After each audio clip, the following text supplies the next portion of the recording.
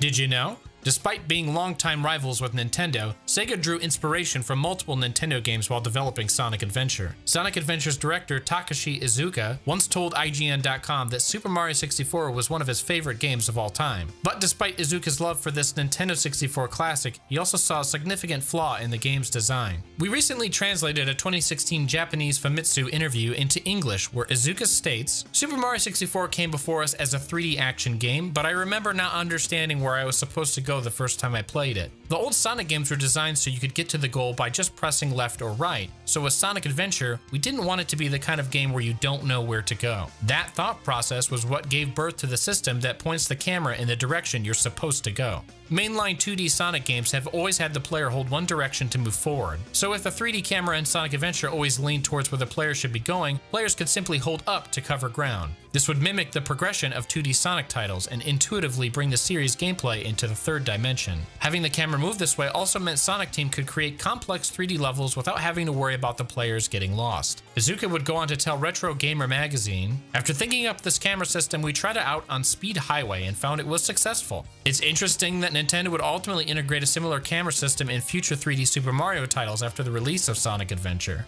Some might even expect the first true 3D Sonic game to take cues from the first 3D Mario game, but what about that other Nintendo game that inspired Sonic Adventure's development?" Just like that of an action RPG, Sonic Team wanted to include locations where the player could talk to NPCs to get information, or acquire new power-ups, or even just explore and become captivated by. They called these places adventure fields. Takashi Iizuka explained to Retro Gamer that he wanted to make these adventure fields have places in them that were only accessible after acquiring some sort of new power or ability, and even went on to say, "I was probably inspired in some way through the Legend of Zelda series that I loved so much." One aspect of Sonic Adventure that's beloved by most fans is its music, and it's evident that Adventure's lead composer, Jun Senoue, went to great lengths to make sure the music stood the test of time. During an interview in 2017, Senoue stated that he'd actually scrapped 8 different main themes for the game before he'd finally come up with the iconic track, "Open Your Heart." And it was also the sound and feel of the track that came first, with the lyrics becoming almost totally different over time.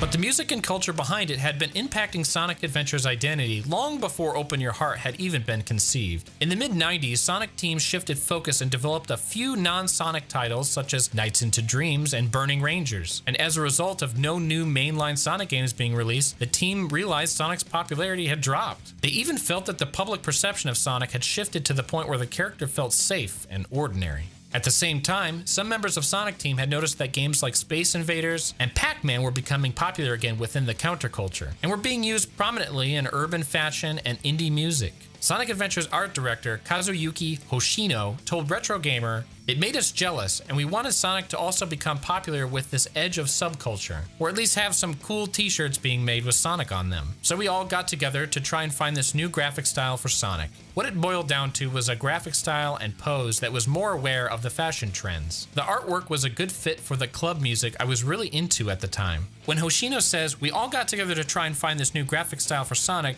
he's referring to a contest that was held within Sega. Sega's early attempts at putting Sonic in a 3D world all used designs similar to his 16-bit appearance. But this caused a problem. Sonic's head would obscure his body and limbs from various angles. It was clear to the team that Sonic's design had to be reworked for Sonic Adventure, and the solution seemed to come from the artwork of Satoshi Akano. Okano isn't well known in the industry, but he played a pivotal role in reworking Sonic's design, and sadly his contribution has gone largely ignored. The story goes that Sonic team lead Yuji Naka came across Satoshi Okano's Sonic Jam art, and was so inspired by it that Naka decided to hold a contest among Sega's artists to find a new look for Sonic. Okano took part, but it was Sega artist Yuji Uekawa who would win the contest to create the final Sonic redesigns for Adventure, which were somewhat inspired by graffiti art. However, it seems Okano may have had a bigger hand in Sonic's redesign than you might have guessed. In April 2020, Okano told researcher Sean Aitchison, "Before New Sonic, I had drawn an illustration of Sonic, and Yuji Uekawa finished it. Because of that, the initial New Sonic illustrations were a two-person effort. This is something very few Sega employees know about."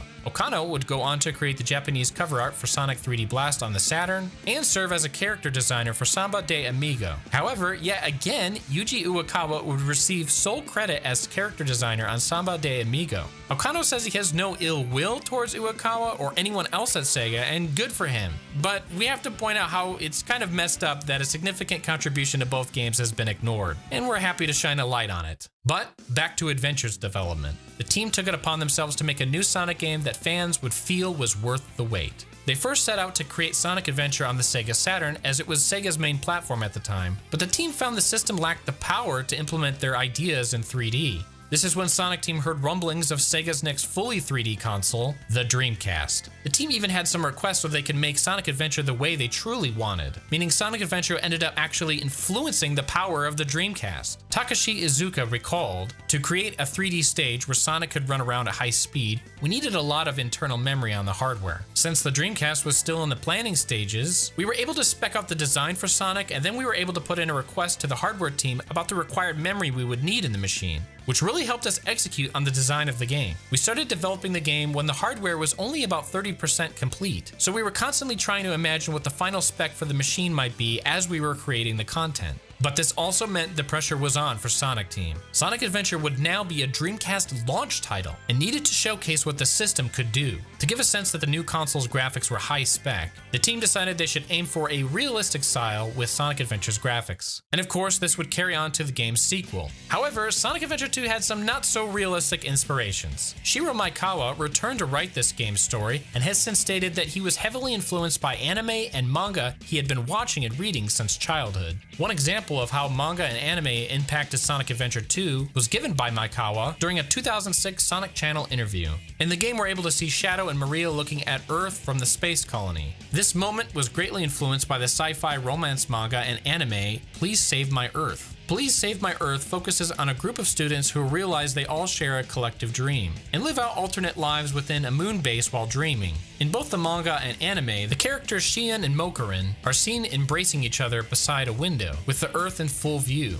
It's not surprising Maekawa would reference this scene, considering he puts Please Save My Earth in his top 3 manga of all time. And by some huge coincidence, the actress Yuri Shiratori, who voices Alice in the anime, that's Mokurin's schoolgirl Earthling counterpart and lead of the show, ended up being cast as Maria in the Japanese version of Sonic Adventure 2. Maekawa said it seemed like destiny, but it also seems like he was pushing for Sonic to go into space from the get-go. Early on in the game's production, Maekawa proclaimed in front of all his colleagues, "Sonic will go to space this time, because it's become the 21st century already." At first, everyone was shocked at this choice in story direction, but everyone eventually got on board, leading to the space colony section of the game being made. Interestingly, Maekawa is not a fan of Sonic's character in the 16-bit games, and felt that it didn't fit Sonic at all. So when he got the chance to write the story for Sonic Adventure, he set out to create a version of Sonic that he himself would like. But for Sonic Adventure 2, Maekawa ended up writing his favorite character of the entire franchise, Shadow the Hedgehog. Early on in the game's development, it had already been decided that there would be a black hedgehog character. But other than being cool like Sonic, his personality had not been yet settled on. That wasn't until late one night on the drive home from work,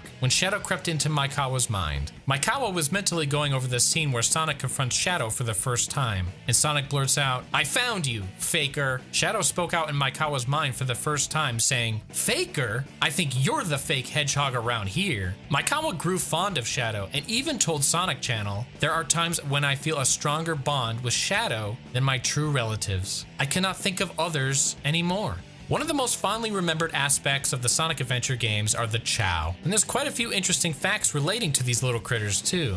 There's an unused line in Sonic Adventure 2's data where a Mo Chow states, "Did you know the doctor's mustache is fake?" This voice clip had been used to infer that Dr. Eggman's mustache is fake by some extremely poor fact checkers, but this is actually not the case. The Japanese version has a nearly identical piece of unused audio, which makes it clear that a Mo Chow is not referring to Eggman but to a Dr. Chow, another name for the Chow principal, who has a suspiciously fake-looking mustache. And another unused line has a Mo Chow say, "Don't play a TV game over 1 hour." which frankly is advice you can ignore. But what you shouldn't ignore is this curious piece of data that went undiscovered for over 2 decades. In the root directory of all US copies of the Dreamcast version of Sonic Adventure, there's some old file upload data in the form of 2 bin files, Sonic ADV_H00.bin and Sonic ADV_H04.bin. These files use an earlier structure compared to the final file format, and while they aren't compatible with any version of the final game as is, there is some interesting data within these files. Within one of these files is actually a baby Chow called Buddy. The Chow is about 65% of the way towards evolving and wears a set of rabbit ears. This little guy was submitted by Sega at concentric.net, which is presumably a Sega employee. Sonic Adventure 2 has 20 unique types of Chow, but only 10 can be obtained normally, including DLC Chow. A lot of these unobtainable Chow are only seen in the Chow races, but can be put into the gardens with cheats. That said, there are 2 kinds of Chow that go completely unused. These are actually part of a trio along with the Moon Chow, a Dreamcast DLC Chow. While most unused Chow from the original game were removed from Sonic Adventure 2 Battle, even more unused Chow can be found along with all the unique types of eggs that go along with them. There's also another set of eggs linked to Chow, but due to the way these Chow are acquired, the eggs go unused. Just like most eggs in the game, these eggs also have shiny variants. Exclusively within Sonic Adventure 2's original release, a picture can be seen on the walls of the Chow kindergarten showing a playground. There's even textures within the game that match the picture from the kindergarten. And when these textures are applied to geometry discovered within the PC version, we can get an idea of what this area would have looked like, and the impression that it was once a playable area. It seems there was also a library planned at some point, and based on its file name, it seems like it was also planned to be accessible from the kindergarten. In the library, players could download or create new stories for Chow Adventure 2. While this was never fully implemented, Chow Adventure 2 still had the modular design needed to support multiple stories, and there's 10 unused story files on the disc. Fans have heavily requested for Chow and Chow Gardens to return to the Sonic series. But why exactly did they disappear in the first place? According to a 2004 Takashi Iizuka interview with Electronic Gaming Monthly, it's because a Chow Garden would apparently have broken up the action of Sonic games post-adventure. Iizuka told EGM, "In Sonic Adventure, we created the Chow Garden so that new players would be forced to go out, explore the action sections, and find flickies and things. In Sonic Heroes, even if you're completely new to Sonic, you can play as Team Rose and learn how the game works. The level up items are the new motivating factor in Heroes." Iizuka would go on to say that flickies were removed from Heroes so that folks who played Sonic Adventure wouldn't be confused and think there was a Chow Garden hidden somewhere, and also that the Sonic Adventure sub-series hadn't ended. Based on this, we might assume that Chow Gardens might return someday, but they never did.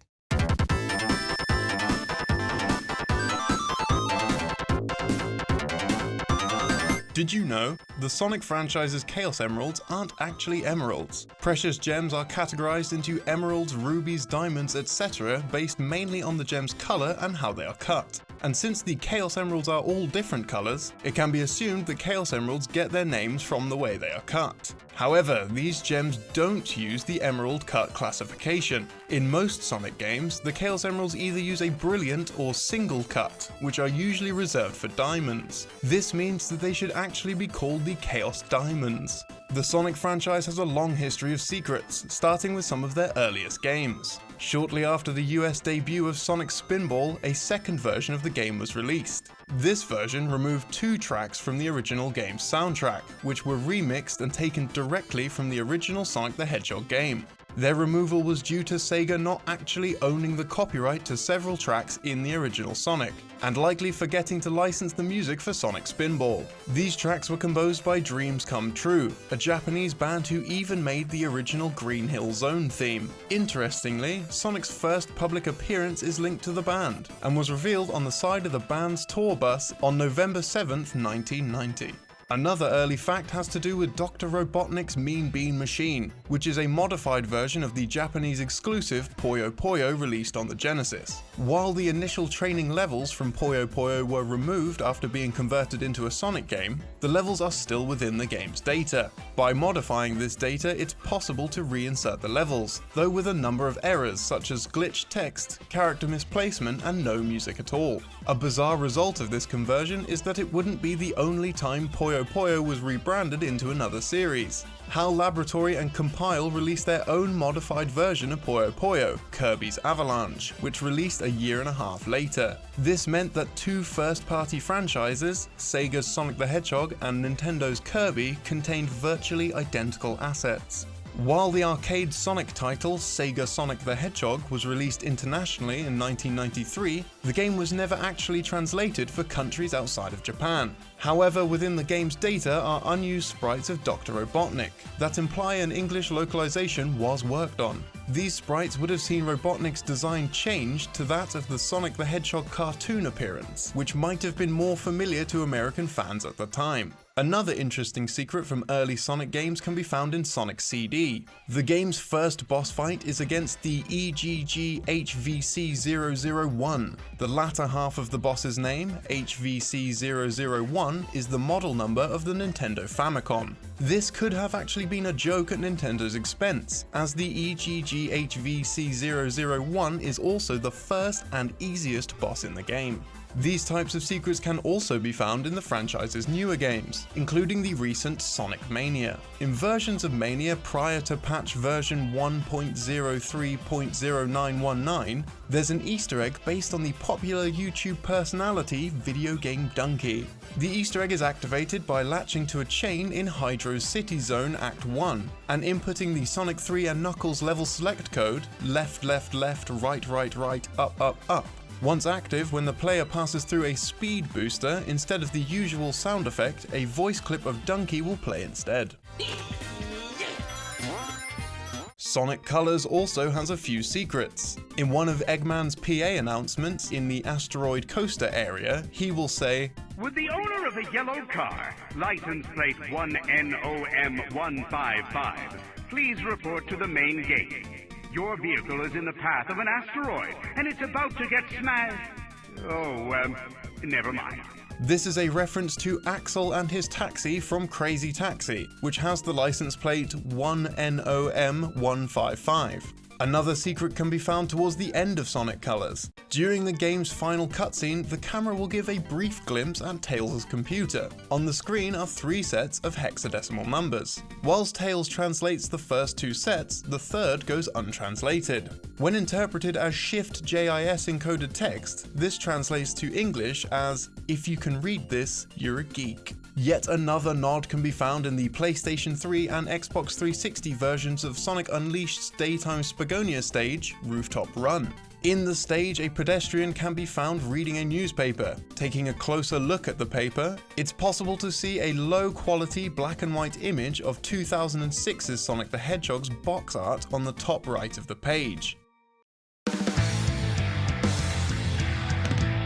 During development of Sonic Chronicles: The Dark Brotherhood, Sega of Europe held a contest which let fans name one of the game's groups of enemies. The contest was titled Sonic Chronicles: A Race to Name, and was won by Sega fan site Sega Nerds. The site found victory with their suggestion to call the enemies the Zoa, a reference to the town of the same name from Panzer Dragoon's saga. Sonic Chronicles also contains some unused dialogue within its data, though who would have spoken this line is unknown. The unused text reads, "Ha ha ha ha ha! Holy crap, I'm a disembodied voice." Unused data can also be found in Knuckles Chaotix. The data contains a sprite of a bloody skull with Japanese text reading Tobu, meaning to fly or to jump. There is no evidence to explain what this graphic's purpose was, and it may simply be a joke by the game's developers. Knuckles Chaotix also has 6 collectible rings called the Chaos Rings, which originally had a different name. They were initially called the Holy Rings. It seems likely that the rings were renamed in order to avoid any religious controversy. This was one of the earliest instances of censorship in the Sonic franchise, but many more would occur throughout the years. One early example of self-censoring happened during development of Sonic 3. According to the game's tester, Jay Pataki, the "Get Blue Spheres" message at the start of the special stages originally said "Get Blue Balls." The text was changed after the mostly male staff believed that the original message had sexual undertones. Another Sonic game was completely reworked due to censorship. Sonic the Hedgehog's game world on the Sega Pico was an educational game containing a total of 17 minigames. During the game's localization in the West, 6 of these games were removed entirely, and a number of the other games were censored. All references to gambling were removed, as well as games based on rock, paper, scissors and fortune telling. The background of the card matching memory game was also cut, as it was casino themed. A pre-release demo for Sonic Adventure, known as the Auto Demo, was made to showcase adventure with CPU gameplay, similar to the Attract mode in arcade games. However, players were able to modify the demo to be playable, and discovered several differences between the demo and the final release. One difference is that, in the demo, Amy's dress folds up to reveal her underwear when falling through the air after a jump. In the game's final release, this was adjusted to keep Amy's skirt at a more modest angle. Another change can be seen in the early prototype demo of Sonic Adventure 2, known as Sonic Adventure 2 The Trial, which was bundled with Phantasy Star Online for the Dreamcast. The game's first cutscene has a helicopter pilot ask, "What the hell?" while in the final release he simply exclaims, "What?" A number of changes were made to the game's Shadow the Hedgehog due to a minor controversy surrounding the game's use of firearms, swearing and blood. The Western localization removes a number of curse words, while also removing the blood effects related to the GUN soldiers. The blood of the Black Doom Armada was also altered, changing the color from red to green. In a draft of the Sonic 06 script, it states that Blaze is bothered by her under-endowed chest, comments on which will rouse her anger. This was a character concept which was ultimately never implemented in the game, possibly to avoid negative repercussions. Although Sonic games typically manage to avoid controversy, one Sonic game saw backlash over lewd content. A Halloween special stage was added to the mobile title Sonic Runners, celebrating the holiday in 2015. During this event, the game's developers issued an apology for a mistake that made its way into the level. A name of a recurring enemy of the Sonic series, Boo, was misspelled as Boob. The name was fixed and patched out shortly after the apology was issued.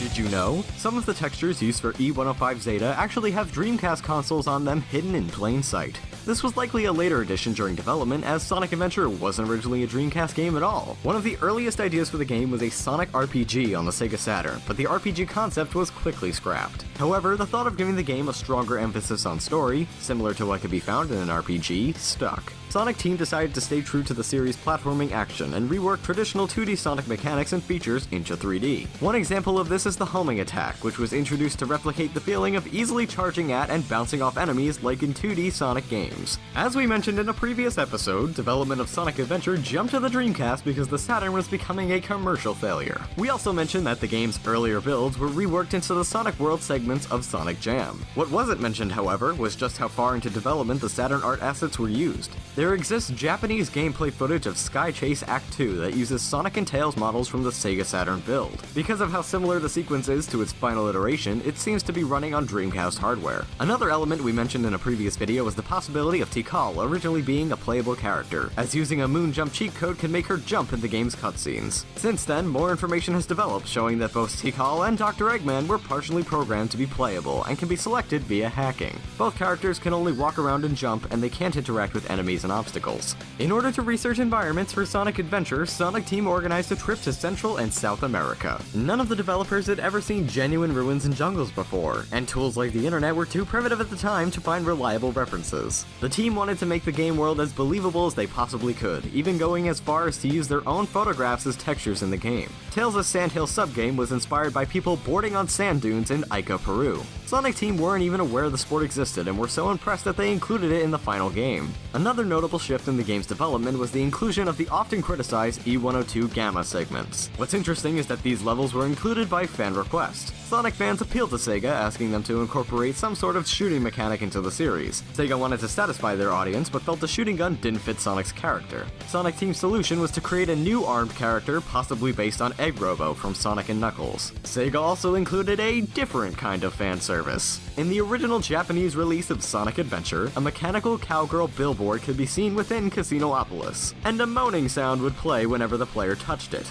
This was replaced with a generic sign in international versions of the game for obvious reasons. This version, however, was also toned down from the Sonic Adventure auto demo prototype. In this version, the girl was a fully fleshed out Playboy-style bunny with a mini-bar. To take advantage of and showcase the Dreamcast's power, the team wanted to create a villain that could never have been rendered on previous consoles. In the words of director Takashi Iizuka, "I wanted to create an enemy that hadn't been possible until now. I wanted something bigger, something transparent and liquid, because technology now allowed for it. I wanted something that would wow the users." Chaos is seen from the very beginning of the game to make the graphical leap obvious, and was even included in the opening movie sequence. When Chaos was first designed, the concept art was shown to Sonic creator Yuji Naka. Naka liked the drawing so much that he approved them on the spot. The look of Perfect Chaos was changed in Sonic Generations. It was later explained that this is how Chaos was originally intended to appear, but Sonic Team weren't able to achieve that exact look due to the technical restrictions of the Dreamcast. In Sonic Adventure, Sega had to settle for Perfect Chaos's body being made completely out of water, which was still something unthinkable in the days of the Sega Saturn. The direct inspiration for Chaos's concept and presentation is uncertain. In Greek mythology, Chaos was the name of the first deity to come into existence, and is described as vast and formless. Chaos is put forth as a godlike creature in the game, and one of his key features is changing forms. However, Chaos could have another more scientific inspiration.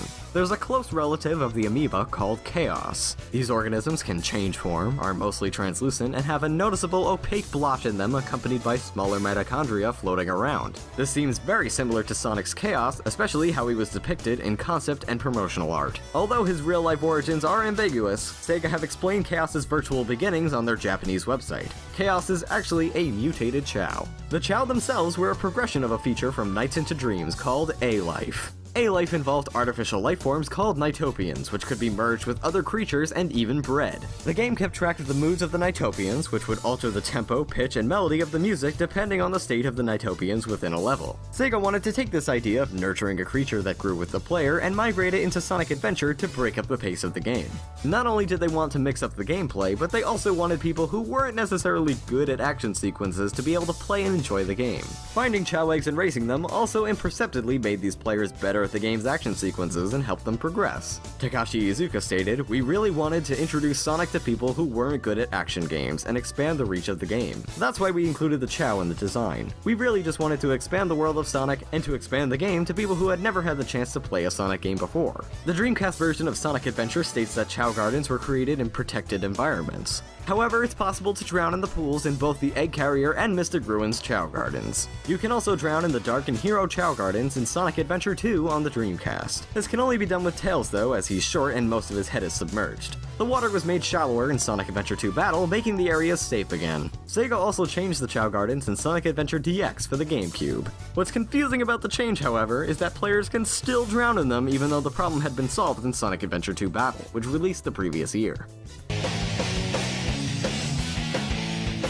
Did you know? Sonic Adventure 2 had a hidden backstory tucked away in a Japanese strategy guide. This backstory details the events that led to the creation of Shadow the Hedgehog. Maria Robotnik, Dr. Eggman's cousin, suffered from a fictional incurable disease called NIDS, or Neuroimmunodeficiency Syndrome. The name of this disease explicitly references the real-life disease known as AIDS, Acquired Immune Deficiency Syndrome. Maria's contraction of NIDS led her grandfather, Professor Gerald Robotnik, to begin research on immortality. His research eventually led to the creation of the so-called ultimate life form, Shadow the Hedgehog. This backstory was never referenced in-game, perhaps due to the controversial nature of the subject matter. Despite this, the story was incorporated into the Archie comic storyline with both Maria Robotnik and Buns Rabot contracting NIDS. One of the main events in Sonic Adventure 2 sees Dr. Eggman destroy a large portion of the moon to demonstrate the Eclipse Cannon's power. In later Sonic games, however, the moon appears to be completely intact. At the 2013 Sonic Boom event, the game's director Takashi Iizuka was asked about this inconsistency. Iizuka said the moon had simply rotated, so subsequent games show the unbroken side of it. In real life, though, this would be impossible, as the moon always faces the Earth from the same side. In a process called synchronous rotation, the moon spins on its axis at the same rate that it orbits the Earth, so the moon appears to be almost completely still. Iizuka was most likely just put on the spot by this question and gave a simple answer.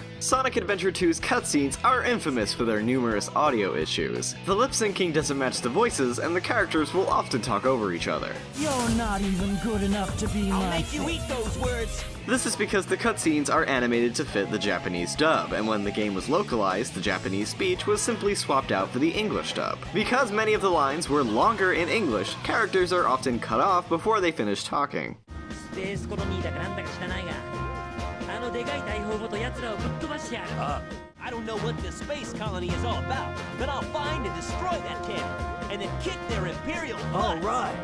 But while the cutscenes were animated for the Japanese dub, Sonic Adventure 2 was in fact developed in America. After the Japanese version of Sonic Adventure was completed, Sonic Team split into two halves. One half remained in Japan to work on games such as Phantasy Star Online, and the other half relocated to San Francisco to begin localizing Sonic Adventure for the West. The new division was known as Sonic Team USA. Once Sonic Adventure was localized, work began on the sequel. Inspired by their new surroundings, the team wanted Sonic Adventure 2 to have more of an American flavor. During an interview with IGN, Takashi Iizuka explained the reason behind this new direction. Since Sonic Team USA is residing around San Francisco and the Bay Area, we see a lot of beautiful images here in San Francisco every day, and we wanted to apply those elements in the game. Of course, the world of Sonic Adventure 2 is a fictional world, so our intention is not to create a simulation of San Francisco, but we're really inspired by what we see in the city. It's easy to spot many of these inspirations when playing the game. City Escape is based on the city of San Francisco itself, and the bridge seen in Radical Highway is based off the famous Golden Gate Bridge. Additionally, the game's two driving levels, Route 101 and Route 280, are named after real highways in California. While they were working on the game, members of the development team would occasionally receive parking tickets costing around $30 each. The tickets were passed out by parking attendants who drove small cars with only 3 wheels. As a form of revenge, the team included these vehicles in Tails' mission street level and allowed the player to destroy them. This was all done in good fun, though the team did acknowledge that the traffic wardens were just doing their jobs. One of Sonic's new abilities introduced in Sonic Adventure 2 is grinding on rails. The final version of the game includes many advertisements for soap shoes as part of a deal. The shoes have concave soles that allow the wearer to grind along rails, and Sonic wears these shoes in the game. The sponsorship deal appears to have been secured very late in development, as early screenshots of the game show Sonic in his more traditional footwear. Sonic's original shoes can also be seen during certain frames of his bouncing animation in the final game. Furthermore, in the Dreamcast version of the game, Sonic can be seen wearing his original shoes for part of the intro cinematic. This error was corrected in future ports of the game. It's also possible that Amy Rose was intended to be a playable character outside of multiplayer. In the Dreamcast version's game data, text can be found in the game's code that tells the player how much the Chow likes Amy, suggesting that she may have originally been playable. It also seems that Super Sonic and Super Shadow were intended to be playable in multiplayer. Text can be found, some of which reads, "Congratulations, you've cleared Green Hill with rank A. Strongest characters are now available to use in Sonic and Shadow 2-player versus mode." It seems that the player would need to clear Green Hill with an A rank in order to unlock the characters. A difficult task, as unlocking Green Hill requires the player to collect all 180 emblems. Speaking of multiplayer, the game was originally going to have more online capabilities. Unused files in the game's code explicitly refer to a world ranking system, with text having been finalized for these menus.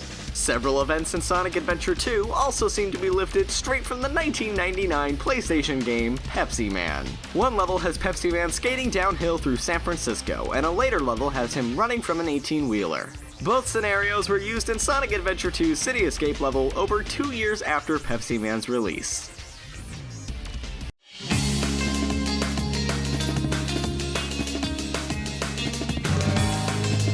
Did you know? 2006's Sonic the Hedgehog was made to celebrate the Sonic franchise's 15th anniversary. According to series creator Yuji Naka, the game's simplistic title was chosen to mark this milestone, but also to signify the series going back to its roots. Despite Sonic Team's lofty ambitions, Sonic 06 released with numerous bugs and technical issues and is widely considered one of the worst games of all time. In its original form, Sonic 06 was not meant to be a Sonic title at all. Instead, it was supposed to be a brand new title set in a realistic world, making use of a dynamic physics engine. But when the time came to create a new next-gen Sonic the Hedgehog title, the team combined this idea with the Sonic world. They felt the realistic look and physics would enable them to create vast environments for the player to explore. To complement these huge levels, the team wanted to include multiple playable characters, allowing players to tackle the same levels in different ways. The character Silver the Hedgehog was created out of the team's desire to capitalize on the dynamic physics engine. As a character with psychic powers, Silver would be able to grab and throw objects around the environment with ease. In his initial design, Silver was an orange mink named Venice. This name came from the real-life city of Venice, which inspired the game's setting, Soliana.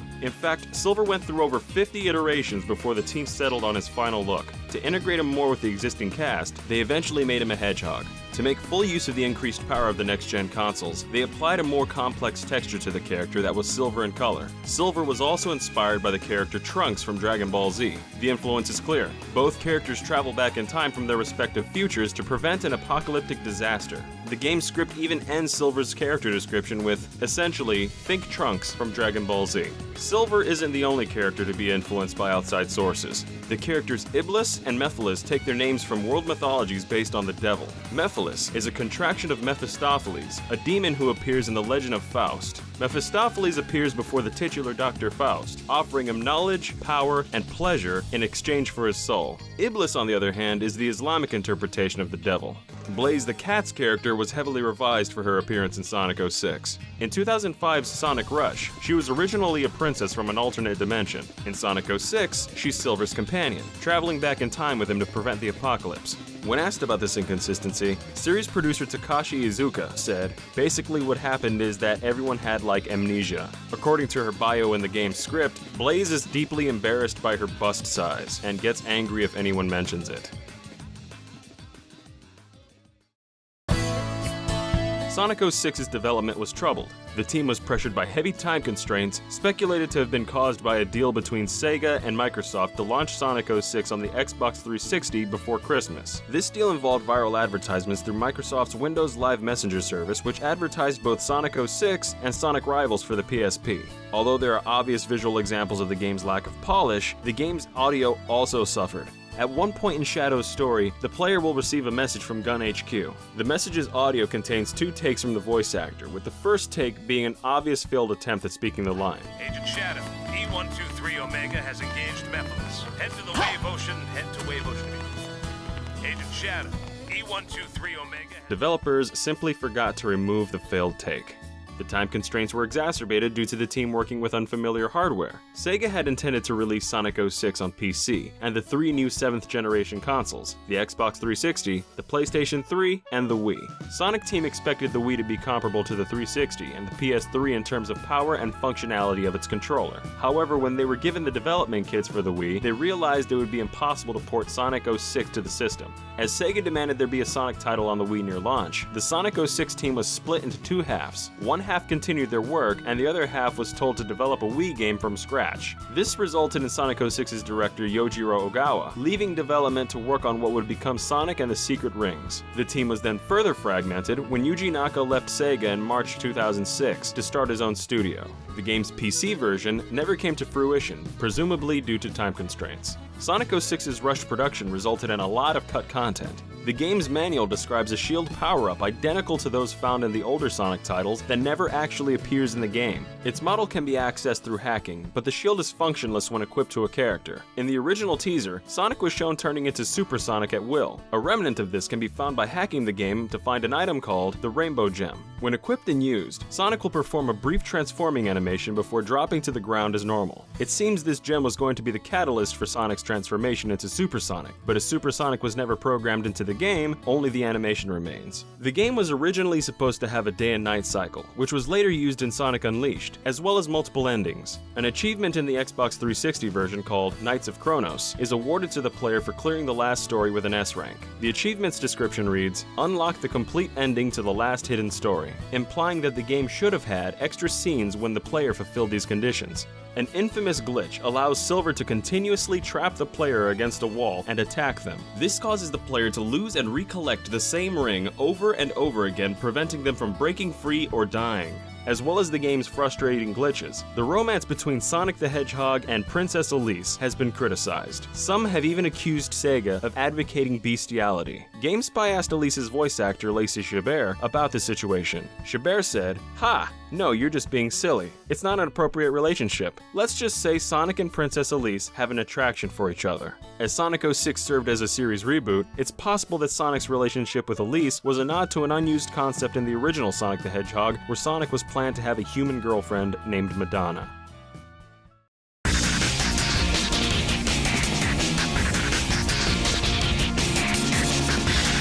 Did you know? While Shadow the Hedgehog was in development, Sega considered other spin-off titles based on Tails, Knuckles, and Dr. Eggman. The first rumors of a Sonic the Hedgehog spin-off arose in early 2005. Sega hosted an online poll asking which Sonic characters fans would like to see star in their own game. The 4 choices were Tails, Knuckles, Shadow, or Dr. Eggman. The poll also asked voters to pick their preferred subtitles for each of these characters' hypothetical games. Shadow's choices included Renegade Hedgehog, Rebel with a Cause, Chaos Unleashed, and Sonic's Nemesis. While the poll appeared before Shadow the Hedgehog was announced, it's unlikely that it had much of an impact on the game's direction. This is due to how close the poll was conducted before the game's reveal. Fans did impact the game in a significant way, however. A promotional event was held in Japan where Shadow performed as a wrestling announcer and awarded the winning wrestler a pack of 10 Sega games. Sonic creator Yuji Naka also attended the event and commented on some of the game's influences. Naka said, "We received letters from kids, and many of them had asked for Sonic to have a gun.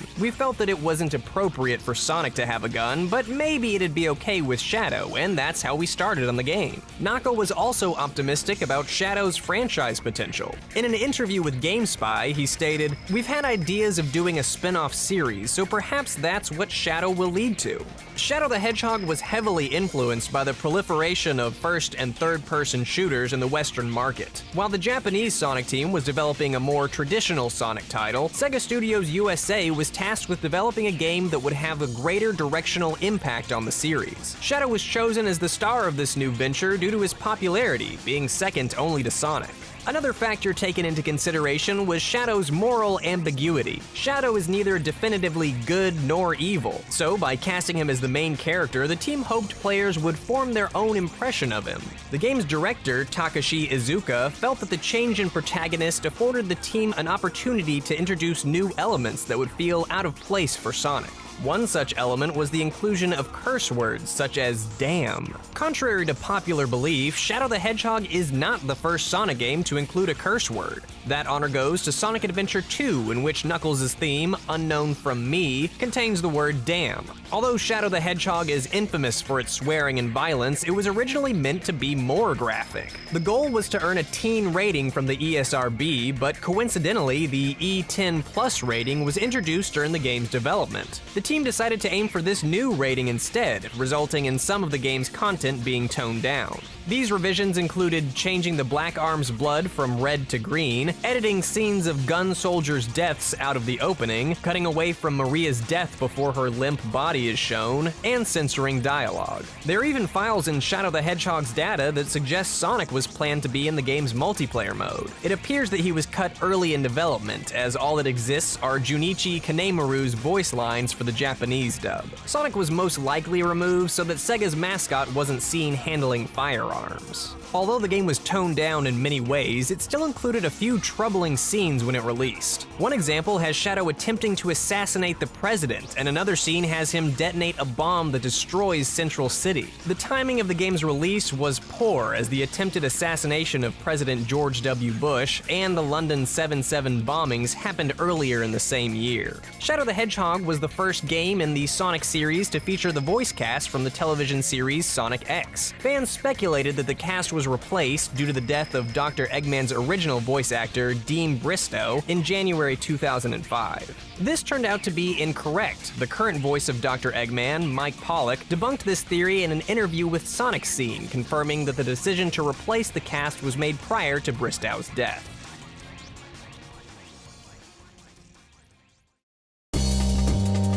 The Shadow who stars in Shadow the Hedgehog is the same character that appeared in Sonic Adventure 2. It's likely that many players missed this information, which is the resolution to a cliffhanger introduced in Sonic Heroes. The end of Team Dark's story in Sonic Heroes heavily implies that the Shadow in that game is a robot replica of the original created by Dr. Eggman. Shadow the Hedgehog further adds to the confusion, with many of the game's branching storylines presenting a completely different history for the character. However, if the fight against the game's final boss lasts for 8 minutes, Dr. Eggman will contact Shadow and confirm that he is indeed the original that appeared back in Sonic Adventure 2. According to him, Eggman rescued Shadow from his fall using a robot and went on to use him as the basis for his Shadow androids. Shadow the Hedgehog innovated the Sonic franchise by allowing players to drive vehicles and wield firearms. These features were met with uncertainty, with many fans considering them to be out of place in a Sonic game. Despite the controversy, Iizuka defended their inclusion, saying, "Shadow the Hedgehog is a unique, original character, separate from Sonic the Hedgehog. The reason I created Shadow the Hedgehog as a main character for this game is so I can give Shadow different abilities that Sonic wasn't able to do, and that includes using weapons or using vehicles and whatnot."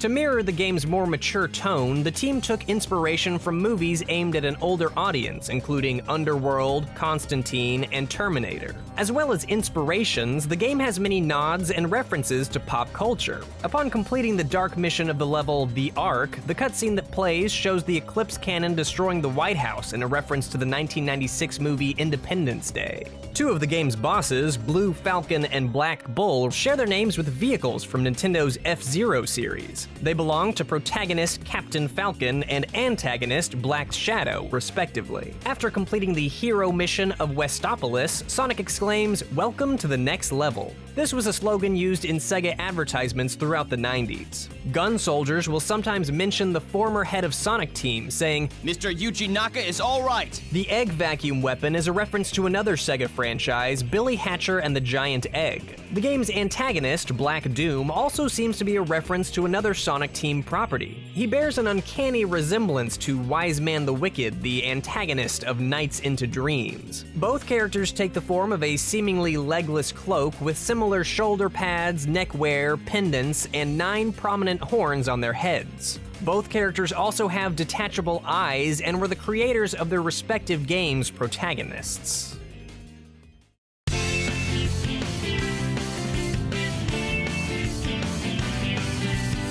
Did you know? Sonic Heroes holds the Guinness World Record for the most playable characters in a platform game, with 12 characters total. This is thanks to the game's team-based gameplay, which has 3 characters being controlled at once. The focus on team-based play was partly a response to the Sonic Adventure titles and their various gameplay styles. The game's director Takashi Iizuka felt that having Adventure 1 and 2's gameplay change drastically between characters limited their audience to hardcore gamers. The title Sonic Heroes was chosen to distance Heroes from the Sonic Adventure games. If Heroes was titled Sonic Adventure 3 instead, gamers who didn't play the first 2 adventures might have been discouraged from buying it. Heroes was also streamlined to the point of excluding fan-favorite features such as the Chow Garden.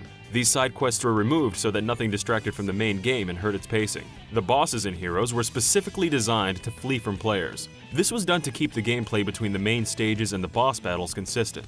In past Sonic games, the player would run at high speeds until encountering a boss, where the game would come to a halt. Accommodating new players was a large concern for the team, as Heroes was the series' first true multi-platform game. Sonic Team licensed the Renderware engine to make porting Heroes to the GameCube, PlayStation 2, and Xbox easier.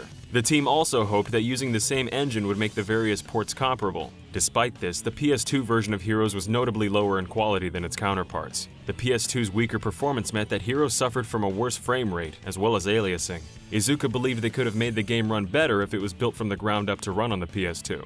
The designers' focus on accessibility affected the game's visuals and story as well. Critics noted that level themes in Heroes were more creative than either of the adventure games. In an interview with Electronic Gaming Monthly, Iizuka explained that previous 3D Sonic games were constrained by story requirements, as levels had to fit a coherent narrative. Heroes lacked an involved story, so its levels were free of requirements and could be more imaginative. Iizuka apparently wanted to make a 3D pinball stage like Casino Park as early as Sonic Adventure, but couldn't find a way to make it fit the game's world. Sonic Heroes saw the return of the Chaotix crew, a team that had made their only appearance in the Sega 32X game Knuckles Chaotix. It too featured team-based gameplay, with 2 characters being tethered to one another at all times. As the characters perfectly fitted the Sonic Heroes' team-based gameplay, Sonic Team decided to reuse them.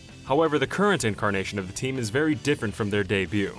Originally, the group wasn't a detective agency, SBO wasn't a ninja, and Charmy the Bee was described as being surprisingly sophisticated. This change can be attributed to Sonic Team never having anything to do with the Chaotix' original portrayals, as Knuckles Chaotix was developed by a different internal team at Sega. In Iizuka's mind, Sonic Team weren't just reviving past characters, but essentially making new characters using old designs. Interestingly, Charmy's revised personality resembles his portrayal in the UK tie-in comic, Sonic the Comic, which was made almost 9 years earlier. The comics version of Charmy had a tendency to annoy his teammates with bizarre mannerisms and a hyperactive personality. This is similar to his appearance in Heroes, where he is described as a scatterbrained funny kid. Cream the Rabbit had a complicated entrance to this series. Cream was planned to debut in Heroes, but made her playable premiere in Sonic Advance 2, over a year before the release of Heroes. She was added in order to make Sonic Advance 2 more distinct from the first Sonic Advance game. This also let Sega introduce Cream before she appeared in the first episode of the anime Sonic X. Tails' voice actor, William Corkery, was only 10 years old when Heroes was released, making him the youngest actor ever to play a character in the Sonic series. His sister Emily also lent her voice to the game at only 14 years old, playing Charmy Bee. Their father, Bill Corkery, was also the voice of SBO the Chameleon. While Team Chaotix's Team Blast may sound unintelligible, each player is actually singing their own distinct lines. The vocals either cut each other off or get drowned out by sound effects. Their Team Blast's presentation may also be a nod from an unused idea from Sonic 1, where Sonic and Vector played in a band for the game's sound test.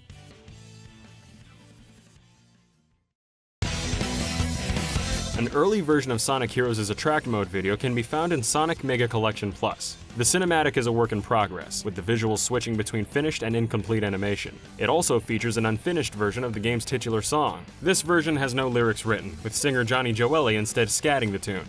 Unused files also hint at several changes during Heroes' production. In the retail version of Heroes, Team Rose and Team Chaotix only play through small segments of full levels. But it seems this wasn't always the case. Dialogue also exists for Mystic Mansion that alludes to a room full of doors and switches. However, no such room exists in Heroes. In the final game, using Team Blast during battles will revive fallen teammates. But unused audio suggests that at some point, the Team Blast could only be used if all 3 characters were still active. Unused lines also hint that the Metal Madness fight was planned to be very different. The boss would have wielded additional powers, such as the ability to turn invisible. There's also a mistranslated line in Sonic Team's version of Final Fortress. After pressing the self-destruct button in the first area of the game, Tails will ask, "Wonder why it's self-destructed?" The line doesn't make much sense, as Tails advises the player to hit the self-destruct switch beforehand. In the Japanese script, Tails instead asks why Dr. Eggman would make the self-destruct switch so easily accessible, a joke at the expense of the level design. In Super Hard Mode, Knuckles asks Tails if he can handle the stormy weather, and Tails admits that he's a little afraid of it.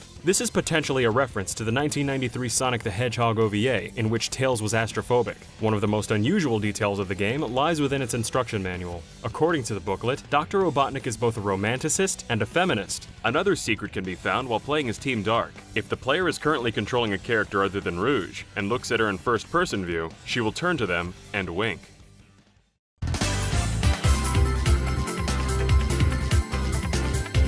Did you know? Much of Sonic Mania's development staff have a history in creating Sonic fan games and other projects. Christian Whitehead, also known as The Taxman, was known for creating the fan game Retro Sonic. Retro Sonic ran on the Retro engine, which was custom built by Whitehead and allowed him to replicate the physics of the classic Sonic games. This engine would become integral to Whitehead's official involvement with Sega. In 2009, Whitehead developed a proof of concept for the iOS port of Sonic CD. Unlike Sega's iOS ports, which ran on an emulator, Whitehead's proof of concept was instead rebuilt from the ground up, and used his Retro Engine software development kit. This allowed for new features to be added, as well as a consistent frame rate and widescreen support. However, it was not the engine itself that replicated Sonic's physics. Whitehead had to manually reconstruct them through rigorous frame-by-frame analysis of the original title. Whitehead emailed Sega to pitch the game to them, but did not receive a reply. 2 weeks later, Sega asked the community on their blog which games they would like to see ported to iOS. In response, Whitehead publicly revealed his Sonic CD prototype, wanting to send them a clear message about what they should be working on. He also prompted fans to let Sega know if they were interested in seeing this prototype become a reality. The push was successful, with Sega responding to the video on Twitter. Whitehead's version of Sonic CD was even published by Sega in 2011. Following his port success, Sega contacted Whitehead again, this time to handle ports of Sonic 1 and Sonic 2. Working with him was Simon Tomley, aka Stealth. Tomley also had a storied history with Sonic Fanworks. He was involved in the community during its formative years, heading the popular Sonic Mega Mix project, and was responsible for porting fan creations to the Wii and Sega CD. He also created an unofficial port of Sonic 1 for the Game Boy Advance, a response to the poor quality of the Game Boy Advance's Sonic Genesis. While Whitehead reproduced the games through observation and recreation, Tomley was more familiar with the assembly code of the original games. The pair's collaboration was fruitful, and their ports of Sonic 1 and Sonic 2 boasted many advantages and were well received by the community. Whitehead and Tomley, under his company name Headcanon, would go on to form a core part of Sonic Mania's development team. Joining them was Pagoda West Games, a company born of yet another Sonic fan project, this time the unofficial remake Sonic the Hedgehog 2 HD. Pagoda West's Tom Fry and Jared Castle met on the project, and formed a close friendship based on their similar outlooks on game design. Their experience on Sonic 2 HD was invaluable, teaching them the importance of keeping to deadlines and choosing the right team for the job. Joining them was musician T. Lopes, known for his unofficial Sonic remixes. Sonic Mania was pitched to Sega by these three companies. The project was first presented to Sonic team head Takashi Iizuka in 2016. Only Studiopolis Zone was made at the time, and the game went under the title Sonic Discovery.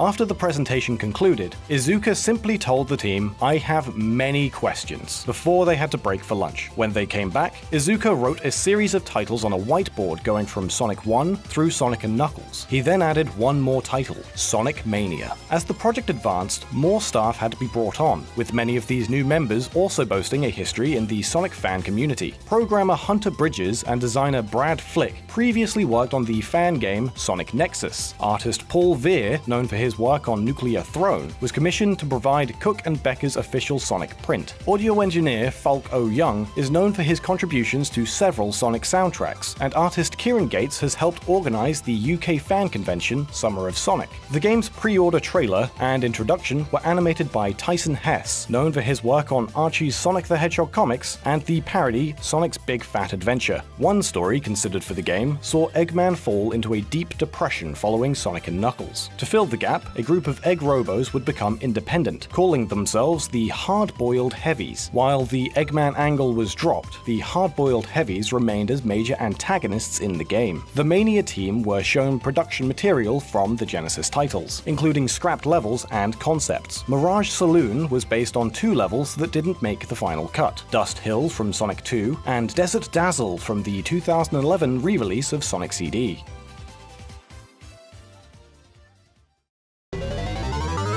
Sonic Mania was influenced by the aesthetics of the Saturn-era Sonic titles. This choice allowed the limited team to produce a high-quality title with a lot of content, rather than opt for HD graphics and have potential complications arise. The 3D models in the special stages pay homage to the character's Saturn model seen in games like Sonic R, although they are in fact brand new. To drive home the 90s aesthetic, Sega produced an advertisement for the game in the style of an old Sonic 2 commercial. Both spoof infomercials by comedically boasting about the game's practical applications, such as handling tough stains and acting as a hairpiece. Mania's commercial even featured Kazuyuki Hoshino, a Sonic Team artist responsible for the character design on Sonic CD. As you might expect, Sonic Mania contains a huge number of nods and references to the rest of the Sonic series, as well as other Sega properties. Signs can be found in Studiopolis that read Cope. This is a reference to similar signs found in Spring Yard Zone in Sonic 1. Clipboards in Studiopolis have the following initials on them: CW, HC, and PWG. These stand for Christian Whitehead, Headcanon, and Pagoda West Games, respectively. The Sega Sonic Popcorn Shop is named after a product released exclusively in Japan, a combination arcade game and popcorn vending machine. The televisions in Studiopolis show a symbol that highly resembles the logo of the Sega Game Gear. Signs in Studiopolis reading Pinkbot are a nod to signs in Streets of Rage page that read Pinebot. The Club Spin Ages signs seem to reference both Club Sega in Japan and an old logo from UK Mega Drive commercials. To be this good takes ages, with ages being Sega backwards. Wanted posters of Knack the Weasel, Bark the Polar Bear, and Bean the Dynamite appear in the Mirage Saloon Zone. While this is a nod to the character's long absence from the series, it's also a nod to Sonic Generations, where they also appeared on wanted posters in City Escape.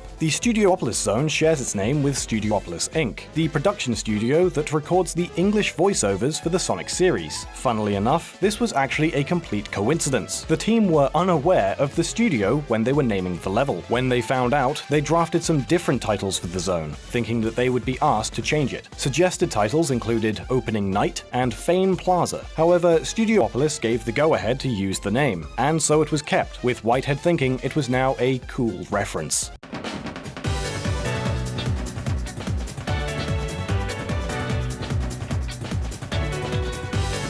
Did you know? Sonic Generations was prematurely revealed to the public after a document was leaked by Sega of America in August 2009. The document appeared on Sega of America's official press site and detailed a meeting between Sega and Sony Computer Entertainment America. The document described plans for various upcoming games and features, including a title simply called Sonic Anniversary. The initial concepts for Sonic Anniversary included a collector's edition that would gather the best of Sonic for around $99. More information was leaked during a convention in Madrid called Game Fest in 2010. A staff member of the website SonicParadise.net spoke with a Sega representative who revealed that Sonic Anniversary was in development for the PS3, PSP, DS, and Wii, with an Xbox 360 release being negotiated. The representative also revealed that the game would compile some of the most popular levels from the series and reimagine them for a modern playstyle. The development of Sonic Generations was somewhat influenced by the state of the Sonic fanbase. In an interview with Destructoid, Sonic series developer Takashi Iizuka commented on the fractured fanbase. He mentioned that some fans preferred the 2D games on the Genesis, while other fans preferred the more recent 3D installments. Because of this, when the time came to celebrate the series' 20th anniversary, the team decided to revive classic Sonic and have him star alongside modern Sonic. This way, the team could cater to both sides of the fanbase. The fans also had another, more direct influence on the development of the game. To decide which stages would be included, the fans were asked to disclose their favorite levels on Facebook in 2009. The poll contained a comprehensive list of levels from the major Sonic titles available at the time.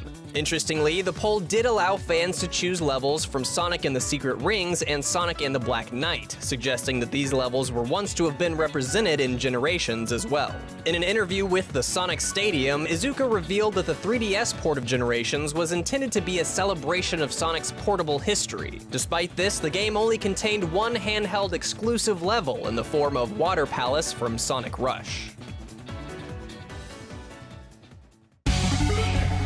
A downloadable demo for Sonic Generations was released on June 23, 2011, which was the 20th anniversary of Sonic 1's publication. Soon after the demo's release, its data was mined to reveal many of its assets. These assets included head icons for the supporting cast, sparking speculation that other characters may be playable. In an interview with Sega Bits, Sonic brand manager Aaron Weber expressed disappointment with these leaks. He felt that they created false expectations, calling them a misrepresentation. The demo also revealed that classic Sonic's physics were not a one-to-one recreation of those found in the Genesis games. The reason given for this was that the physics had to be estimated using the modern Sonic engine, making a perfect recreation nearly impossible. Many unused textures from the game are from 2008's Sonic Unleashed, suggesting that Generations was built on top of the Unleashed framework. Ryan Drummond, Sonic's English voice actor between 1999 and 2004, was originally going to reprise his role for Sonic Generations. In 2010, Sega chose to replace most of the series' voice cast. This included Jason Griffith, who was the voice of Sonic in video games since 2005. In an interview with The Gaming Liberty, Drummond revealed that Sega contacted him during the development of Generations, asking him to re-audition for the role of Sonic. Drummond initially appeared to be a shoo-in for the role, but eventually declined due to his distaste for the contract. In his own words, "When the actual offer came to my agent, it was a complete joke. They asked me to leave my union, which is how I make a living, do all kind of work for no compensation, etc. It was a real slap in the face. I really don't see it ever happening. Sega is a huge corporation with zillions of dollars, and they don't see any need to change the way they do things." Since Drummond declined the offer, Roger Craig Smith was chosen for the role instead. An interesting offshoot of this is that a third playable Sonic may have been intended for Sonic Generations. According to Unseen64, this third Sonic was going to have represented the Dreamcast era of Sonic Adventure, Sonic Adventure 2, and Sonic Heroes. This seems fitting, as those were the 3 games in which Drummond voiced the character. In an interview with Kotaku, Aaron Webber revealed that Jaleel White was once slated to voice classic Sonic in the game, as White originally voiced the Hedgehog in various cartoons throughout the 90s. For unknown reasons, the plan fell through, and so classic Sonic was left mute. According to Jaleel, Sega didn't approach him to voice Sonic, so this plan likely didn't get very far.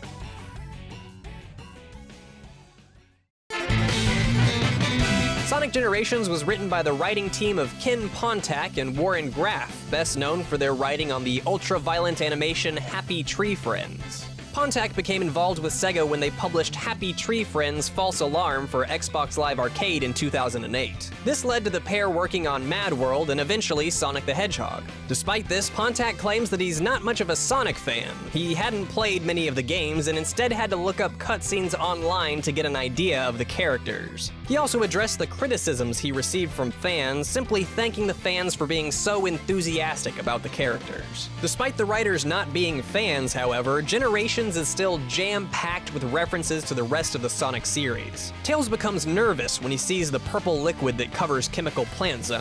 This is perhaps a reference to an infamous sequence in Sonic 2 where the player must climb a vertical shaft in order to avoid drowning in the liquid. Sonic 2, of course, was Tails' debut game. Sonic quips that the color being sucked out of the land is no stranger than rescuing genies in magic books or saving aliens in an interstellar amusement park, referring to the stories of Sonic and the Secret Rings and Sonic Colors, respectively. In the level select, Knuckles can be found in front of Sky Sanctuary with bunches of grapes growing behind him. This is a reference to the Sonic 3 instruction manual, which mentions that his favorite food is grapes. When performing stunts as Sonic, pressing L and R to finish the stunts will cause Sonic to strike an identical pose to the one seen on Sonic Adventure's cover art. And in City Escape, there are posters in the background that make references to 5 seemingly forgotten Sonic characters. There are wanted posters featuring Knack the Weasel, Bean the Dynamite, and Bark the Polar Bear from Sonic the Fighters, as well as missing person posters featuring Ray the Flying Squirrel and Mighty the Armadillo from the arcade game Sega Sonic the Hedgehog.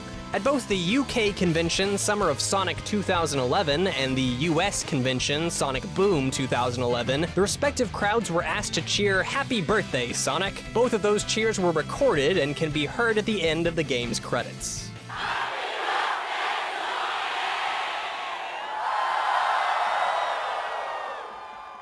Did you know the character Sister Sonic was gonna be, and we're quoting here, a flirtatious and sexy bounty hunter? In today's video, we're gonna separate fact from fiction with some new discoveries about the cancelled Sister Sonic RPG. We'll show new footage and behind-the-scenes info for Sonic Day, and finally reveal the plot of Sonic Chronicles 2.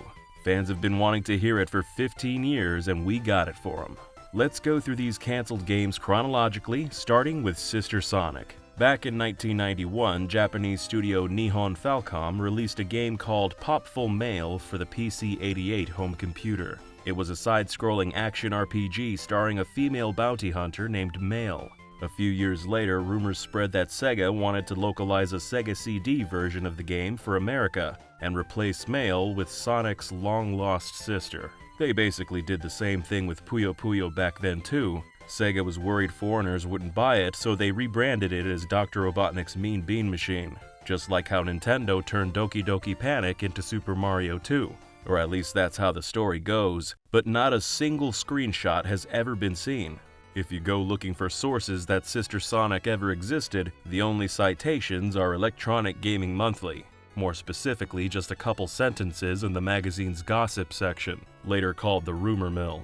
The rumor was that Sister Sonic would be at an upcoming toy fair, but that never happened. In fact, it was never shown anywhere at all. EGM's gossip was unsighted, with no reference to press releases, dev quotes, or even anonymous sources. So we had to wonder, was Sister Sonic ever a real thing? Or just a rumor masquerading as fact for 30 years? We've exposed fake cancelled games in the past, and this looked like it was going to be another one. So we went looking through old Japanese magazines, and eventually we were able to find primary sources proving Sister Sonic did exist, but the rumors were only half true. In the November 1992 issue of Japanese magazine Beep Mega Drive, the director of Sega Falcom sits down for an interview and announces 5 games currently in development. One of them was Sister Sonic, which he says is further in development than any of their other games. And it's not just a reskin like Mean Bean Machine. Sister Sonic's gonna be a full-on remake, but she's not actually Sonic's sister. We're gonna quote him at length here. Keep in mind, Popful Mail was originally developed by Nihon Falcom, and Sega Falcom was a joint venture to bring Nihon's PC games to Sega consoles. Director Yano says, Sega Falcom does more than just port Nihon Falcom titles, but reinterprets Nihon Falcom hit series in its own Sega Falcom way. You could say we're cooking them up in a completely different form.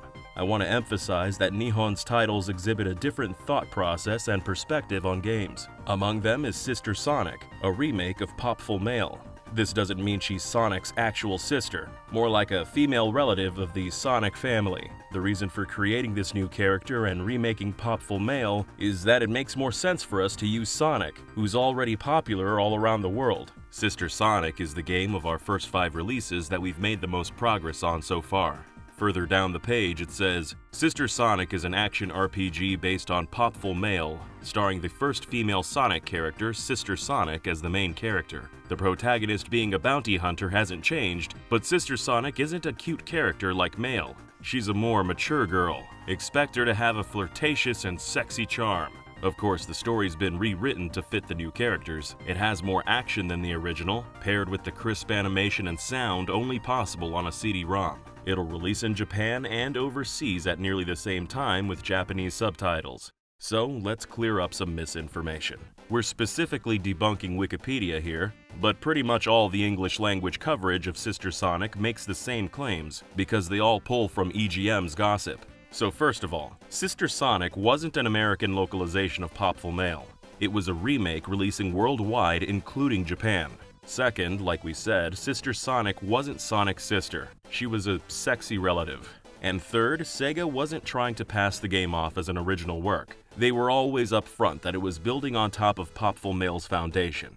Actually, if they had tried to pass it off as an original game, it probably wouldn't have gotten cancelled. We bought this book from Japan. It says when Popful Mail fans heard their favorite game was getting transformed into Sonic, they started a mail-in campaign asking Sega to faithfully port Popful Mail to Sega CD.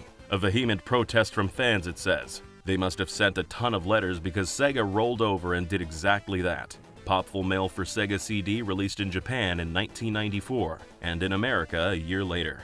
Even without Sonic, though, it was still a remake. Just look at the PC-88 original compared to the Sega CD version. It's virtually unrecognizable. Now that's all cleared up, you're probably wondering, would Sister Sonic have been any good?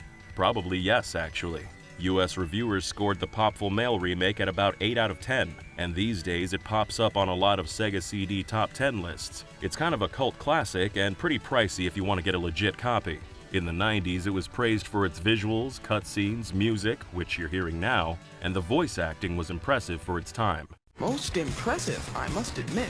Who are you? I'm Mail, Popful Mail.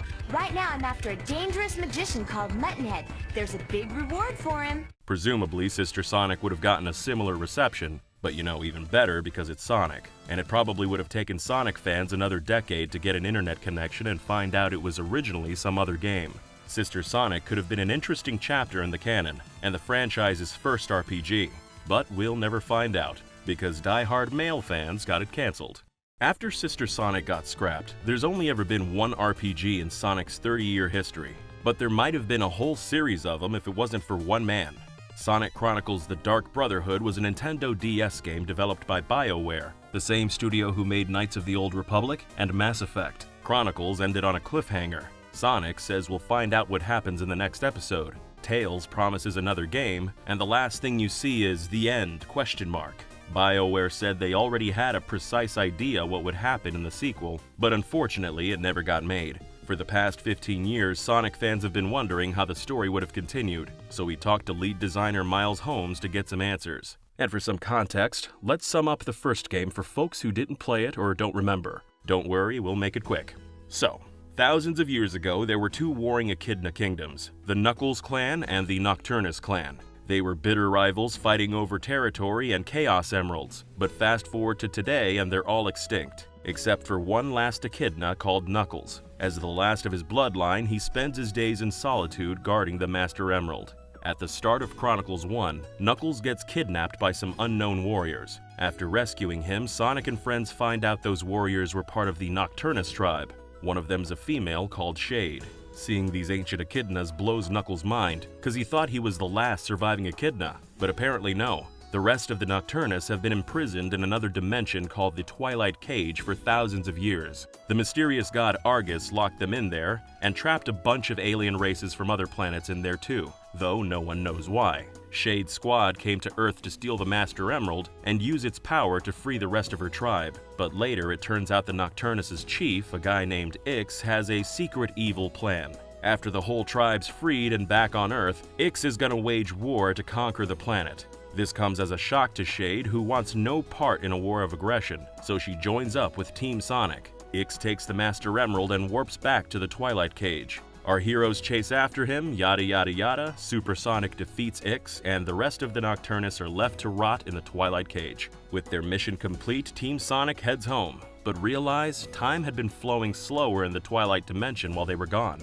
It felt like a few hours to them, but several years passed back on Earth, and Eggman's taken over the world since no one was there to stop him. And the game ends there, on a cliffhanger. And here's how it would have continued, straight from Sonic Chronicles lead designer Miles Holmes. Picking it up from the cliffhanger, they come back and it's now Eggman's world, right? So that's a little bit the Back to the Future 2 kind of vibe. We talked about like Skynet in Terminator 2. You know, when you get to see the future, when you get to see what Kyle Reese is from, it's like, but it's all Eggman stuff, you know? So in this case, it's Eggman is basically unchecked by Sonic, has been able to do what he's always wanted to do, right? Take over and remake the world in his image. So a lot of the population has been rounded up and they're prisoners or they're slaves or whatever. And you've got machines. Eggman's machines are, you know, this very dystopic kind of Terminator future. So part of that would have been the fun of being able to go to, you know, famous world landmarks and seeing them remade in this Eggman style. So, you know, like going to Paris and seeing like Eggman's gear all over the Eiffel Tower, sort of watching down with a big eye or something like that. When Sonic and company return to Eggman's Earth, their ship crashes and everyone's scattered to the winds, so the player's following multiple parties and populating them in different locations. Always on the run, always fighting to see another day. Eventually, they get to the point where they're freeing populations from Eggman's captivity so they can build a multinational army to storm Eggman's base and restore world order. Just as they're about to do exactly that, Argus shows up. If you recall, Argus was the Mega God alluded to in the first game, much worse than Eggman. Even Super Sonic's not strong enough to beat Argus, so in spite of everything, Sonic and Eggman join forces to take him down. Eggman uses his Mega Death Laser to fire Super Sonic out like a bullet to break through Argus's defenses, thus ending the first boss phase. With Argus weakened, the Twilight Cage is thrown open, and everyone who is trapped inside is set free and joins in a massive climactic battle to finish off Argus once and for all. By the time everything wraps up, Knuckles has freed his fellow echidnas, along with everyone else in the cage, and together with Shade, now he's got the potential to continue his bloodline. Eggman runs off, yelling, "Until next time, Sonic!" And so, the status quo's back to normal. The end. Well, except for the final teaser. It was established in the first game that the Twilight Cage is a pocket dimension where the Nocturnus and other alien races are imprisoned, but you never know why. The truth would have been revealed in the sequel. Long ago, an oracle told Argus that someday he'd die at the hands of a mortal, so Argus traveled the universe locking up entire races that could possibly be a threat, in hopes of escaping the prophecy of his own death. But in the final teaser, it'd be revealed that the oracle's prediction was actually a trick. By gathering up the most powerful races in the universe, Argus was unknowingly building a super team that could destroy him. It was basically a manipulation. So we're left with this notion of, okay, well, who's the Oracle? Who's this trickster god that got him to do this in the first place? Because obviously he wanted all of this to happen. He wanted Argus defeated, and now with him out of the way, the longer question that would have held, that could have been used over the series is, okay, so we've defeated this one god, but now there's this other god that made all these things happen. Why did he do that? What was it for, and will it eventually threaten us? And if the series was going to continue, then yes, obviously, this is going to be a problem, and we'll come back to it. It wasn't another cliffhanger, more like a teaser that left room for more sequels. BioWare would have considered their work finished with this duology, but hoped another studio, or Sega themselves, would continue Chronicles as a long-running series. So that begs the question, why didn't Chronicles 2 get made? The first game sold about 1 million copies. It was BioWare's first ever handheld game, and they considered it a success. Review scores came in around 75%, pretty on par with Sonic games of that era. Chronicles was basically free money and brand exposure for Sega, so they were happy as well. In fact, Sonic Team told BioWare they wanted to use Shade and Argus in their own games, and the BioWare guys were thrilled to hear it.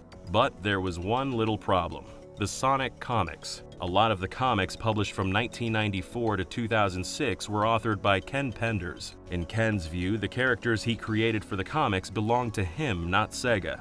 Shade in Chronicles is similar to Knuckles' girlfriend Julie Sue from Knuckles the Echidna issue 4. Likewise, the Nocturnus clan bears resemblance to the Dark Legion from issue 1, the Twilight Cage is akin to the Twilight Zone from issue 17, and so on.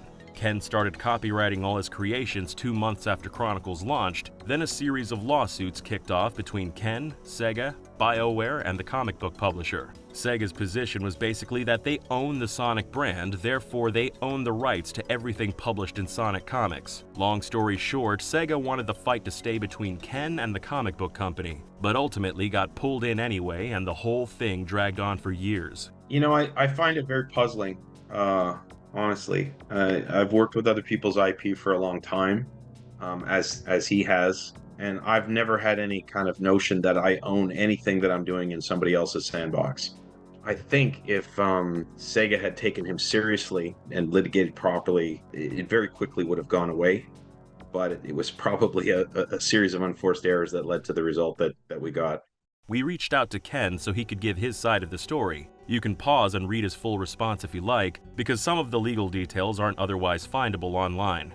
But to sum it up, he sees himself as a small creator defending his work from billion-dollar corporations who want to take it for themselves. Those corporations owe him millions of bucks for using it in Sonic Chronicles, and their lawyers couldn't convince a judge that Ken was off his rocker. Maybe Sega feels they should own these characters, but they never had that in writing. More recently, Ken made some artwork for Sonic NFTs to establish stronger legal ownership over his characters, and Sega haven't tried to stop him. Maybe because they know they can't. They're priced at 100 grand each, in case you're curious. Ken says he's not an unreasonable man. If Sega ever wants to pay him for the rights to make Sonic Chronicles 2, he'll happily sit down at the negotiating table. Keep in mind, all that's Ken's words, not ours, and we gave this script to both Miles and Ken before publication to make sure we presented everything accurately and without bias. As for who's right, well, that's for you to decide. Either way, there's never going to be any re-releases of Sonic Chronicles or a sequel until a deal's made in the courts. That'll probably never happen, which means Sonic Chronicles 2 will never be anything more than the plot outline you heard in this video.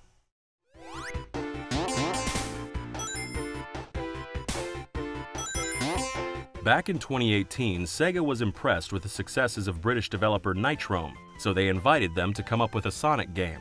Then they did. It was called Sonic Day, a one-touch runner for smartphones with a new Genesis-style level added every single day. Mario Run meets Sonic the Hedgehog, basically. We spoke to Nitrome director Matt Annell to get the full story and never-before-seen footage. Sonic Day was based on Nitrome's wildly successful 2016 game Leap Day, which was downloaded over 10 million times purely by word of mouth, without 1 cent spent on advertising.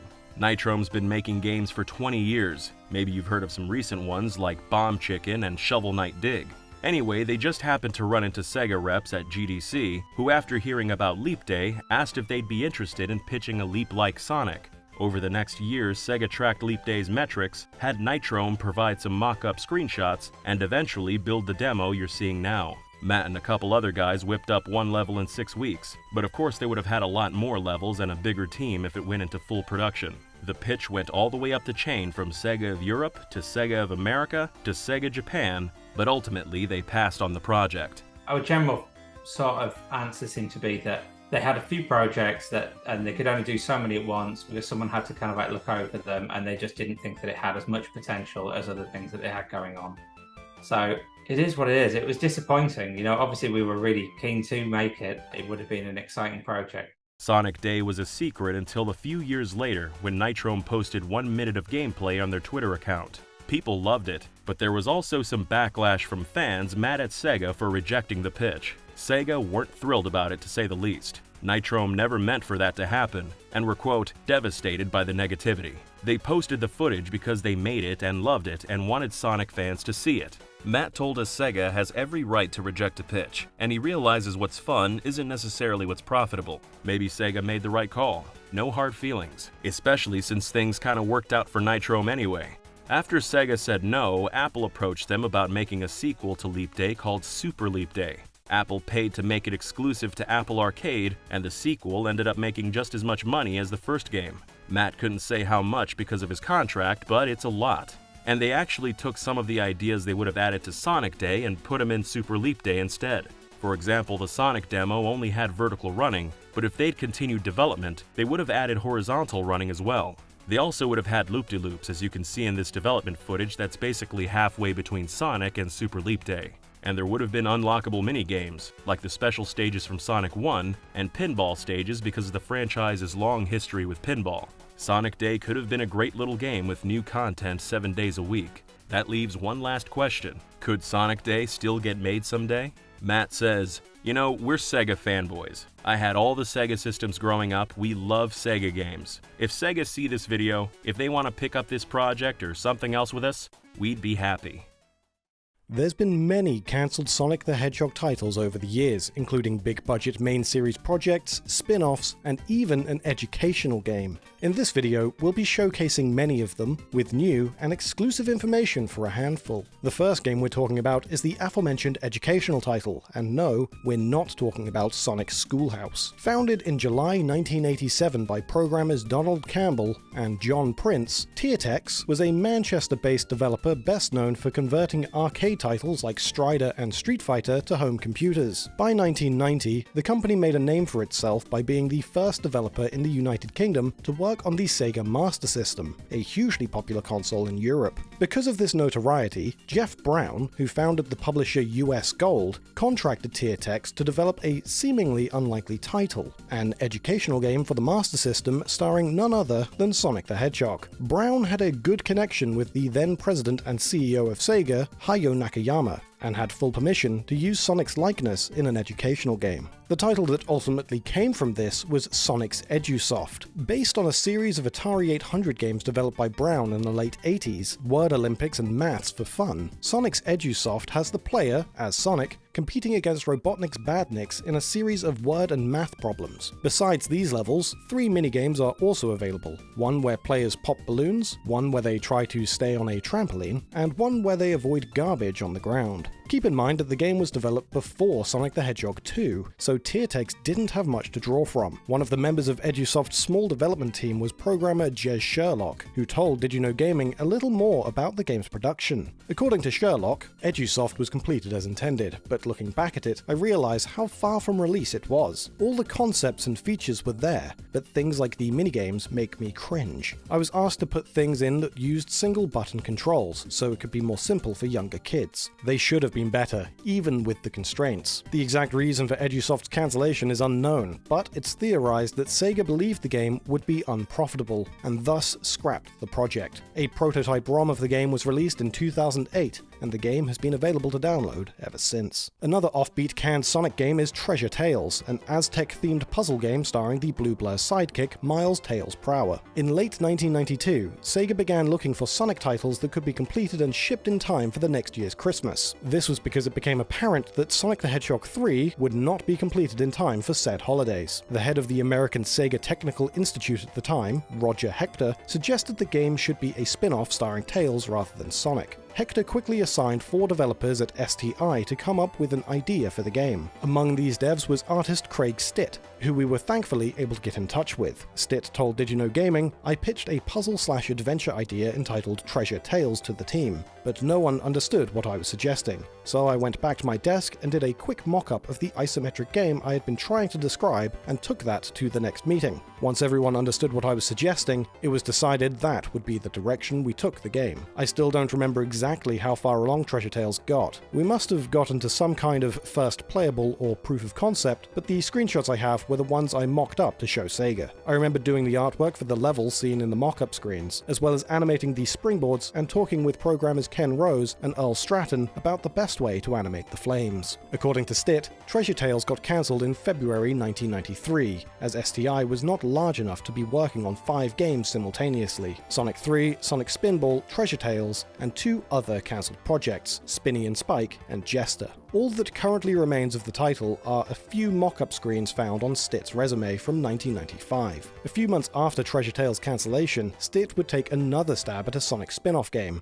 Pitched as Segapede, this game was a high-speed platformer starring a microscopic badnik named Zip. The game reused artwork from Hidden Palace Zone, a scrapped level in Sonic 2 that Stit had done the art for. They did this to help save time during development. While Sega approved the pitch, they did not want it to be part of the Sonic universe, so they changed the name to Astropede. Astropede would spend 14 months in development, but was cancelled in 1994 due to a lack of resources. Stit believes he has a prototype cartridge of the game somewhere in storage, but has yet to find it as of this video. Stit wasn't the only developer at STI who tried to pitch their own Sonic game. Shortly after the release of Sonic Spinball in November 1993, Peter Morathiat, a veteran game designer best known as the creator of Comic Zone, pitched a tie-in game for Sonic's upcoming SatAM series on ABC. Codenamed Sonic 16, the game was much different from the usual Sonic experience, going much slower and relying on stealth rather than speed. After spending a few days on an Amiga computer, Morathiat and artist John Duggan created a brief demo to show what the game could have been. A video of this demo has thankfully been preserved online by Morathiat himself, which has Sonic sneaking through the city of Robotropolis as he attacks enemies by throwing rings and shooting quills at them. Sonic 16 would eventually make its way to Sonic's co-creator, Yuji Naka, who was not a fan. As Morathiat explains in a 2007 interview with Sega 16, it wasn't easy to animate fast-scrolling backgrounds in the Amiga art program Brilliance, so the demo came off too slow-paced, though I always intended for it to have some fast-moving sections. From what I heard, Yuji Naka gave the design thumbs down, but it was probably the right decision. The cartoon wasn't even out, so banking on its success would have been premature, and too many spin-offs for a fresh new franchise are likely to do more harm than good. STI would make another attempt for a Sonic SatAM game a year later, this time for the upcoming 32X add-on. The game was called Sonic Mars, named after the 32X's codename, and was pitched to Sega by Michael Kosaka, who'd previously worked as a designer at EA and Atari. As we can read from a document dated May 17, 1994, the game had Sonic being sent to a virtual world to rescue his friends from Dr. Robotnik. Once there, Sonic must travel through worlds like Icebreaker Zone, Dreamweave Zone, and Fat Tuesday Zone, which featured a Mardi Gras-themed Robotnik named Banetic, who would throw barrels and necklaces at the player. Shortly after the game began production in mid-1995, Kosaka would leave Sega due to internal disputes between him and STI producer Dean Lester. Chris Sen, an STI artist in his 20s who had little to no experience as a designer, was put in Kosaka's place. Around this time, the SatAM elements got dropped, and development shifted to the upcoming Sega Saturn. This was the start of Sonic Extreme, probably the most infamous Sonic game that was never released. Sonic Extreme would begin development in 2 separate groups, one led by Sen and programmer Offa Alon, who developed an engine for the main levels using a PC, and the other run by programmer Christina Coffin, who made a separate engine from existing Sega Saturn tools for boss levels. Several STI alums would join these groups, including artist Ross Harris, producer Mike Wallace, and composer Howard Drossin. The game's plot revolved around Sonic teaming up with an anthropomorphic cat with the unfortunate name Tiara Bubowski, as well as her father. These comrades would then retrieve the 6 Rings of Order before Dr. Robotnik got to them first. According to a 2004 interview with Sen, conducted by LostLevels.org, this story was one of about 6 or 7 storylines conceived over the course of 3 years. In 1996, Hayao Nakayama visited STI to see how Sonic Extreme was progressing. Shortly after, Nakayama ruled that the boss engine by Christina Coffin would become the base tech from the game. To make make this easier for STI, the programmers were sent the development tools from Yuji Naka's Saturn title, Nights into Dreams, but this did not go well. As Mike Wallace explained in a 2013 interview with Edge Online, after 2 or 3 weeks, Sega of America president Bernie Stolar came in and told us that we had to stop using the Nights engine, that Sega of Japan was changing its mind, and that we would have to go back to using our own tech. He told me that Yuji Naka had threatened to quit if Japan allowed us to use his technology to create a Sonic game. Determined to get the game out in time, Chris Sen and Christina Coffin spent inhumane hours in the STI building, with Coffin moving all their belongings into the office and working day and night. In August of 1996, Coffin came down with pneumonia, and Sen lost 25 pounds, with doctors telling him that he had 6 months to live. Sonic X-treme was left without its director and lead programmer, and got promptly cancelled weeks later. As a backup plan, a quick port of Sonic 3D Blast got released for the Saturn in Christmas of 1996. Coffin and Sen are thankfully both still alive and are still in the games industry to this day. Note that this game was the first of 3 cancelled Sonic games called Sonic X-treme. The second was a hoverboard-themed game developed for the original Xbox, which our own Liam Robertson has already made a video on that you can watch here. The third was the code name for a Sonic Riders port for the Game Boy Advance, based on the Super Speed racing game for the PS2 and GameCube. In 2003, Sega was looking to convert the game to the Game Boy Advance, as they thought it would sell well as a companion to the console versions. Backbone Entertainment, an Emeryville-based studio best known for the Death Jr. series, was one of the developers to reach out to Sega, showing them an Outrun-style engine created by one of their in-house programmers. Sega approved of Backbone's pitch and quickly put them to work on a tight schedule, giving the team level layouts and character designs to use as reference. Around 5 to 6 people were working on the port at Backbone, including artist Keith Erickson, who we were able to speak to regarding his work on the title. Erickson told Did You Know Gaming, "I think we only worked on Sonic Riders GBA for about a month before it was cancelled. Sega of Japan wanted the game to be almost entirely in 3D, even though it was a Game Boy Advance game. We tried adding a couple of polygons to our game engine, but it wasn't enough for Sega. Since we wouldn't be able to entirely rewrite the game engine and port the game in such a limited time window, Sega cancelled the port. Despite cancelling the game, Sega was impressed with Backbone's work, and continued working with them on Charlotte's Web for the Game Boy Advance and Nintendo DS. All that currently remains from Sonic Riders is a mock-up title screen by artist Arvin Bautista, and a small flag animation found on Keith Erickson's resume. It's unknown if anything else of the game still exists at Backbone or Sega.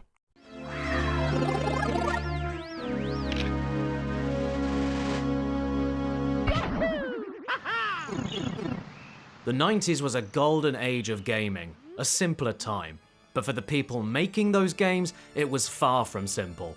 The transition to 3D was uncharted territory, studios were rampant with office politics, and as a result, a lot of projects never crossed the finish line. So today we're going to take a look at what these cancelled games were, and also why they died, if they would have been any good, and the lengths fans have gone to find what's left of them. From a Half-Life getting scrapped because one executive was high maintenance, a civil war between Mega Man fans costing them a priceless auction, to Sega losing out on a literal $1 trillion. These are the biggest lost games of the 90s.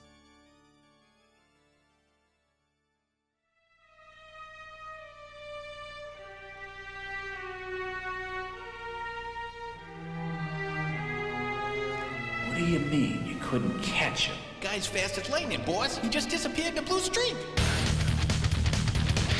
I'm telling you, he's bigger and badder than before.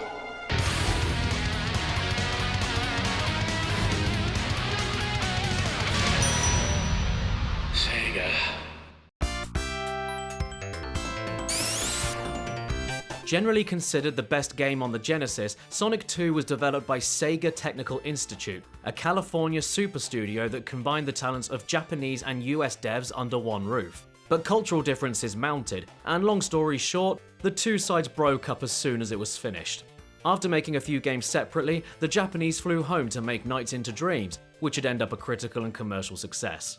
Meanwhile, the Americans were tasked with developing the first 3D Sonic game, and it was one of the most hellish experiences you could ever imagine. Sonic X-treme was originally supposed to be a 1994 launch title for 32X, but they missed the deadline, and the 32X flopped anyway, so development shifted to the Sega Saturn. This was around the time PlayStation launched, and its success got Sega executives finger-pointing and infighting. At one point, Sega of America made a cartridge-based console they called a Saturn killer, which is wild to think about. Just imagine Nintendo of America trying to make an N64 killer. But anyway, Extreme's development was now moved on to that system. But when they plugged in the system prototype, it wouldn't even start, so they scrapped it and moved back to the Saturn. And all of this back and forth was just a waste of time they could not afford, because now they had a hard deadline of Christmas 1996. Not only were they constantly changing platforms, but also game engines, meaning a lot of work had to start over from scratch. To make matters worse, the team was deeply understaffed, and people kept rage quitting from poor working conditions. Eventually, they went to management and said, "Get rid of the political crap, isolate a core team, and give us the tools necessary to get the job done." After that, 10 devs moved into an empty office building and worked 16 hours a day, 7 days a week. As for the game itself, it took a lot of forms over 2 years of development hell, but at this point the focus was speed, exploration, and secret areas. Unfortunately, going fast meant falling into pits and hitting walls when they suddenly would come on screen, so devs had to widen the view with a fisheye lens. As for the game's story, Sonic would collect 6 rings of power and take down Dr. Robotnik, with help from new characters like Tiara Bubowski. Sonic Extreme was announced at E3 1996 to thunderous applause. A playable demo was erected at the front of Sega's booth, and magazines predicted an epic showdown with Mario 64 later that year. Management threw a party, with the Hedgehog himself handing out Sonic tattoos, and Sega of America's president proclaiming Saturn would win the console war come Christmas time. And they even showed the trailer that you saw earlier, where Mario's really afraid of Sonic. Despite their bravado and the press's initial enthusiasm, people quickly caught onto a lot of Extreme's problems. The fisheye lens was disorienting, levels were empty, and it just looked a bit jank. Meanwhile, the devs were working themselves sick. Programmer Christina Coffin came down with walking pneumonia and had to bow out. Designer Chris Sen lost 25 pounds and was told that he had 6 months to live. But finishing Extreme was impossible without them, so that was the last straw, and the game was cancelled a few months before Christmas. There was even going to be a theatrical movie tie-in, but that got cancelled as well. It was too late to stop all of the merchandise from reaching the store shelves though, and promos were glued onto ice cream trucks for over a decade. Sonic Extreme has lived on in legend ever since as the most famous cancelled Sonic game. So, would it have been any good? Builds have leaked over the years, but even if it was finished, it probably wouldn't have rivaled Mario. But who knows, maybe in an alternate reality where the team were allowed to do their jobs, it could have been something special. Chris Sen survived his 6-month diagnosis and put it more succinctly than we can. Quote, "Sonic Extreme underwent many changes and difficulties that would have tested even the most seasoned game industry veterans. Lack of experience, poor business decisions, ego, politics, overambition, bad timing, and poor communication, which ultimately spelled disaster for the game." And here's the tragic cherry on top. Remember the Saturn killer? Sega gave Nvidia $5 million to make it, and by all rights, should have gotten their money back when it didn't work. But Nvidia's president asked if he could keep the money, and in exchange, give Sega part ownership of his company. Sega took the deal and then cashed out a few years later at a decent profit. But if they didn't cash out, they would have enough money to buy out Nintendo and Sony. That guy's still president today, actually. If he would have kept that the investment, I think it'd be worth probably about $1 trillion today. Nowadays, they're the most valuable company in the world, and Nvidia chips power Nintendo consoles today. Ouch. In March 2011, an Assembler Games user named Proton X revealed to the world Sonic Extreme, an unreleased Sonic the Hedgehog spin-off. This highly rare prototype, which was salvaged from a development kit for the original Xbox, raised many questions, a good number of which were answered by those who continued to research it in the years that followed. Andrew Bowman, a seasoned video game preservationist, rediscovered it after it had fallen off the map for around 5 years. He was able to successfully track down the only build of it known to exist and dig into its contents to unearth more details. According to Andrew, the prototype was made by a little-known company called Visionscape Interactive from San Diego, California. Over 13 years since the project's inception, I reached out to former members of Visionscape to get their side of the story behind this mysterious lost game.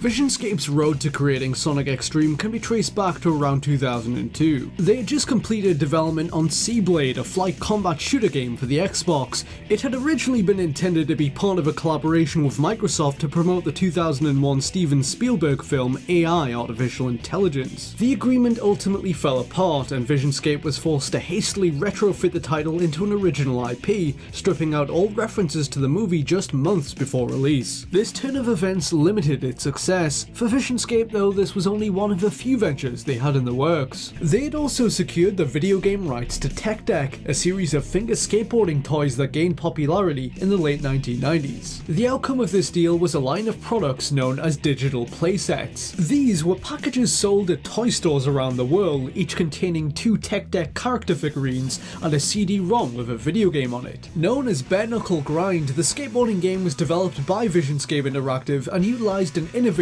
business model. Each of the different Tech Deck character figure packs came with their own version of the game that contained new playable characters and a different town to explore. The more players collected of the toy line, the larger their interconnected virtual world or digital playset would become. The model in many ways foreshadowed the arrival of Toys to Life games like Disney Infinity and LEGO Dimensions. Launching in 2003, the product soon became a success. Ahead of its launch, however, Visionscape was already acting on plans to expand Bare Knuckle Grind's reach with ports to consoles. They also intended to reuse the framework they had built for it in other skateboarding themed games. The first of these was based around the Nickelodeon TV show Rocket Power, a cartoon series about a group of friends who partake in various extreme sports. Publisher THQ acquired the license around the time of its first airing in 1999 and had set about producing video game tie-ins with it. The next one they had planned was called Rocket Power Zero Gravity Zone. It was set to be developed by Visionscape for Xbox, PS2 and GameCube, while Ultron, a separate company,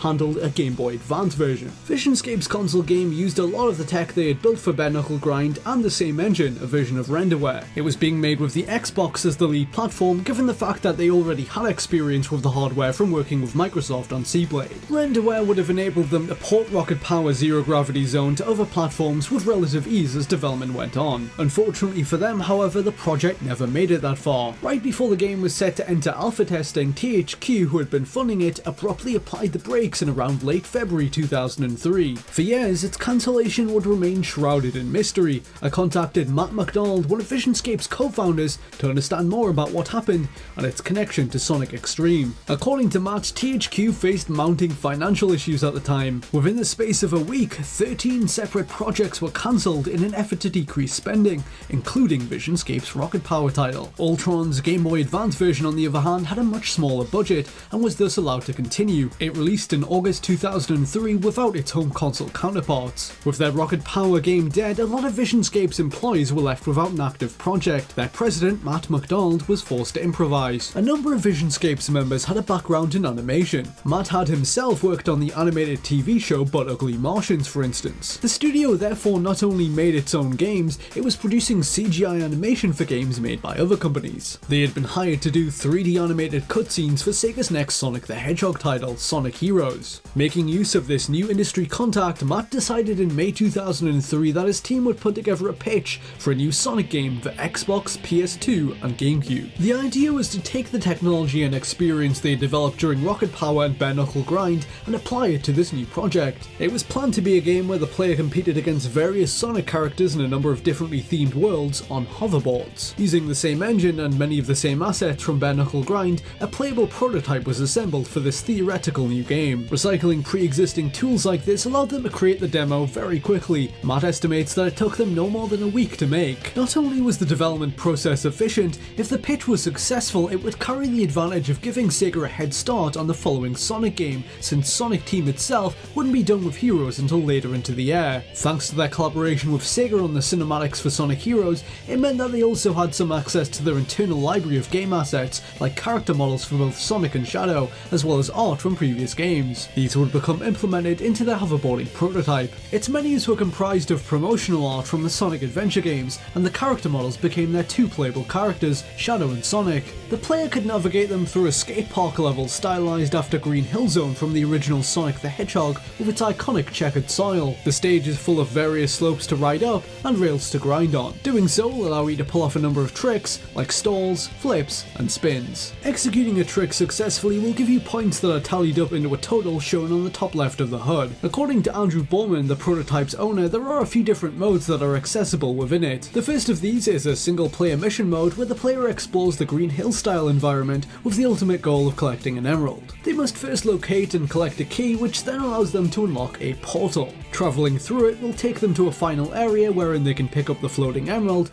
at which point the demo ends. The other two main modes have a two-player local multiplayer option enabled via split screen. Alternatively, they can be played against a computer-controlled opponent. One of them is dubbed Combat and has the two hedgehogs duking it out by picking up weapons and firing them at each other. There are several different types of weapons to grab, including rockets and grenades. They can also perform a spin attack to smash crates, revealing more of the level. The other game type is a simple race mode where the two characters compete against each other in a race to the finish. There are Sonic-style boost pads on the ground enabling you to pick up more speed. In addition, there is a very basic grey-coloured area built by the developers for test purposes that's hidden in the game's files. Various audio files sourced from Sonic Adventure 2 are used throughout the demo, including voice clips for Sonic and music lifted from its soundtrack. Playing as Sonic will trigger Escape from the City, the theme from Sonic Adventure 2's City Escape level to play. Shadow's music, on the other hand, is the song from the Knuckles Pumpkin Hill stage, A Ghost Pumpkin Soup. Lastly, the menu music is the Chow Garden's Chow Machine track. Sonic Extreme's prototype was paid for by Visionscape itself, initially existing without Sega's knowledge. It wasn't until Visionscape called a meeting with Sega that their project would become formally introduced to them. Matt McDonald sat down with the head of Sonic team at the time, Yuji Naka, to show him their work. According to Matt, Naka was hugely impressed with the demo. He apparently made it clear that while Sega had no such game like this being planned, he was enthusiastic about the concept. At the end of their meeting, he allegedly stated in no uncertain terms that the two companies would move forward with the project. He requested that Visionscape assemble a design document planning out a full game and a preliminary budget calculating how much it would cost Sega to develop. For the brief period that would follow, it seemed to Visionscape's management that they had secured the company's immediate future with this new deal on the horizon, although this sense of security was short-lived. Visionscape did draft up and submit the plans requested by Yuji Naka, but it was at this juncture that Sega went silent on the matter. McDonald and his team waited for weeks expecting a response. There wasn't one. Repeated attempts to contact Sega were made by Visionscape's agent in the following months to no avail. Without any explanation provided, the publisher ended its correspondence with them on a permanent basis after they submitted the cutscenes for Sonic Heroes. Speaking to me in 2017, Matt McDonald says that he never took their quiet rejection of Visionscape personally. He assumed that they simply had other plans and chose against moving forward with Sonic Extreme. It was another 2 years before Matt and his team would receive an update on the Sonic Extreme front. In this time, Sega had released Sonic Heroes and was nearing completion on its spin-off, Shadow the Hedgehog. In September 2005, the heads of Visionscape were surprised to learn about the next Sonic game in development, Sonic Riders. The title was set to feature Sonic and his friends racing on hoverboards and performing tricks across various worlds, a premise that they believed was strikingly similar to the one Visionscape had pitched around 2 years earlier. In our correspondence, Matt told me that he is certain that Sega essentially took the rough concept that they presented in Sonic Extreme and made it themselves, excluding Visionscape from the process altogether. This, he believes, accounts for their total silence after their full proposal was submitted. Comparing Sonic Riders and the Extreme prototype, there are some vague similarities outside of the core hoverboarding concept. It could be argued that the modes in Visionscape's pitch are in some form precedent riders. There is a battle mode in which players hover around a small arena and fight each other. They can even collect items that float next to them. They both, of course, have race options, and there is a game type in Riders where you collect an emerald,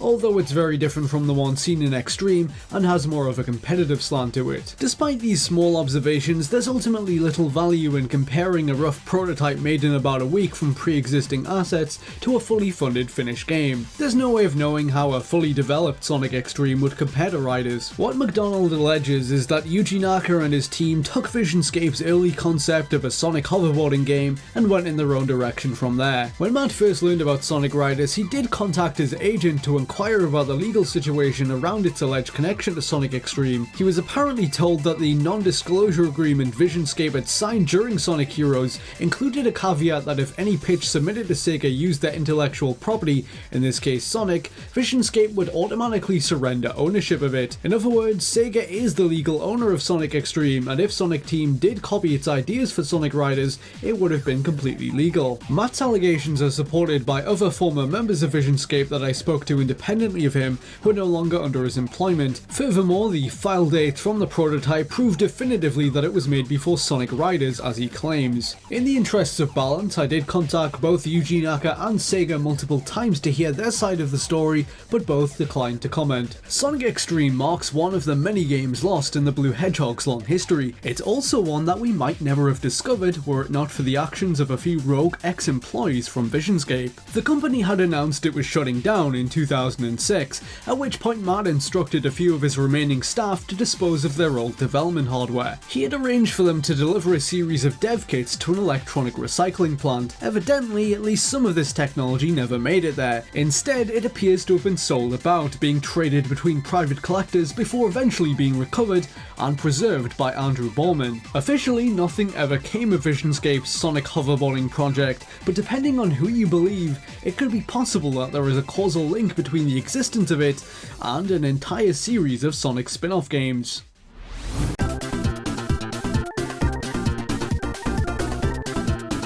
Did you know? The Sonic series didn't even get past the first game's title screen without a glitch. The text "Press Start" button was supposed to show up in the final game, but doesn't. Sonic Retro user Quickman discovered that this text still exists in the game, but isn't shown due to a programming bug. The Sonic Team Presents screen uses the same chunk of memory as the Press Start button text, and as the memory isn't cleared properly, Press Start button doesn't appear. It's possible that the Sonic Team Presents screen was added or modified after the title screen was finished, and the game's code wasn't updated to accommodate the change. The Sonic series went on to have so many glitches that the Sonic 3 instruction book actually referenced them. The manual says these game-ending bugs are Robotnik's diabolical traps, and advises the player to reset their console if they fall into a trap they can't escape from. Glitches also had a large impact on Sonic's early fan community. According to Sonic veteran Yuji Naka, the debug mode was left in Sonic 1 because they felt players would have fun with it. One of the series' more infamous glitches came from this decision. The palette-swapped Sonic, dubbed Ashura by fans. To activate the glitch, the player must input both the level select code and the debug mode code, then enter Emerald Hill Zone and rapidly place waterfall sprites. If done correctly, Sonic's palette will change from the familiar blue to green, red, and black hues. This glitch happens because there's limited space in the sprite status table, which stores information about the game's sprites. When enough waterfalls are placed, they exceed the table's memory, and the data spills over into the neighboring palette cache, altering Sonic's colors. The glitch was first discovered by Charles Keegan Mugg, who ran a Sonic fan site in the early 90s dedicated to the Japanese games and media. He dubbed the glitch recolor Ashura. While the glitch seems fairly innocuous, it had a huge impact on the Sonic community, with fans attaching themselves to the character and creating art, comics, and fan fiction around Ashura. A similar bug can be found in the Sega 32X game Knuckles Chaotix. By entering the stage select code, the player can pick an unknown character whose name only appears as a series of asterisks. The character uses Knuckles' sprite, but with a garbled color scheme. This character has been dubbed Weknia by the community, a portmanteau of white and echidna. To explain Weknia's existence, we need to look back to Knuckles Chaotix's prototype on the Genesis, Sonic Crackers. Crackers lacked the expanded cast of Chaotix, instead starring only Sonic and Tails. As development progressed, the cast and even the console completely changed. However, remnants of Sonic and Tails' presence can still be found in the final release. Mighty occupies the first slot in the character select screen, and his sprites are clearly based on Sonic sprites from the Crackers prototype, alongside some from Sonic CD. This would mean Mighty is a modified Sonic, explaining his placement as the first character.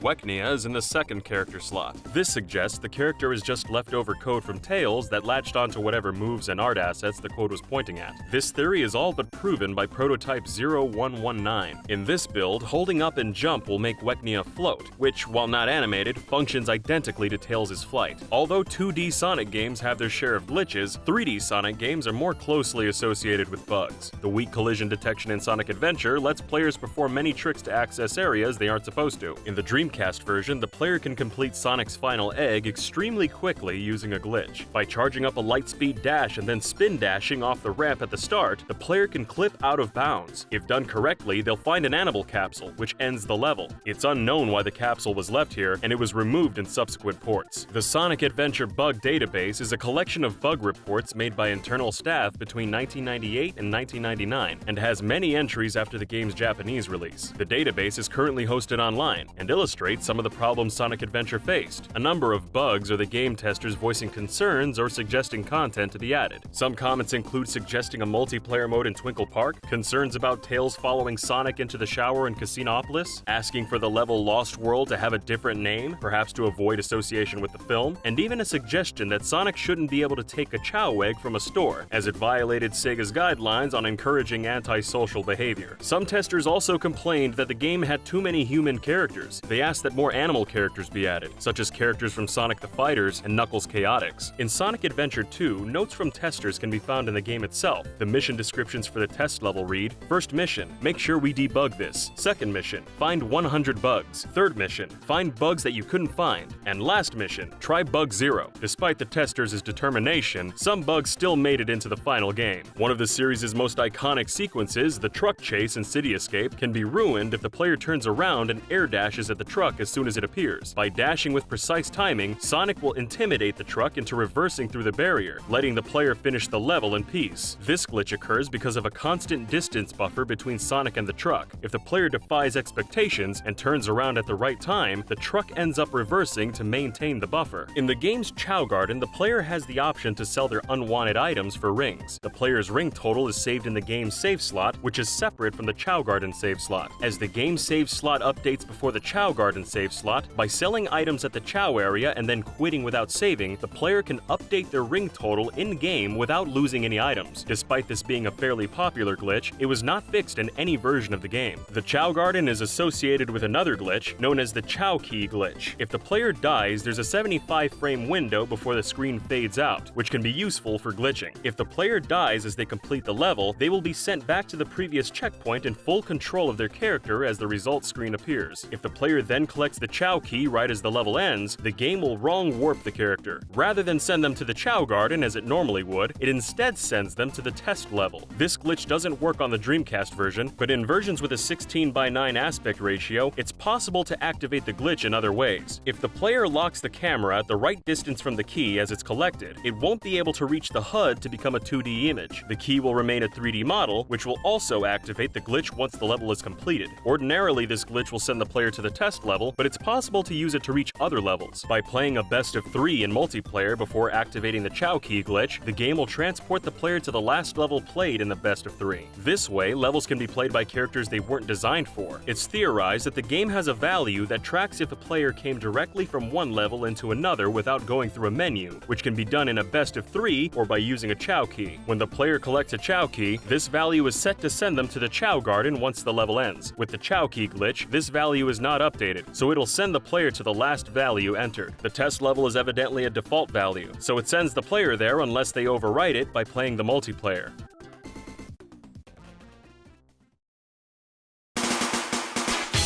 Sonic 06 is notoriously glitchy, with too many bugs to detail in this video. The game is so buggy, in fact, that one of Sonic's basic abilities wasn't programmed correctly. Sonic's custom powers were supposed to be limited by the action gauge at the bottom left of the screen. However, this was either never programmed or the action gauge doesn't deplete due to a bug. This means Sonic can use his powers infinitely, completely breaking the game. It's also possible to finish Sonic's story early. By using the homing attack on an NPC, then talking to them, the player can lure them away from their default position. By luring an NPC with an optional quest over to the water, the player can fall in the water while the text box is active. The player needs to hold the action button as they respawn, and the prompt will remain on screen while they move around freely. By entering a story mission and then accepting and completing the optional mission once inside, the game becomes confused. It tries to eject the player out of the mission, and since that isn't normally possible, the game boots the player to the credit sequence. Sonic Unleashed makes a tongue-in-cheek reference to Sonic 06's poor quality. In Eggman Land, there's 3 egg fighters with serial numbers referencing past Sonic games. EFMD1991 references the original Sonic on the Mega Drive, released in 1991. EFDC1998 is short for Dreamcast 1998, the console and year that Sonic Adventure was released. And EFXB2006, which means Xbox 2006 for Sonic 06. The last serial appears to be glitching. Unleashed wasn't without glitches though. It's possible possible to exceed Sonic's typical top speed using M speed, or maximum speed, and D speed, or directional speed.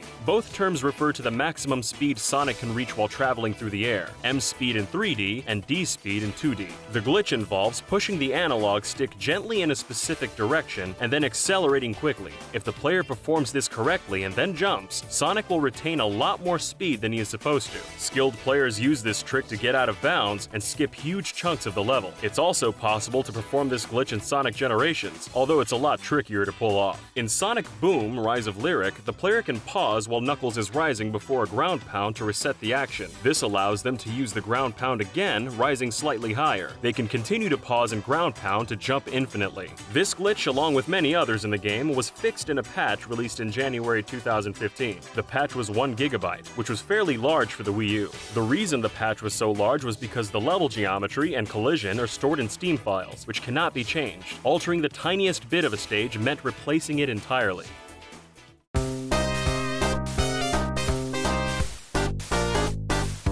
Did you know? The final boss of Sonic the Hedgehog on Genesis has a glitch that makes him unbeatable. If the player lands the final blow on Robotnik, but then immediately hits him again before the piston reacts, it becomes impossible to finish the fight.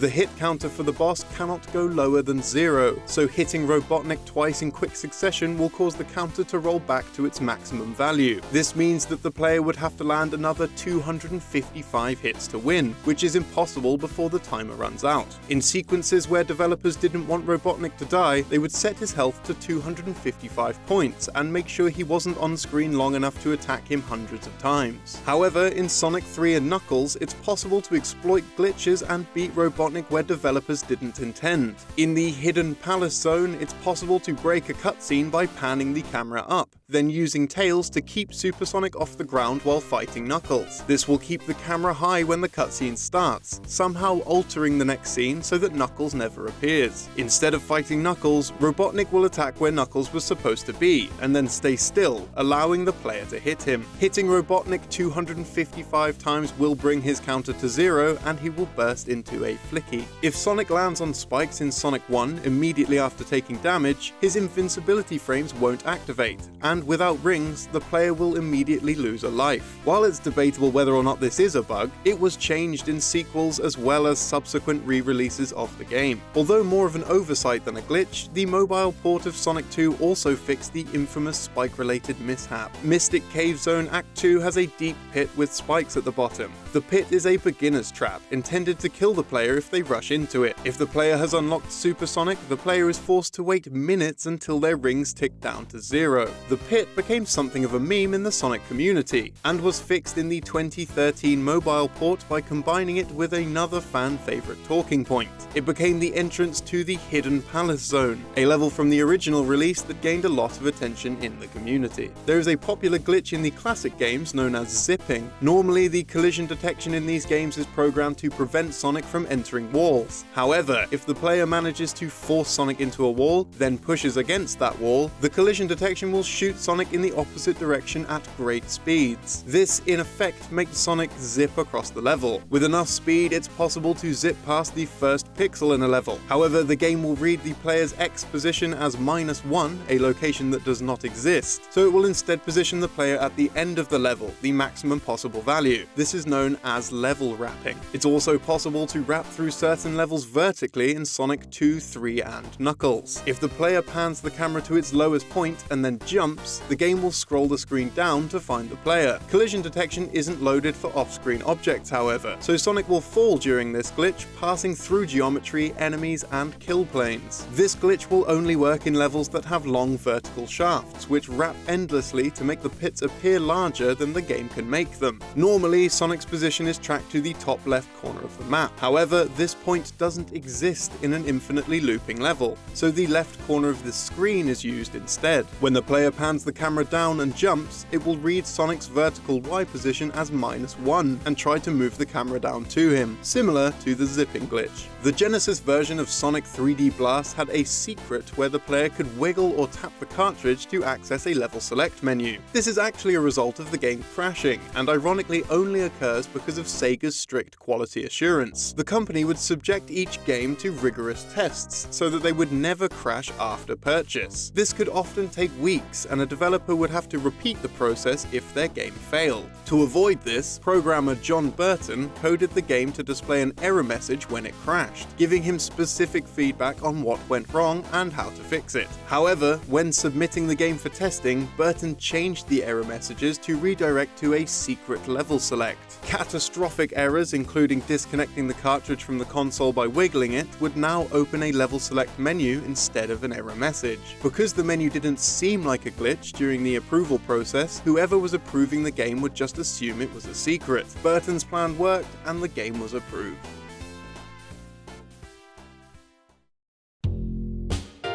Sonic Adventure is notorious for its glitches and sequence breaks, many of which are the result of its poor collision detection. In the Lost World area, if the player restarts on a panel that allows Sonic to walk on walls, they will begin to fall horizontally rather than vertically when the last checkpoint is loaded. It's also possible to complete Tails' section of Windy Valley without touching the ground due to its vertical design. Tails only uses up energy while he is ascending, so the player can press jump to begin hovering and then just guide Tails down to the goal capsule. It's possible to clip Tails into Emerald Coast from the hub world, as well as Sonic's version of Speed Highway in the GameCube Director's Cut. However, it's impossible to complete both of these levels as they were not programmed for Tails. Using the Burger Shop statue in Station Square, it's also possible to clip characters through objects. Doing this allows Sonic to get the light speed dash early, and lets Knuckles also access Emerald Coast. In our last Sonic Glitches video, we covered an exploit in Sonic Adventure 2 where the player could get unlimited rings by selling items in the Chow Garden. However, this isn't the only Chow related glitch in the game. If the player stands at a precise distance from their Chow and drops an upgrade, the Chow stat will be increased, but the item will not be consumed. The 2006 Sonic the Hedgehog game contains numerous game-breaking bugs. Players can extend the distance of Silver's levitation by tapping the jump button repeatedly, and can float indefinitely with E123 Omega by using a similar technique. It's also possible to lift Sonic into the sky by standing on top of an indestructible box and kicking it repeatedly to gain height. These tricks let players float almost indefinitely and reach areas they aren't supposed to. In Wave Ocean, going off a ramp early during the Mach Speed section can lead to Sonic falling short and landing on a bridge. This always results in a death, as players take damage when they collide with objects, and it's impossible to stop moving during these sections. Touching certain loops at the wrong angle will cause the player to be catapulted off instead of completing the loop. Additionally, loops don't have physics programmed, and players can walk up them and stand upside down as if they were solid ground. Though this isn't normally possible, glitches allow for characters who aren't Sonic, Shadow, or Silver to complete levels. Doing so reveals that they have fully functional victory animations and voice lines, implying that they once played a larger role in the game. Boss fights against Silver are notorious for their numerous glitches. If Silver catches Sonic or Shadow while they are near a wall, it's possible to create an inescapable loop.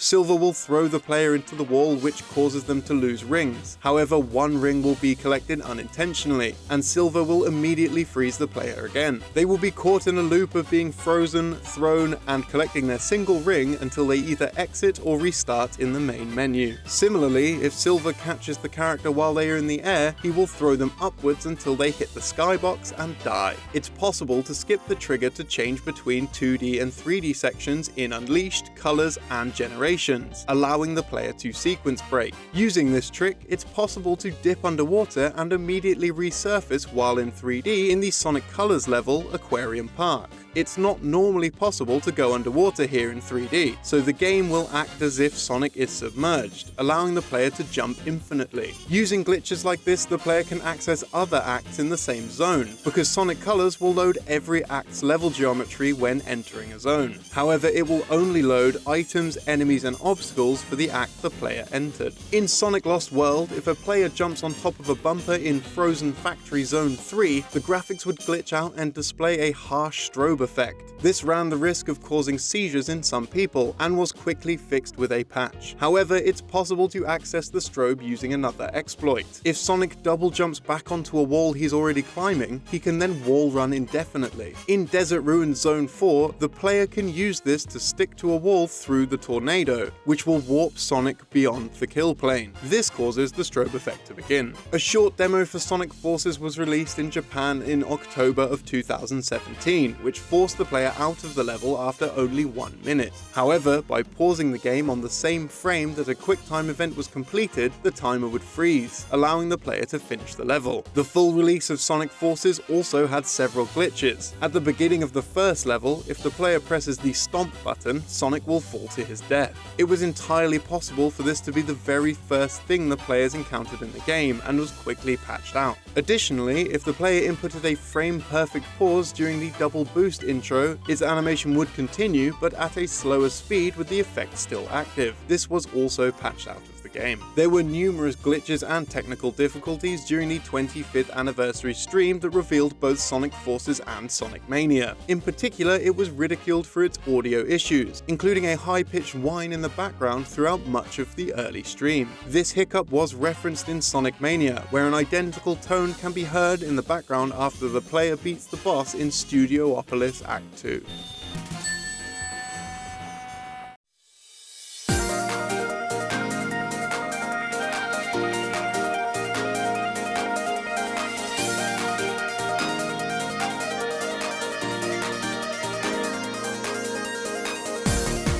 Intended to tide over audiences awaiting a true original 3D Sonic adventure on the Sega Saturn, Sonic R ultimately ended up as one of the closest things fans would ever come to one. Desperate to fill a gap in their 1997 holiday lineup, Sega handed their mascot over to Traveler's Tales. The result was an unconventional on-foot racer with an upbeat Europop soundtrack.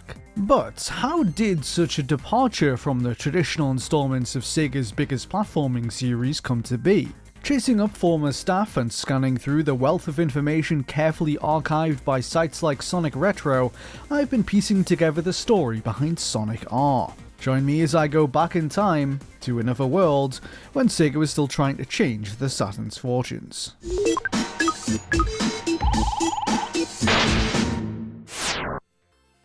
The original concept of a Sonic racing game is known to have come from Yuji Naka, one of the major creative forces behind Sonic, who served as lead programmer on each of the early main series titles. Naka had always been interested in doing an on-foot racing game with Sonic characters. The competitive mode in Sonic 2, which offered split-screen racing for 2 players, was one early exploration of this idea. After that, he still intended to one day make a separate spin-off game around it, and when the Saturn's lineup was in need of support, the ideal opportunity for it presented itself. Naka's original intention was to have Sonic Team themselves develop it. However, they had since become otherwise engaged, creating a Saturn collection of Sonic's Mega Drive outings called Sonic Jam. Sega instead turned to a small developer in Knutsford, England. Traveler's Tales had first caught Sega's attention with their Mega Drive version of the Toy Story tie-in video game. Impressed with this effort, Yuji Naka had personally recommended them for a potential collaboration. The result was Sonic 3D Blast for the Mega Drive and Saturn, a platformer that offered a different take on the Hedgehog with an isometric camera perspective. Sega was sufficiently pleased with their work on this title that they were already considering them for another future Sonic project before the end of its development. When Sega eventually chose Traveler's Tales for their Sonic racing game, however, they were already underway on another project for them. I spoke to John Burton, Sonic R's lead programmer and the founder of Traveler's Tales, who recounted what happened. The developers at TT had been creating their own engine, designed specifically to be used for racing games on the Saturn. They had struck a deal to develop a Formula 1 game exclusively for the Saturn, which was set to be published by Sega themselves. This was intended to compete with the 1996 PS1 Formula 1 game by Bizarre Creations, which had been a booming financial success. The TT Formula 1 project was a few months into pre-production when in early 1997, Sega decided to apply the brakes on it. The long-awaited Sonic X-Treme, once supposed to be Sega's flagship 3D Sonic platformer for the Saturn, had been cancelled. It left Sega scrambling to fill a blue hedgehog-shaped hole in their holiday lineup. Taking Yuji Naka's suggestion, they signed a new contract with Traveler's Tales, permitting them to retrofit their Formula 1 project into a Sonic racer.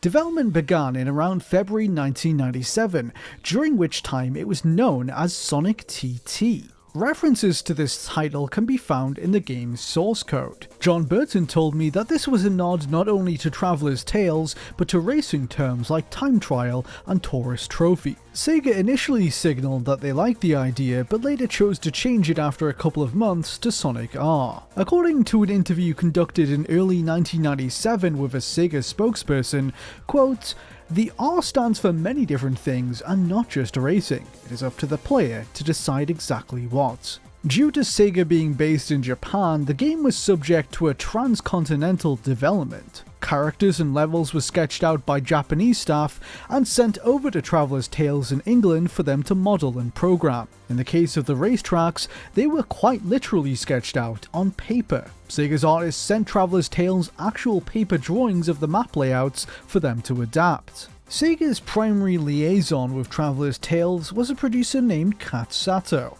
who spent development on site in England. Since internet infrastructure in the UK was in its infancy, Sato spent a significant amount of time in expensive long-distance phone calls to Japan discussing the game's design in order to accurately relay their instructions. According to Sato, he formed a good relationship with the team at Traveller's Tales and became close personal friends with John Burton, to the point at which he attended his wedding during the development of Sonic R. Yuji Naka also paid the studio a visit, John Burton told me. Yuji Naka did visit the studio in person. In fact, we had dinner with him at a local Italian restaurant.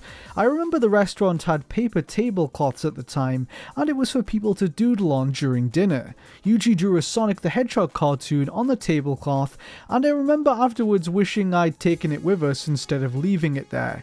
I also met him again in Japan. We had a meeting and dinner, I think. I remember he parked his Sonic Blue Porsche 911 in one of those vending machine car parks they have in Japan.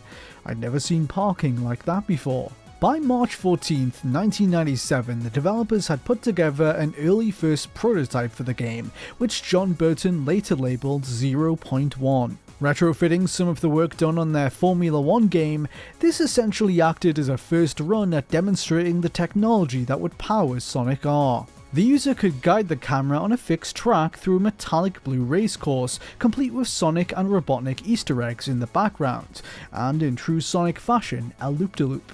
The environment seen in 0.1 was made for internal purposes, and never appeared in later builds. 3 weeks later, however, the team was starting to realise the first level that would make it into the release game. Shared by John Burton in 2017 on YouTube, version 0.2 features a very early resort island. Like the previous prototype, it can only be controlled by maneuvering down a predetermined line, but it offers us a glimpse into what was and what had yet to be at this early phase. Multiple Sonic models glide down the track, an early test of multiple characters before other character models had been built in. The level featured a clearly very different skybox. This was actually a placeholder used for test purposes, which originated from another Traveller's Tales game, 1994's Mickey Mania. It was taken from the background of the Moose Hunters level, based on the classic Disney short of the same name. Another noteworthy fixture of this build is a metallic Sonic model floating throughout the course. This was implemented to test reflection mapping on characters during gameplay, but the Saturn, with its limited capabilities, was unable to support it, according to John Burton. The effect was instead reserved for other parts of the game, such as the rotating R on the title screen and the reflective Sonic head seen during loading. Sonic R's art, by all accounts, evolved considerably over the course of its creation, and was initially intended to feature a style much closer to Sonic 3D Blast. Resort Island, for example, once included foliage textures that were identical to those seen in 3D Blast, but this direction was later abandoned. The following prototype, 0.3 from May 2nd in 1997, marks the first demo to be shown to Sega. By this point, the player had more direct control over Sonic. We can start to see the beginning of the game's innovative fading technology to mask its draw distance, and the rings now had collision programmed, meaning they could be collected. The ring gates, on the other hand, which players can unlock by collecting a certain amount of rings, had yet to be put in place. Sonic could instead freely walk through the cave, where one would later be added. This build shows us another unused skybox as well, one including a sun setting over a mountain range. As it turns out, this background was intended to be used in the game until fairly late on. Sonic R was previewed by a myriad of different publications in the run-up to launch, and this evening variant of Resort Island was included in many of them. It appears to have been present in the game until sometime in summer of 1997. John Burton has explained the very simple rationale behind its removal. Upon listening to Can You Feel the Sunshine, the track's musical theme, it dawned upon John how out of place the background felt in consideration of its lyrics. It was therefore altered to be set during the middle of the day, so players could truly feel the aforementioned sunshine. The game made its official public debut at E3 in June 1997. A trailer circulated at the time claimed it was 20% completed. Builds with an early version of Resort Island were playable on the show floor to attendees, and the developers took this opportunity to closely observe the reactions of players. One valuable piece of feedback gathered from this experience relates to the water which flows throughout the level. John Burton said that in these prototypes, falling into the lake would slow the player down significantly, making it hard for them to recover in the competition. People sampling the demo would often abandon their play sessions entirely when this happened, quickly losing interest and walking away from the kiosks. When the team returned from E3 that year, John therefore made it a priority to speed up movement when underwater, making it less daunting and easier for players to regain their footing in the race. As others tell it, however, Sonic R garnered some very negative reactions at E3, causing considerable concern at Sega. Hirokazu Yasuhara, who was best known for being the lead designer on the original 2D Sonic games, spoke candidly about this in a 2003 interview with Game Informer. He revealed that he was drafted in mid-development to revamp its level design. Sega asked me to work with Traveler's Tales. Sonic R had received awful reviews at E3, and Sega wanted me to improve it. I was asked to help out, even though I was not working on Sonic games anymore. Sonic R was promoted by Sega as part of a multi-game marketing strategy called Project Sonic. The goal of this label was to advertise Sonic's Saturn titles and to boost the franchise's profile in Japan. Phase 1 of Project Sonic was Sonic Jam, while Sonic R became Phase 2. By all accounts, it was shown to journalists not only at E3 but behind closed doors numerous times in the months after. It's in these previews that we can see more cuts and changes made on the road to release. The character icons seen on the left of the HUD featured different art, similar in appearance to the item boxes from 2D Sonic games. They were later redone and given new black backgrounds. The ring gates in Resort Island originally required a far higher amount of rings to pass through. One, for instance, needed as many as 100 rings, whereas the same gate in the Finish game asks for half that amount. The mini-map seen in the bottom right of the screen in the Finish game is noticeably missing from these prototypes, although one was always intended to be added later, it simply had yet to be implemented. Sonic R was prominently featured in the UK's Sega Saturn magazine, and it was in the August 1997 issue that they showed off a power-up which was ultimately destined for the cutting room floor. The game was originally intended to include the 3 element shields introduced in Sonic the Hedgehog 3, the Bubble Shield, the Lightning Shield, and the Flame Shield, and it was the last of those which was subject to removal. Like its appearance in Sonic 3, the Flame Shield essentially functioned as a buffer against attacks and would be extinguished if the player fell underwater. The item was removed from the game a few months out from release, as the developers deemed it too similar to the Lightning Shield, which too protected against attacks and disappeared after coming into contact with water, but also had the benefit of attracting nearby rings. The Flame Shields that were built into the game appear to have been replaced by Lightning Shields, if a leaked prototype from September 97 is any indication, as the Lightning Shields in this version share the same colour graphic as the Flame Shield, but do attract rings. One noticeable difference between earlier prototypes and later builds is the appearance of Dr. Robotnik's Eggmobile ship. Its undercarriage once sported a large black and red missile with a mischievous grinning face. It was eventually altered to a grey cannon due to impracticalities presented by the original design. The developers would have had to animate the missile detaching from the underside of Robotnik's vehicle and a new one appearing in its place, something John Burton said their engine was not set up to support on the Sega Saturn. That's why in prototypes with the older design, Robotnik's missile cannot actually fire. The final design, which was much simpler, also had the benefit of trimming the model's polygon count. Another significant change to weaponry in the game concerns Amy's car. Originally, it was going to be able to produce a large spinning saw blade to attack racers in front of her. This was seen as a way to put her on par with Robotnik, who was planned to have an offensive maneuver of his own, but it was ultimately vetoed for being too violent. Across the board, the initial prototype models for Sonic R were more detailed than those in the finished product. Many of them received numerous minor adjustments, usually to keep them in line with polygon quotas for the sake of performance. Tails once had 3D whiskers and strands of hair that stuck out. Amy's car included a spoiler on the rear. Knuckles had more defined dreadlocks using more polygons which hung down his back more, and an alternate colour scheme for his shoes featuring orange, which was closer to his appearance in Sonic 3 and Knuckles. These older renders were used in select promotional material in the run-up to release, and even appeared in the game's instruction manual. Metal Sonic, on the other hand, once had a more detailed jet engine on his back, and the Egg Robo 2 sported a jetpack that was originally split into two separate parts, but was later merged into one. Throughout 1997, Sonic R appeared on multiple occasions in Sega Video Magazine, a series of promotional VHS tapes sent out to advertise new and upcoming Sega products in Japan. The footage used in these tapes includes unfinished versions of Tails and Knuckles, distinguishable by the blue aura around them when jumping. This indicates that they must have been newly added to the game, as the developers had yet to alter the aura from Sonic's blue to their respective orange and red colours. These clips are also notable for featuring an alternate version of the game's main musical theme, Super Sonic Racing. While the final song was performed by TJ Davis, this iteration, which had different instrumentation, was sung by another artist.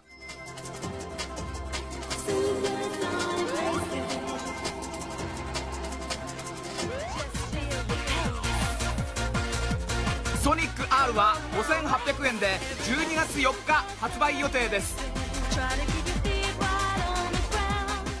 This version of the song also appeared at E397 and could be heard during gameplay on the Resort Island stage. To learn more about this mysterious track, I spoke to the composer of Sonic R's soundtrack, Richard Jacks, who explained its origins in full. Quote, "This was a work-in-progress version of Super Sonic Racing. The singer is a lady who used to work in the Sega Europe offices, and I used her to create a demo of the song for Yuji Naka to listen to and approve. This is often what takes place before spending financial resources on studio time with session singers/musicians. Richard added that he did not have a copy of it himself. In the beginning, it was not Yuji Naka's intention for each level's music to include vocals. According to Richard Jacks and TJ Davis, they were initially only contracted to produce Super Sonic Racing as a title theme, but the song was received so warmly by Naka that he decided the rest of the soundtrack should follow suit. John Burton has said that he was concerned about how audiences would respond to this direction at first,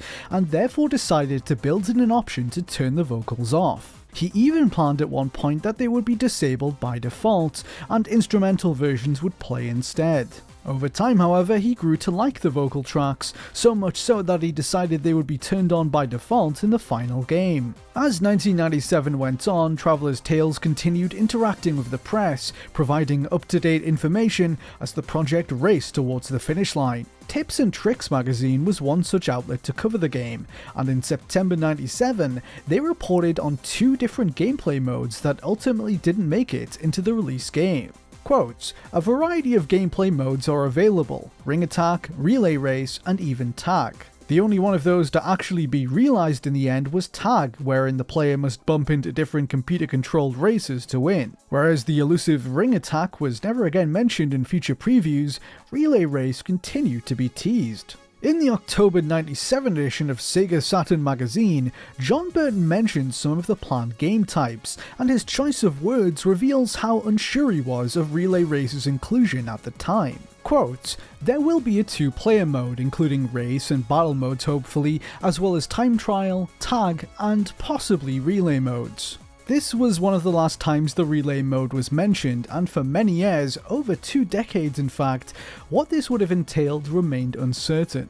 That was until June 2018 when John Burton revealed via YouTube that it would have seen the player choosing a few different characters and taking turns controlling each throughout the race. As the player finished one lap, they would pass over to the next character and so on until the race concluded. John wasn't completely sure of why it was dropped, but speculated the game's tech simply wasn't set up to do character swapping of this nature. Time constraints may have also played a role, given how the developers had a strict deadline for Sonic R to be on sale in time for the 1997 holiday period. This may also explain the absence of another mode teased in magazines at the time, called Mirror Mode.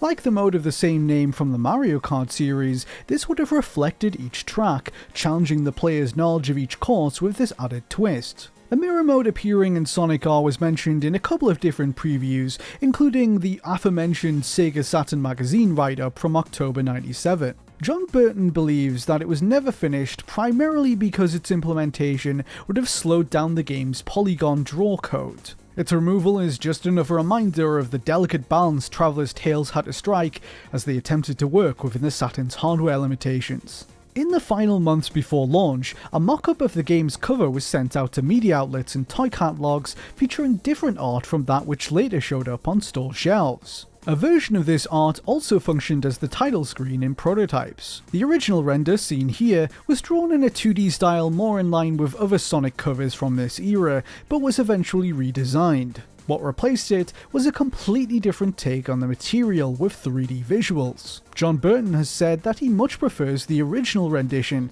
and that Sega had it redone to avoid spoiling the presence of Metal Sonic, a secret unlockable character who could be seen on the older cover.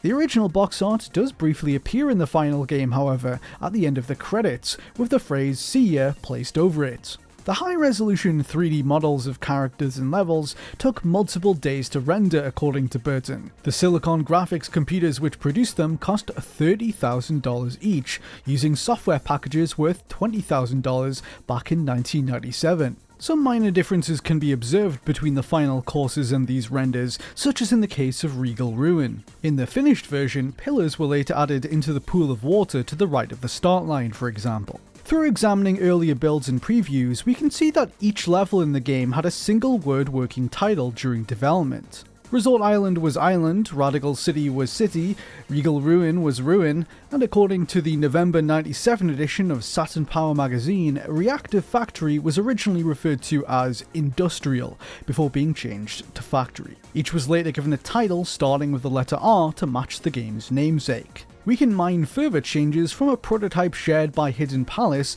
dated September 1997, which contains 3 different levels: Island, City, and Factory, the last of which is still very unfinished. The differences between it and the release build are manifold. The prototype has different menus which are static and include the older high poly renders of the characters. Different loading screens featuring a disc with a reflection of the original title screen art. The race countdown timer sound is different, and its text reads 3, 2, 1, go, which was later changed to Ready, Set, Go, with a line voiced by TJ Davis.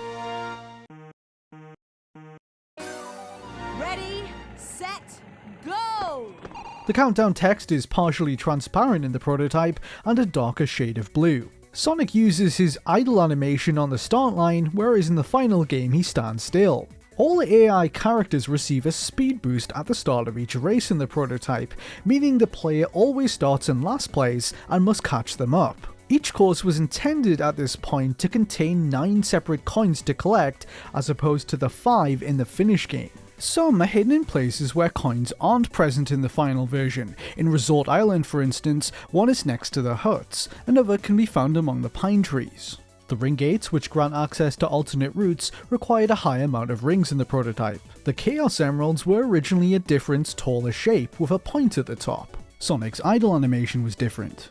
The icons on the left of the screen, as well as sporting different designs, work slightly differently. In this version, the character in first place has a larger icon, while in the final build, the player's icon is always bigger than the others to highlight your position more effectively. If Sonic finishes a race in either 4th or 5th place, he will sometimes burst into tears in the prototype, but this was later removed. Radical City's start line is further forward, closer to the archway, and the characters begin much closer to each other. Likewise, the start position for Reactive Factory was further down the course, closer to these two slopes. The level also has a metal floor surrounding it in the distance, which was replaced with water in the final version. The first alternate route you encounter in this course has a slightly different design here. The entrance to the spring room was situated at the front of the metal spire, whereas in the release build it's found around the back of it and takes slightly longer to access. It's also surrounded by water in the prototype that the player can fall into, whereas this water is blocked off by fencing in the final. When AI characters complete the race before you in the prototype, they will wait for you on the finish line. In the final build, they will instead continue doing laps of the track until the race is over. Then there are elements of the prototype that are simply unfinished. The minimap, for instance, doesn't yet track the positions of characters throughout the stages. The arrows instructing players where to go haven't yet been implemented. Robotnik's hands are missing from his victory pose. The replay feature is broken and often sends your character bumping into walls and falling into water. Some of the alternate routes in the factory level are incomplete. Doors where coins are hidden in the final game cannot be opened, and the path to the Chaos Emerald aboard the submarine is partly obscured. On the other hand, it's notable how much of the game was nailed down by this point. Even small elements like Easter eggs are in place, such as one planted there by John Burton personally.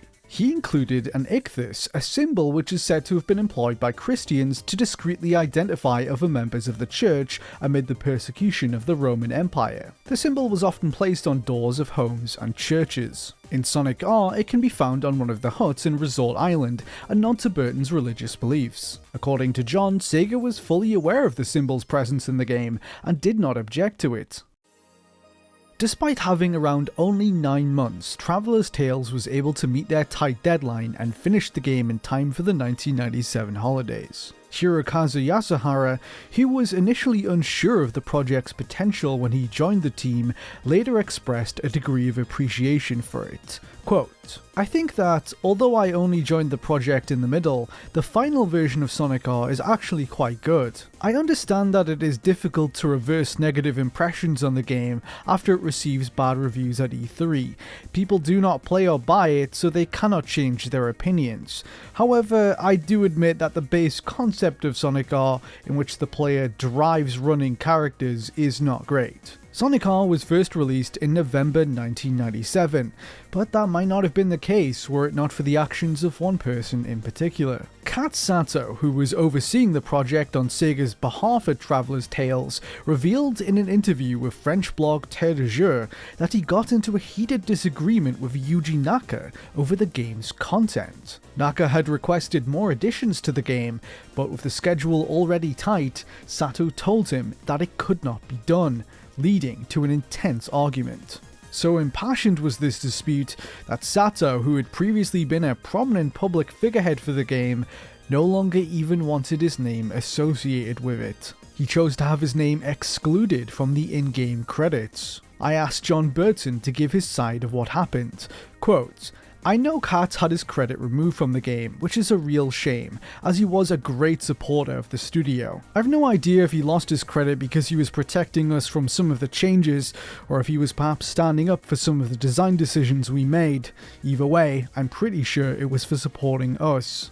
This was eventually corrected when Sonic R was ported to PC 1 year later. In that release, Sato was credited as the project director, and in the years since has publicly discussed his work on it. Still, it's worth remarking on the fact that if you played the original version of Sonic R, the project director, one of the people most responsible for shaping it into what it is today, is not credited for it at all.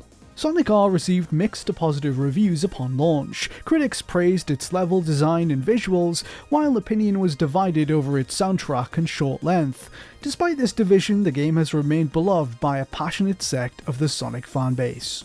20 years on from release, John Burton began sharing fresh insights from its development, showcasing prototypes and material he had been able to preserve. His YouTube channel Game Hut has offered fans a rare look behind the curtain of Traveller's Tales and into the creation of some of its past titles.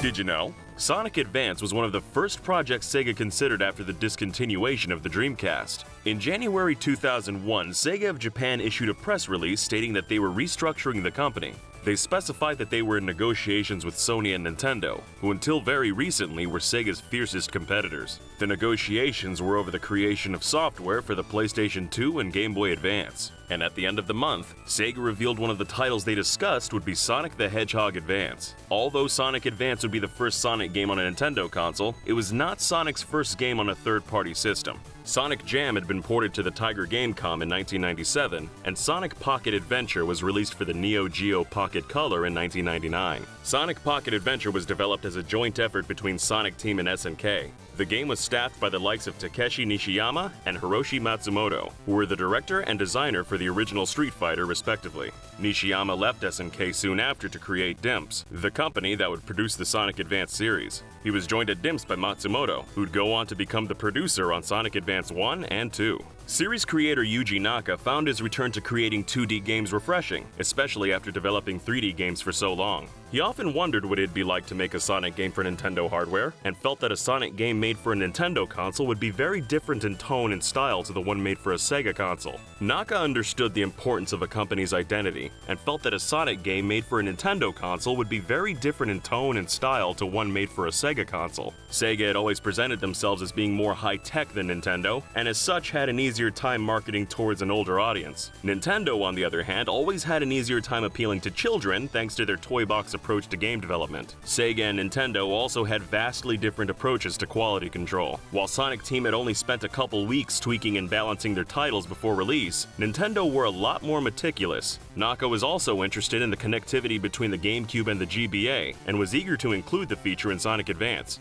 The Chow Garden presented the perfect opportunity to use the technology. In the Dreamcast version of Sonic Adventure 2, players could download Chow into the Dreamcast's visual memory unit to interact with it on the move. But in the GameCube remake, the player could instead download their Chow into Sonic Advance's tiny Chow Garden. The GBA's greater processing power allowed for more advanced Chow interaction on the go. Naka's enthusiasm for the system actually spurred on Nintendo's teams to make better use of it. The Chow Garden is also linked to a notable glitch that contributed to a second version of the game being released. If the player deletes their save file in the game, they'll be prevented from transferring new rings they collect to the Chow Garden. This is because deleting the main save file doesn't remove the ring count data from the Chow Garden, and if the ring count in the main game and the garden aren't synced, the rings won't transfer. This can only be fixed by collecting the exact same amount of rings as the player had before, or by using hacking devices like GameShark. The glitch was fixed in the Japan-exclusive version 1.1 release, and is said to be fixed in the English Combo Pack releases. Sonic Advance was also released as Sonic N for the Nokia N-Gage handheld in 2003. This version of the game was largely criticized for its lack of a Chow Garden, slower speed,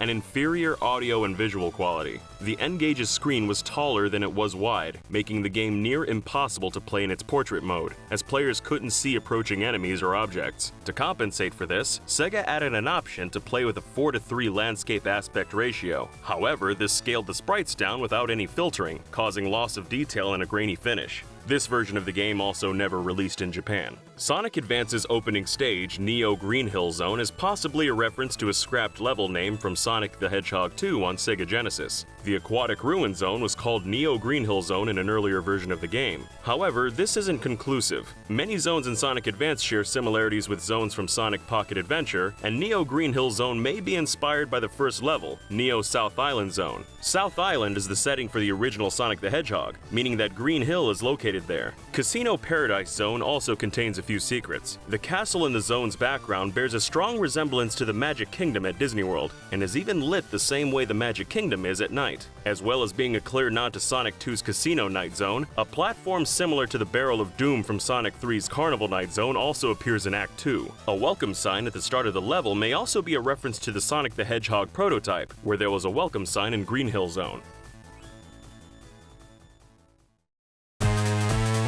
Sonic Advance 2 was conceived immediately after the completion of the first game on GBA, and work began in February of 2002. The speed of the game was increased so much from Sonic Advance that the levels had to be made around 6 times larger to compensate. Sonic Advance 2 was Cream the Rabbit's first playable appearance in a video game. She was originally created to fill the role of Team Rose's flying character in Sonic Heroes, but ended up making her debut in Sonic Advance 2, a whole year before Heroes released. She was added to the sequel to distinguish it more from the first Advance title. Sega also wanted her to debut in a game before she appeared in the upcoming Sonic X anime series. Technically, Cream's first appearance in a game was even earlier, in the Sonic Mega Collection Extras menu.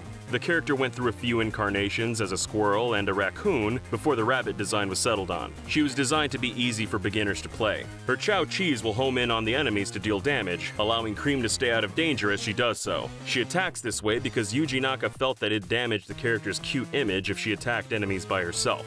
Advance 2's music plant zone may be inspired by a similar area from a previous Sonic Team game, Rystar's Planet Sonata. Sonic and Rystar even share very similar poses and animations when they're launched off a spring in these levels. Sonic Mega Collection also showcased a trailer for Sonic Advance 2 that featured music not heard anywhere in the game. Sonic Advance 2 also features a track that went unused in the first game's data. The track seems to be an alternate invincibility theme and replaced the traditional invincibility tune in both Sonic Advance 2 and 3. The 2011 Android port of Sonic Advance also uses a different invincibility tune that's a remix of the game's title theme, and several other tracks were swapped out for new music, including the tracks for the X-Zone fights. Interestingly, all the replaced GBA tunes were remixes of tracks from Sonic 1 and 2 on Genesis. These alterations may be linked to a larger issue with Sonic, Sega, and composer Masato Nakamura. The tracks Nakamura made for Sonic 1 and 2, and even remixes of the music, are rarely used in modern Sonic games. It's speculated that this is because Nakamura owns the copyright to these tracks himself, and Sega must pay him royalties whenever they're used.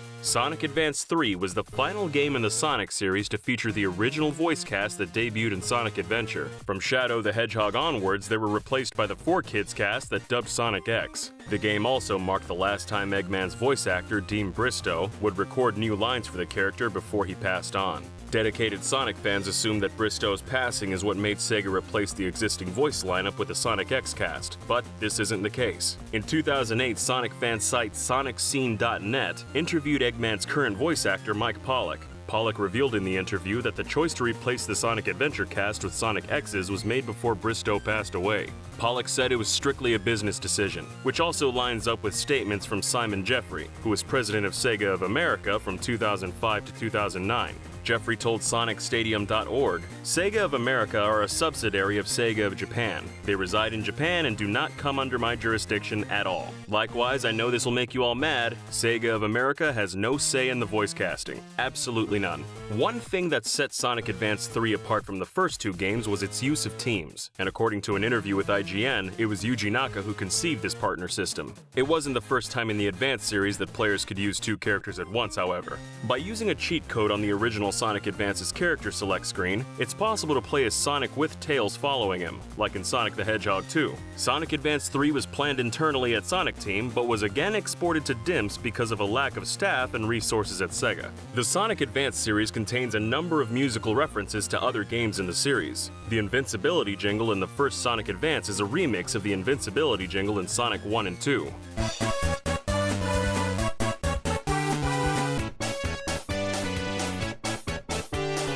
Ice Paradise remixes the minigame music from Sonic Advance's Tiny Chow Garden. Sunset Hill Zone from Sonic Advance 3 is a remix of Green Hill Zone from the original Sonic the Hedgehog, but it also takes its drum samples from Sonic Battle's Central City theme. Similarly, parts of Route 99 were remixed from Tails' Lab from Sonic Battle. Alter Emerald remixes Holy Summit, and the secret level Non-Aggression remixes E1215's theme from Sonic Battle. Sonic Battle is perhaps referenced so often in Sonic Advance 3's music because of the nature of its villain. G-Merle is based on Emerald, the copy robot that was a key character in Sonic Battle. Route 99 was referenced in issue 175 of Sonic the Comic, published in February 2000, 4 years before Sonic Advance 3 was released. As Sega had little to do with the production of a British licensed tie-in, this was most likely a coincidence. Hello and welcome to Did You Know Gaming Extra. Today we'll be taking a look at some obscure games about that blue streak speeding by, Sonic the Hedgehog.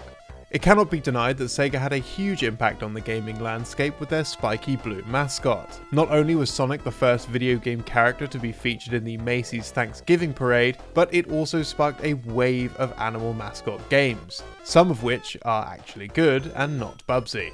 He also inspired and encouraged a dedicated and eccentric fandom. But while Sega is known for having a relaxed relationship with their fanbase, and there are certainly some interesting fan-made games out there worth talking about, for this video we'll be sticking only to official games. In 2001, Sega launched their Japanese-exclusive Sonic Cafe phone service, offering a number of games for the iApply line of phones from NTT Docomo, for a monthly subscription of 315 yen, or approximately $2 at the time. While a select number of games featured on the service did make it to Europe and the US on the Sega mobile service, such as ports of classic Sonic games, many of them stayed in Japan. Some noteworthy games include Sonic Racing Shift Up, in which the player attempts to shift gears in a racing kart. The goal of the game was to get the timing on the gear changes as precise as possible, and there was a system where data could be sent and received from a remote server to compete with other players. Another title on the service was Nakayoshi Chow, or Good Friend Chow, a virtual pet game where the player raises a Chow, similar to the Chow Garden featured in a number of main console games. The player is tasked with keeping their Chow happy by petting it and talking to it. The game also includes wallpapers that can be downloaded for your phone. At the time of this recording, this is the only Chow-specific game to be released with full colour graphics. A very simple kart racer featuring Sonic, titled Sonic Racing Kart, was also available on the service. The game would automatically accelerate and the player would simply steer left and right. Interestingly, only 3 months after release, the sequel, Sonic Racing Kart 3DX, was also published. As the title implies, 3DX features much of the same gameplay, but this time is in 3D. These two games also depict Sonic in a rather more traditional style go-kart, where in other games he's shown almost exclusively driving a racing car. Sonic Cafe also included an assortment of card and puzzle games simply featuring Sonic characters, which are too numerous to list here, but rest assured, they truly live up to exactly what you'd expect to get for just $2 a month. Interestingly, the service included a port of the classic 1984 arcade game Flicky, which many players might not realise is the origin for the birds known as Flickies in the Sonic franchise, despite being released 6 years before the first Sonic the Hedgehog game. Waku Waku Sonic Patrol Car, or Harinazumi Sonic no Omawari-san, literally meaning Hedgehog Sonic the Police Officer, is a 1991 children's arcade game featuring Sonic as a police officer driving a patrol car and protecting the city from Dr. Eggman. The game itself is presented inside a rideable arcade cabinet shaped like a police car, which tilts left and right during gameplay. It features a steering wheel with control movement, an indicator arm, a jump button, and a button to turn on the siren and start the game. Despite being designed for children, the cabinet can comfortably fit 2 adults, presumably so that parents could easily supervise young children while playing. After an introductory speech by Sonic, the player is given free rein to control the car as it drives around the city, stopping periodically to allow groups of animals to cross the road. After a short period of time, Dr. Eggman makes an appearance, and while in other games he focuses on obtaining the Chaos Emeralds, conquering the world, or having a bean machine, in this game he commits his greatest act of evil to date, disrupting traffic. Once Eggman is defeated and makes his escape, Sonic returns to the police station and the player is given a rating out of 5 stars, with one gameplay session lasting around 2 minutes. Surprisingly, this is the first Sonic game to feature voice acting, with Takeshi Kusao and Masaharu Sato performing as Sonic and Dr. Eggman respectively, both of whom reprised their roles in later games.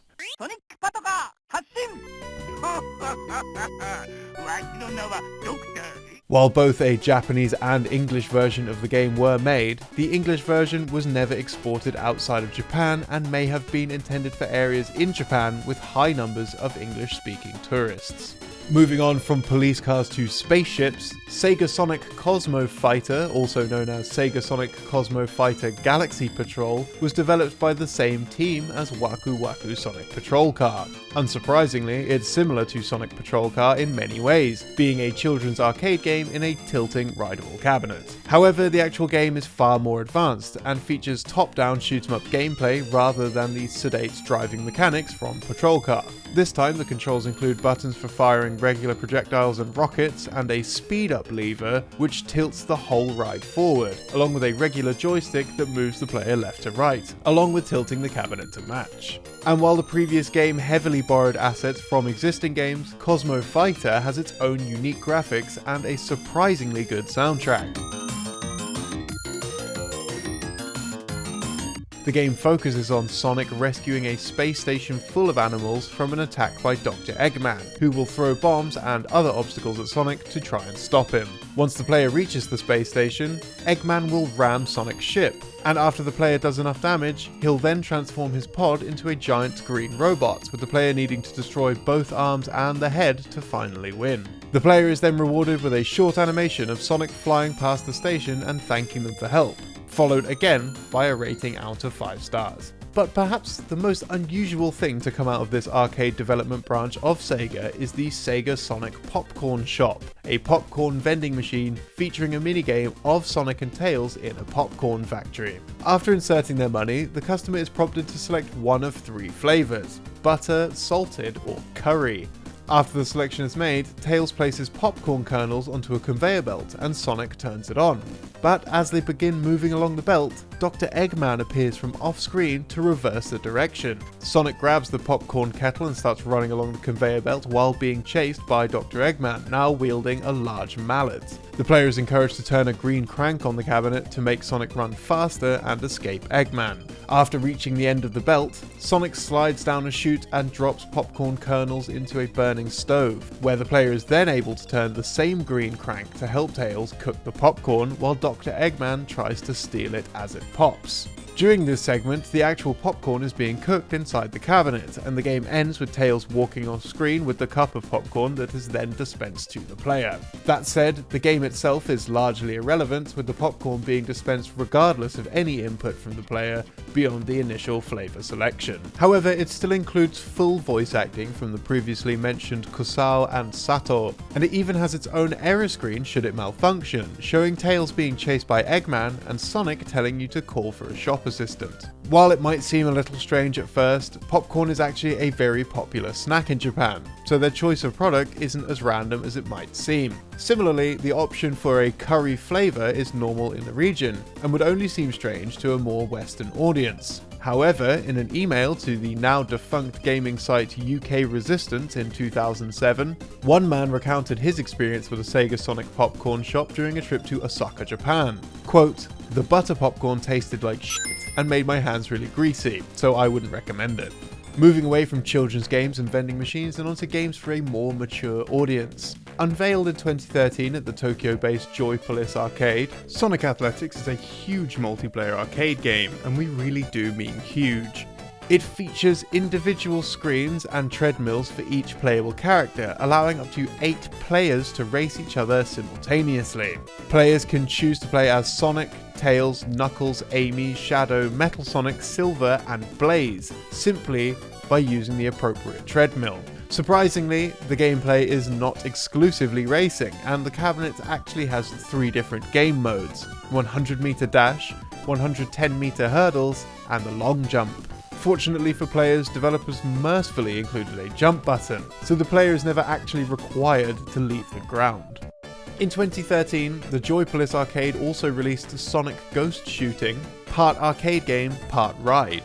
While very little information is actually available about this arcade attraction, what is known is that it's an interactive dark ride game which borrows elements from Pyramid Cave and Pumpkin Hill from Sonic Adventure 2, with each player using a light gun to shoot at ghosts during the ride, with 6 cars holding 2 people each, allowing up to 12 players at once. That same year, they also released Sonic Brain Ranking, running from the 24th of October 2013 to the 10th of January 2018, a Green Hill Zone themed area where players answered questions in the style of a quiz show.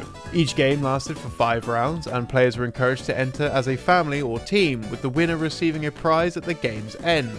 Along with these games, the Joypolis arcades in both Tokyo and Qingdao have also featured some unique Sonic-themed merchandise and events over the years, along with other smaller attractions.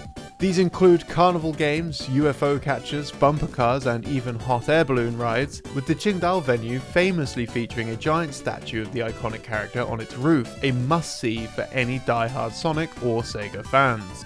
And now it's time for this episode's random piece of trivia. Today, in games that are completely unnoteworthy besides one incredible feat, we'll be talking about NBA Live 2003. Amazingly, the game's soundtrack became the first in video game history to become certified platinum by the Recording Industry Association of America, with the OST selling over 1.3 million copies worldwide.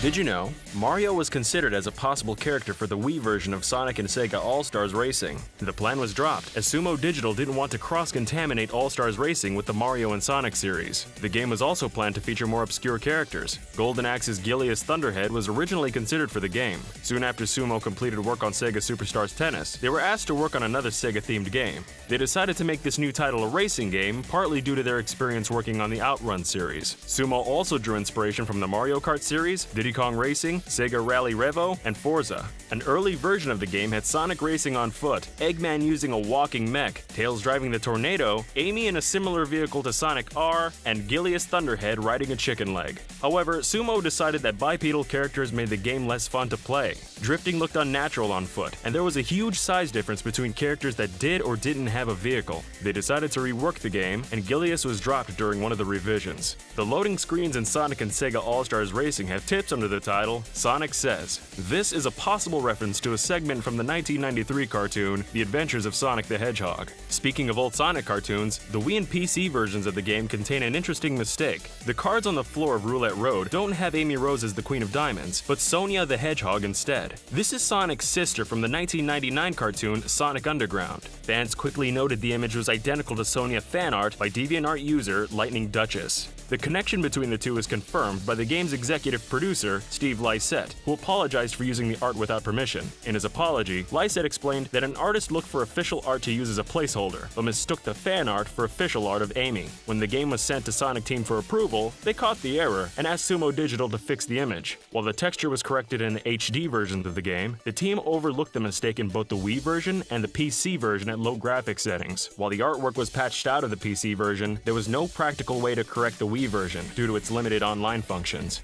After the game's announcement in May 2009, fans learned that the character Knights wouldn't appear in All-Stars Racing. In response, the fan site KnightsIntoDreams.com launched the Don't Forget Knights campaign, intending to show that Knights still had a dedicated fan base and was worthy of inclusion. While the game was too far along in development to include Knights, Sumo still had the character's assets from Sega Superstars Tennis. They responded to fans by having Knights cameo as a flag bearer. Knights, Riala, and the Dream Valley stage were also included in the sequel, Sonic and All-Stars Racing Transformed. The flag bearer position, however, was given to Rystar, an often overlooked Sonic Team character. Bayonetta was also planned for inclusion in All-Stars Racing Transformed, but was ultimately rejected. Bayonetta's character has an adult tone, and developers feared that including her would raise the game's age rating. Throughout development, Sumo needed Sega's approval when implementing characters and locations. However, rather than being referred to a committee, Sumo had to get approval from the developers of each franchise. Sega did this to make sure characters were as true to their original games as possible. At one point, the team had to present the level Rogue's Landing to Shuntaro Tanaka, the director of Skies of Arcadia. Despite his cold exterior during the presentation, Tanaka was allegedly so overjoyed by how well they captured Arcadia that he began to cry. Sonic and All-Stars Racing Transformed was announced on April 30th, 2012, a few months after the launch of Mario Kart 7 for the Nintendo 3DS. Similarities were immediately drawn between the two, with both games' major selling points being their seamless transition between land, sea, and sky during races. However, Transformed had been conceived long before Mario Kart 7 was revealed at E3 2011. Lysette told Edge magazine, "They weren't doing the same thing, but it was a bit of a shame because ours was coming later and it looked like we'd copied them. We never thought they'd do something like that." The team initially had trouble making the water racing segments. They tried realistic water physics at first, similar to Nintendo's Wave Racer series. Sumo didn't feel like this fit, however, and after almost 50 revisions, they settled on something similar to Midway's Hydro Thunder. The team also had issues with the flight segments. They originally created a course based on Sonic Heroes' Seaside Hill to experiment with flight, land, and water racing. Players could fly freely, but this made it hard to give the user any direction. This problem was resolved when Sumo scrapped the Sonic level and created a course based on Panzer Dragoon. The flight area of this track was placed in a canyon, which limited players' options and gave them a natural direction to follow. Sumo also had trouble unifying the game's controls. Originally, each segment of the track felt like a completely different game, and it wasn't until a year and a half later that Sumo finalized the controls. The team also considered adding a story mode in Transformed. This mode featured a villain, kidnapping characters from various Sega universes and forcing them to race for his own amusement. At the end of this mode, the villain would be revealed as Dr. Eggman in disguise. Ultimately, Sumo believed there was no good reason for these characters coming together and abandoned the idea. They also worried about the cost of acting and animation for cutscenes, which only gave them more reason to scrap the story. On the official Sega forums, Steve Lysette issued fans a challenge. If they made a poll and 1,000 people wanted a particular character to be playable, he'd ask Sega if they could be in the game. Fans made the poll, and characters that reached over 1,000 votes included Hatsune Miku, Vector Man, Rystar, ToeJam and Earl, Bayonetta, and the Japanese Sega Saturn mascot, Segata Sanshiro. Eventually, Shenmue's Ryo Hazuki was approved by Sega. This was possible due to him appearing in All-Stars Racing, and a lot of his assets could be reused. Although Ryo was the only character to make a playable appearance, Segata Sanshiro did make a cameo in the game's Race of Ages track. He can be seen in the background when the player completes a lap in first place, riding a missile with a giant Sega Saturn on his back. These are references to his bizarre commercials, the last of which showed him saving Sega HQ from a missile attack. In December 2013, Simon Honeydew Lane of the YouTube channel Yogscast was added to Transformed. This was part of a charity drive to aid Special Effect, a charity that helps people with disabilities play video games. The character Ages makes numerous allusions to other Sega properties. In its boat form, it's shaped like a Dreamcast controller. As a car, it takes the form of the Hornet from Daytona, USA. And in the air, it takes the form of an F-14 Tomcat jet, referencing Afterburner. Humorously, Age's boat form sounds like the Dreamcast's infamously loud disc reader.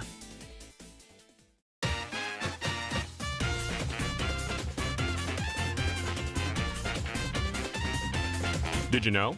Mario and Sonic's rivalry has a long history to it. Sonic the Hedgehog was created squarely to compete with Mario, and in a broader sense, so the Genesis could compete with Nintendo's platforms. Former marketing director at Nintendo UK and former CEO of Sega West, Mike Hayes, summed up the two companies' relationship. Nintendo was a bit like the Beatles, whereas Sega was the Rolling Stones. Competition between the two companies was fierce. Both aired commercials to discredit the other, Sega's infamous Genesis does what Nintendo don't slogan being an example of these marketing campaigns. Despite their rivalry, talk of a crossover between each company's main series circulated for years. Internal discussion allegedly took place at Sega, even while they were still developing hardware. When Sega withdrew from the console race due to the Dreamcast's financial failure, their relationship with Nintendo grew friendlier. Many Sonic titles were released or re-released on Nintendo consoles, such as the Sonic Advance series and Sonic Adventure 2. The former rivals even partnered on projects, such as F-Zero GX. In light of their improved relationship, and because Sega now operated as a publisher rather than a competing console manufacturer,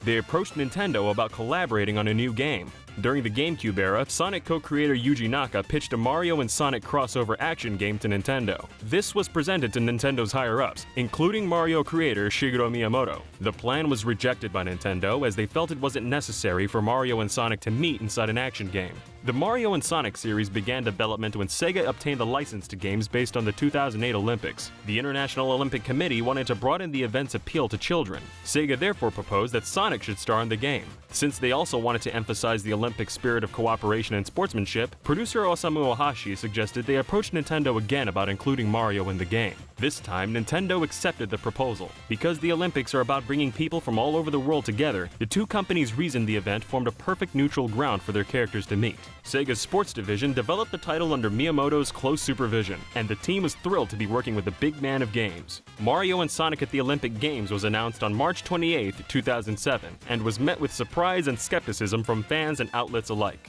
The game's release came far in advance of the Olympics themselves, launching in November 2007, while the Olympics didn't start until August 2008. There was already huge media buzz surrounding China's efforts to prepare for the Olympics, so they decided the game should capitalize on the holiday season by releasing ahead of time. A version of the game was released concurrently on mobile phones. Titled Sonic at the Olympic Games, it had no reference to Mario whatsoever. Nintendo presumably didn't want Mario appearing on a non-Nintendo console at the time. This trend continued with the game's sequel, which was pulled from iTunes shortly after release due to its poor technical performance. Sega of America's president at the time, Simon Jeffrey, mentioned that Mario and Sonic was the first title in a renovation of the Sonic brand. In an effort to make the character more contemporary, Sonic started more lighthearted games around 2007-2008. This contrasted with the trend of Sega creating more serious, story-driven games, starting with Sonic Adventure.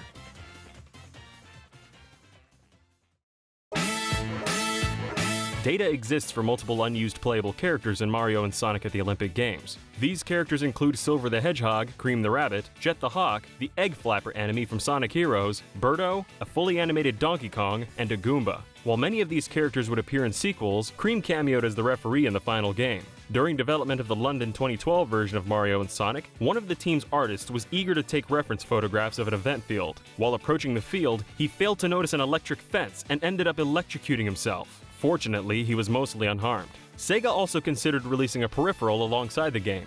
No details were given about the peripheral itself, suggesting it never advanced beyond early concepts and prototypes. Mario and Sonic at the London 2012 Olympic Games embraced its new location by incorporating European favorites such as soccer and equestrian sports. Additionally, there's a file in the game's data track called William CPK. The file is speculated to be named in honor of Prince William of the British royal family. Mario and Sonic at the Rio Olympic Games was the last in the series to feature Chikawa Otsuka. Otsuka was the Japanese voice of Dr. Eggman starting with Sonic Adventure in 1998, all the way up to his death in January 2015. Because the late actor couldn't reprise his role, the game used recycled voice clips from previous games. While composing the soundtrack, sound directors Teruhiko Nakagawa and Kenichi Tokoi decided to use Rio-inspired samba rhythms. The sound team dutifully studied Brazilian music to get a feel for it. However, when a percussionist from Brazil listened to samples of their music, he was apparently dissatisfied with some of their work, commenting that it sounded more Cuban than Brazilian. In response, Tokoi had the team record the soundtrack in Brazil itself, using native musicians to capture a more authentic sound. Sega's sound team arrived a couple of weeks before the world-famous Rio Carnival, and had to work within strict time limits to record the tracks before the carnival. Mario's name is featured before Sonic's in the series title, despite it being developed by Sega. However, this is likely just a sign of respect from Sega. Former Nintendo of America executive Perrin Kaplan had another theory, and joked that Mario was featured prominently because of his sex appeal. Kaplan told Newsweek, "Here's the bottom line. He's Italian, he's really sexy, and he can get more women than Sonic." Unlike Sonic, Mario's involvement with the Olympic Games goes beyond the Mario and Sonic series. He made a prominent appearance at the end of the 2016 Rio closing ceremony. Japanese Prime Minister Shinzo Abe appeared from a warp pipe, dressed in Mario's distinctive cap and overalls to accept the Olympic flag. Fans have questioned if the two characters will ever headline a non-Olympic themed game. Former Sega of Europe president Mike Hayes was dubious about the idea. Hayes told CVG, "If it was a Sonic world and we had Mario trying to run around collecting rings, it wouldn't be right." Producer Osamu Ohashi felt similarly, asserting a new world that accommodated both characters would need to be made for a collaboration to work. He also said Nintendo and Sega never managed to agree on what such a world would look like, suggesting there were multiple attempts at merging the two styles. However, the idea shouldn't be dismissed altogether. Soon after Hayes made a statement, Sonic unexpectedly joined the fight alongside Mario in Super Smash Bros. Brawl.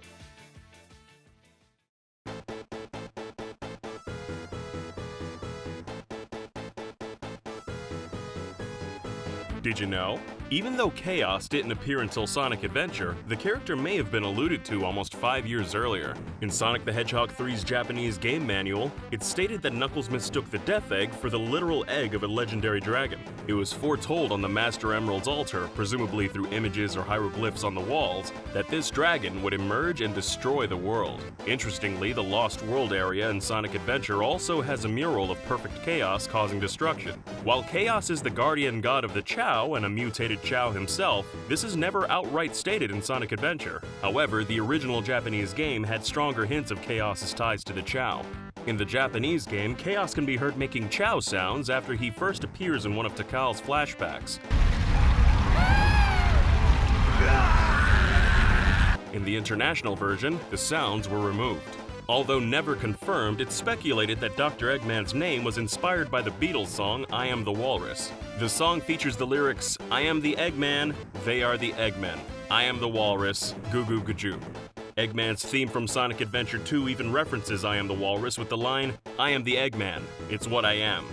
In Sonic Rivals, Eggman Nega mentions that he's Eggman's descendant. However, Sonic Rush had previously framed the two Eggmans as counterparts from different dimensions. Many consider this as one of the most substantial continuity errors in the series, alongside how Blaze was said to be from the future in Sonic 06. How Nega managed to come back after being transformed into a card in Sonic Rivals is also unexplained in both Rivals 2 and Sonic Rush Adventure. Sonic Rivals 2's Metal Sonic 3.0 was made by Dr. Eggman Nega as an improved version of Metal Sonic. The character's design appears to just be Metal Sonic's leather costume from Sonic Rivals, but with a painted head.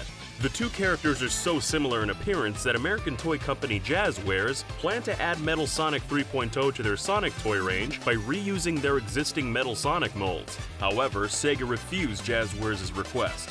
Metal Sonic debuted in Sonic CD, which was developed in Japan while the majority of Sonic Team went to the United States to make Sonic 2. For the development of Sonic CD, designer Kazuyuki Hoshino was tasked with creating a pair of new characters to help flesh out Sonic's world. These characters were Amy Rose and Metal Sonic. Interestingly, work on a mechanical version of Sonic had already been worked on for Sonic 2. While it may be possible that Hoshino knew about Sonic 2's Mecha Sonic, which is an entirely different character, his design had a completely different and sleeker look. Hoshino's creation fit in with the world of Sonic so well that Metal Sonic would ultimately become an adversary to Sonic on the same level as Eggman. As a testament to Metal Sonic's impact on Sonic fans, one of the earliest ROM hacks ever made was a hack that replaced Sonic's sprite art with that of Metal Sonic. Although we've mentioned in the past how E105 Zeta's lower half contains several Sega Dreamcast consoles, what's also interesting is that Zeta is the 5th unit in Eggman's E100 series, and the Dreamcast was Sega's 5th major home console. Additionally, E101 Beta, Eggman's first non-prototype E100 robot, had a revision called E101 Mark II. This parallels Sega's first major home console, the SG-1000, which also had a revision commonly referred to as the Mark II. Eggman's aide Orbot didn't get an official name until Sonic Colors, as he was never mentioned by name before this. He was given the title Ergo by fans due to the character's frequent use of the word Ergo. However, in the Sonic Unleashed game script given to Archie Comics writer Ian Flynn, he was supposedly named SA-55. This early name is leet speak for sass, which refers to his overall sassy behavior. In the Archie comics, Cubot is also given the serial number IDI-07, meaning idiot in leet speak. These aren't the only villainous Eggman robots with an interesting history. Sonic Mania director Christian Whitehead came up with the hard-boiled heavies, while imagining Eggman entering a state of depression after the events of Sonic the Hedgehog 3 and Knuckles. Whitehead envisioned Eggman at home, lounging around in his pajamas. During this time, the abandoned Egg Robos would go a little mad, resulting in the events of Sonic Mania. In many of Sonic Mania's game files, the Heavy Magician is referred to as Heavy Mystic.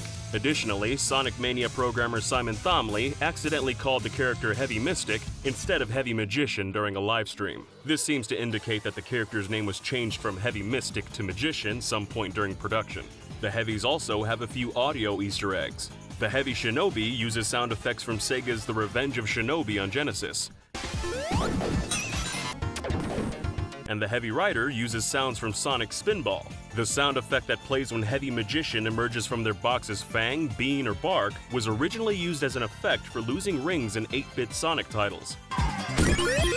This is likely a reference to the game Fang first appeared in, Sonic Triple Trouble for the Game Gear.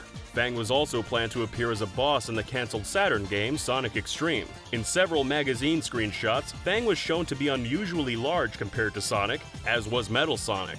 Because the game was cancelled, Fang never made his appearance. In the early stages of Sonic Heroes, Fang was also planned to appear as a playable character. He would have been on a team with Bean and Bark. Sonic Unleashed maybe also has an obscure reference within it. Dark Gaia may be inspired by the second form of the final boss in the Super Nintendo game Terranigma, which is also named Dark Gaia. Both foes have snake-like bodies, wide heads, and an aura emanating from their back. This reference would likely have been lost on many North American fans, as Terranigma only released in Japan and PAL regions.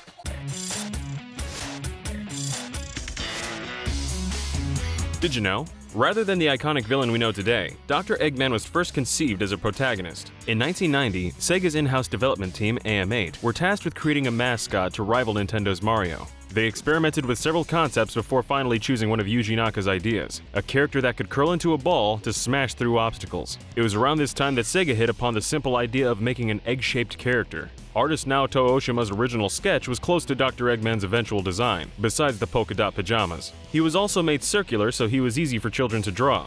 The team were fond of the character and kept the sketch even after they'd moved on with a different hero design.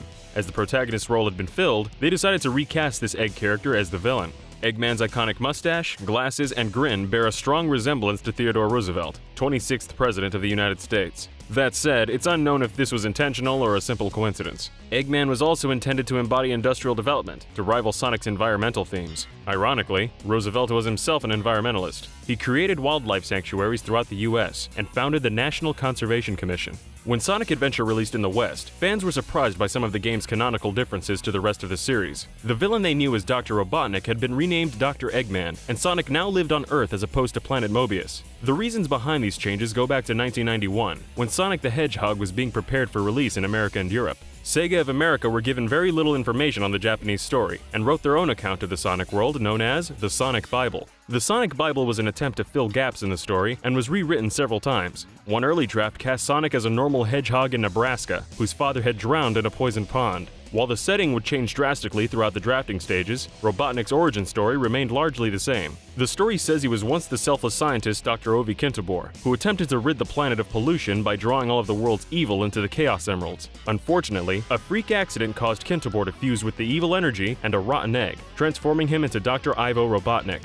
The Sonic Bible was never released publicly, but the story was still considered canon by Sega's divisions in America and Europe. It even became the foundation for tie-in publications like Stay Sonic and Sonic the Comic. The name Dr. Ivo Robotnik itself was suggested by Dean Sitton, a game counselor at Sega of America. As one of Sonic's earliest playtesters at Sega of America, Sitton would often be asked to join brainstorming sessions for new storylines and character names. Sitton suggested many names, including Mr. Bad Wrench, Mr. Bad Year, Dr. Bad Vibes, Nasty McRotten, and Fatty Lobotnik before Robotnik's final name. The name Ivo was chosen because it vaguely sounds like evil, and had multiple secrets hidden within it. The word spelt backwards is Ovi, which references the Doctor's original name before fusing with a rotten egg, and the Latin prefix for egg, Ovi. It might seem like the name Robotnik was derived from the word robot, but it's actually the other way around. The 1920s play by Karl Čapek, titled Rossum's Universal Robots, was the first recorded use of the word robot in the English language. It referred to a subclass of synthetic people made to be slaves. The word was coined by Čapek's brother, and was derived from Robotnik, the Czech word roughly meaning servant or slave. The word robot would go on to become a widely used term for man-made automatons. Sitton heard the term Robotnik and thought it was a good fit for the character.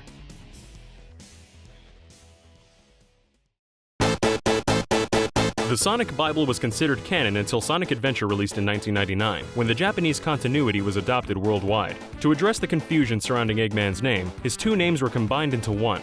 Yuji Naka explained in an interview that Dr. Ivo Robotnik was the character's real name, with Eggman being an insulting nickname used by Sonic & Company. Sega had already done something similar in the series, combining two potential names for Sonic's sidekick into Miles Tails Prower. This compromise is only true for Western audiences, however, as the name Dr. Robotnik has never been officially adopted in Japan. According to Eggman's Sonic Channel profile, his real name is unknown, but some references to the name Robotnik have slipped through the cracks. In the Japanese version of Sonic Adventure 2, Eggman's grandfather is called Gerald Robotnik, and the words Robotnik Empire can be seen in the background of a cutscene. The Sonic Triple Trouble level Robotnik Winter also retains its name in Japan. Dr. Eggman's name wasn't the only thing that changed between continuities. The character's appearance was completely altered for the first animated Sonic adaptation, The Adventures of Sonic the Hedgehog. Animator Milton Knight was responsible for Robotnik's redesign, interpreting him as the perfect image of self-love. Robotnik's narcissism manifested as a focus on sex appeal, which was used for comic effect. Animators began drawing attention to his bottom in particular, leading Knight to claim that he was animation's sexiest fat man. The writers soon picked up on the joke, finding excuses to dress Robotnik up in different outfits. Robotnik was recreated in order to make him more expressive, with Knight instructing the show's animators to defy conventional wisdom and go off-model if they thought it would make a scene funnier. The design change became the template for much of Robotnik's merchandising in the West, which resulted in some confusion. For example, different versions of Sonic Spinball have a different Robotnik on their covers. The Genesis version features the original Eggman design, but the Game Gear version featured the cartoon Robotnik. The game Dr. Robotnik's Mean Bean Machine was simply a reskinned Puyo Puyo for the Sega Genesis. This version of Robotnik was redesigned yet again for Sonic's second animated series known as SAT-AM. In 1993, Dr. Cliff Tabin discovered a protein essential to embryo development in many animals, including humans. This protein was named Sonic Hedgehog at the request of Dr. Robert Riddle, after his 6-year-old daughter brought a copy of Sonic the Comic back from England. The name attracted outrage from members of the scientific community. Many of Tabin's collaborators hated the name, having grown up in Liverpool where Sonic was a slang term for groovy. And more seriously, many scientists felt the name trivialized an important protein and gene. The gene was linked to several serious conditions, and it would be inappropriate to tell a parent that their child's illness involves Sonic Hedgehog. However, the name stuck, and when a molecule was found that potentially inhibited the Sonic Hedgehog gene, it was named Robotnikinen, in honor of Sonic's arch-nemesis. Despite supposedly having an IQ of over 300, Dr. Eggman is often portrayed as a clumsy buffoon. In the 1996 Sonic movie, this was done to show a more human side to the character in spite of his evil deeds.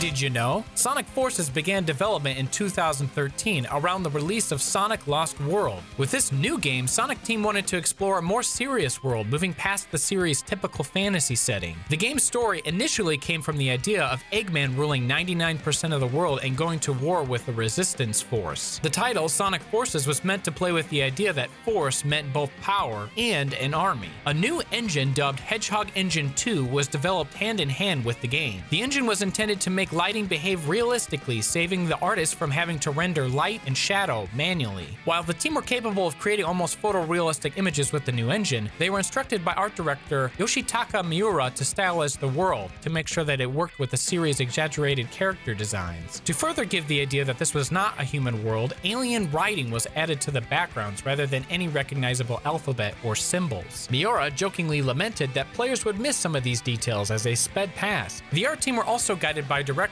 Morio Kishimoto and would design each level's themes and aesthetics around how the level was meant to be played. Many levels were changed between their initial concept and the final game. The Resistance hideout was originally in a casino in the middle of a forest. As the stages and story developed, the hideout became more conventional, but the casino forest idea seemed to have been reworked into the level Mystic Jungle for the final game. Another concept was for a prison camp in Green Hill Zone. The idea was intended to subvert the level's iconic appearance being dark and eerie rather than sunny and refreshing. This idea was scrapped for unknown reasons, and Green Hill was instead given a desert theme. Forces was partially inspired by the success of Sonic Colors and Sonic Generations. Sonic Team didn't want to just retread old ground though, they wanted to come up with new features like the custom hero. Producer Takashi Iizuka had received a lot of fan artwork over the years and knew that Sonic fans enjoyed creating their own original characters. The custom hero was inspired by the passion of these fans. Iizuka wanted to let players bring their own characters to life in the game. It was also intended to appeal to younger children who enjoy customization features in games. The custom hero was designed to accommodate people that wanted to take designing their own original Sonic character seriously, as well as those who wanted to make something more comedic. However, it was still limited enough so that characters would still feel like an authentic part of Sonic's universe. When designing costumes that the player's avatar could wear, Sonic Team exchanged a lot of ideas with the overseas Sega staff. Western staff came up with a number of concepts that wouldn't have occurred to the Japanese team, such as cowboy and pirate outfits. outfits. Some have speculated that the third playable character in Sonic Forces was originally intended to be a third Sonic, this one from the Sonic Boom sub-series. Evidence to suggest this includes the 25th anniversary poster, which included all three Sonics, a similar body shape of the custom hero, the fact that the classic Sonic was retconned to be from an alternate universe, and the grapple ability, which bears a resemblance to the Ender Beam used by the characters in Sonic Boom Rise of Lyric. However, this was never the case. According to Sonic Stadium contributor Hogfather, the custom hero was pitched early on in Force's development cycle. The feature was not well received, with many staff members having little to no faith in the idea. Originally, the avatar was to have played a much larger role in the game, to the point of being a main character, but these plans were scaled back due to the internal misgivings. Bonus costumes for the custom hero reference other Sega and Atlas properties, namely Jet Set Radio, Persona 5, Puyo Puyo, Super Monkey Ball, and Knights. Additionally, a Sonic t-shirt was released as free DLC referencing the popular meme.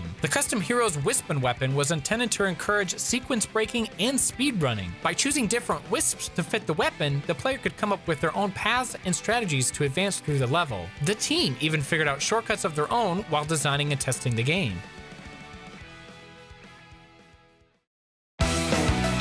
While Sonic Mania entered development in 2015, 2 years after Forces, Mania had some influence over Forces. Takashi Iizuka acted as a liaison between the two teams, which otherwise remained separate for the most part. Iizuka would make suggestions to the Forces team to tie it in more closely into Mania. One ability that seems to have originated in Mania was the Drop Dash, which was later incorporated into Forces. The two games weren't intended to compete with one another. Instead, Sonic Team hoped to entice fans of classic Sonic by including him in Forces, which would then lead them to trying out modern Sonic gameplay as well. Forces was set to appeal to fans of Unleashed, Colors, and Generations with its modern Sonic gameplay, but Sonic Team also wanted to please fans of the adventure titles by including Episode Shadow as free DLC. The game marked the first time the fan favorite character had been playable in a mainstream Sonic game since 2006. In the lead up to Sonic Forces, the Sonic Twitter account released 4 short tie-in comics by Ian Flynn and Adam Bryce Thomas, both of whom had worked on the Archie Comics adaptation before its cancellation. Flynn asked Thomas to include a sneaky reference to Bean the Dynamite in the comic Moment of Truth. The bomb that the Resistance soldier uses is colored red, green, and yellow, like Bean, who is known for using explosives. Bean was one of Flynn's breakout characters in the Archie comics, earning a lot of appreciation for the otherwise forgotten character. Thomas also added an Easter egg of his own, a cameo from the character Poppy Opossum from the webcomic of the same name. When Orbot and Cubot are naming the Phantom Ruby in the comic Rise of Infinite, 2 of their suggestions are nods to the other gems from the series. Anarchy Barrel are the Chaos Emeralds from the parallel universe Anti-Mobius from the Archie comics, and Precious Stones are the main collectible in the Dreamcast party game Sonic Shuffle. To promote Forces in Japan, Sega teamed up with Hooters, a restaurant chain known for its use of sex appeal. The chain employs attractive young women as waitresses who are known as Hooters girls. The collaboration saw 3 of the 6 Hooters restaurants in Japan serve Sonic-themed food between 3 and 5 p.m., such as chili dogs and blue carbonated drinks. The restaurant also used Sonic-themed coasters. In December 2017, Sega also released Super Sonic as DLC free for a limited time. This attracted ire from the community, who argued that Super Sonic had been a 100% free staple of the series since Sonic the Hedgehog 2. Many considered Forces to be lacking in content, and paying for Super Sonic was seen as more evidence of cut corners. Sega responded to the complaints by confirming that Super Sonic would remain free forever.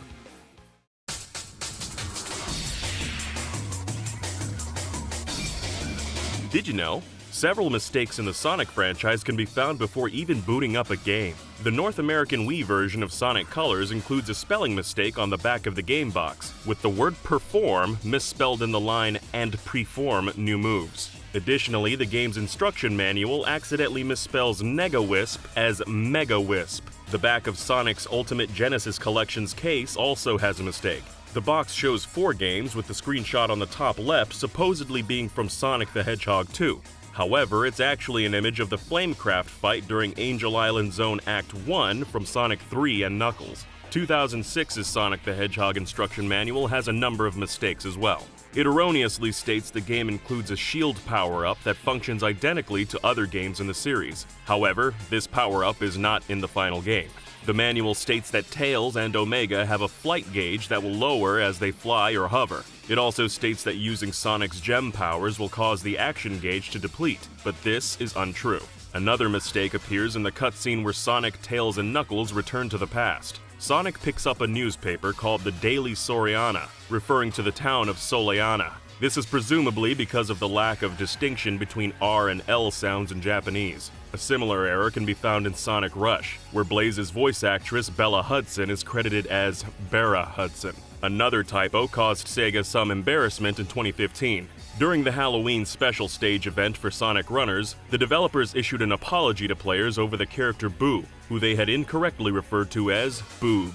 Even the first Sonic the Hedgehog game has a handful of mistakes. The Japanese version of the original Sonic released later than the Western version, and had several fixes to improve the game. The Japanese version, known as Rev 01, has more layers of parallax scrolling in most levels, adding a greater sense of depth. Rev 01 also corrects several known errors. For example, the revision fixed an error in the zone order on the stage select screen. In the original version, the zone ordering creates a smooth transition from natural landscapes to urban backgrounds as the levels progress. As such, Labyrinth Zone appears after Green Hill Zone as the second area. However, Labyrinth Zone isn't actually playable until Zone 4, possibly because it was too difficult to be the second level of the game.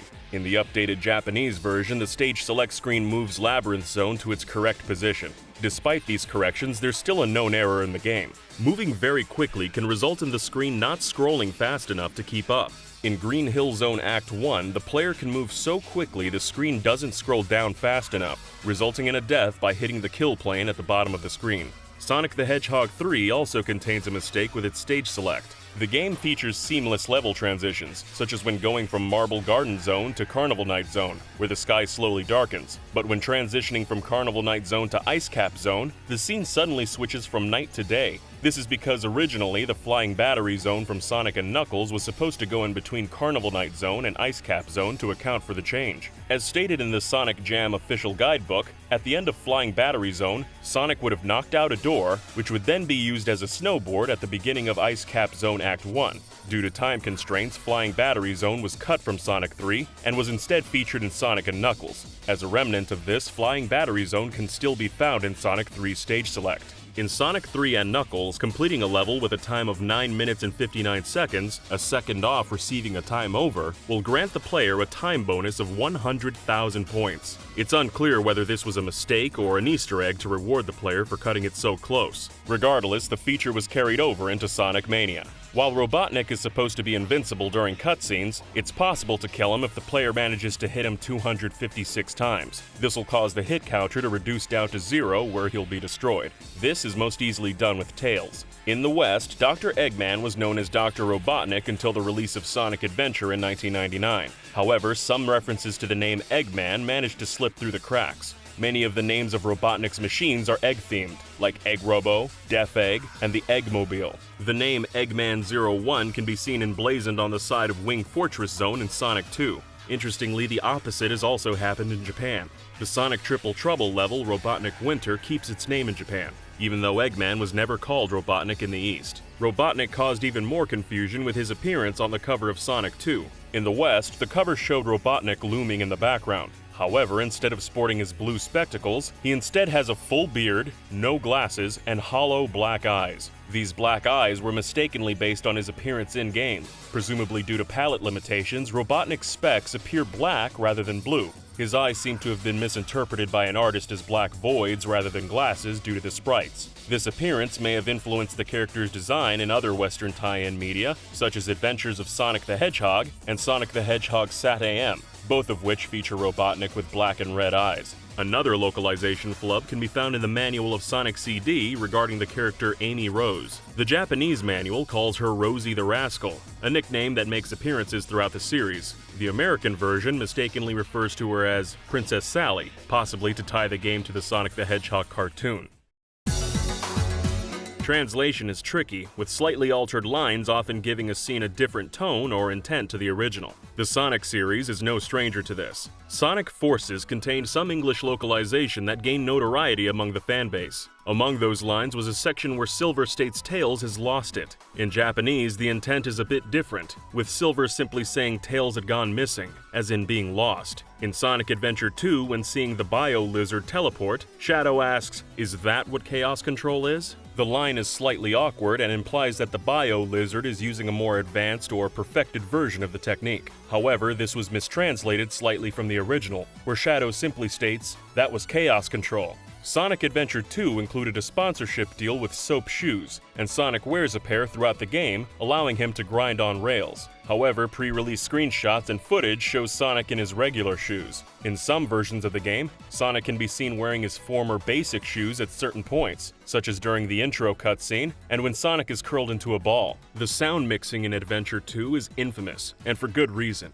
Characters often talk over one another, as their animations are matched to the Japanese dialogue, rather than the longer English dialogue. This results in characters cutting themselves off during gameplay. During the final boss in both Hero and Dark stories, Sonic and Shadow's sentences get cut off.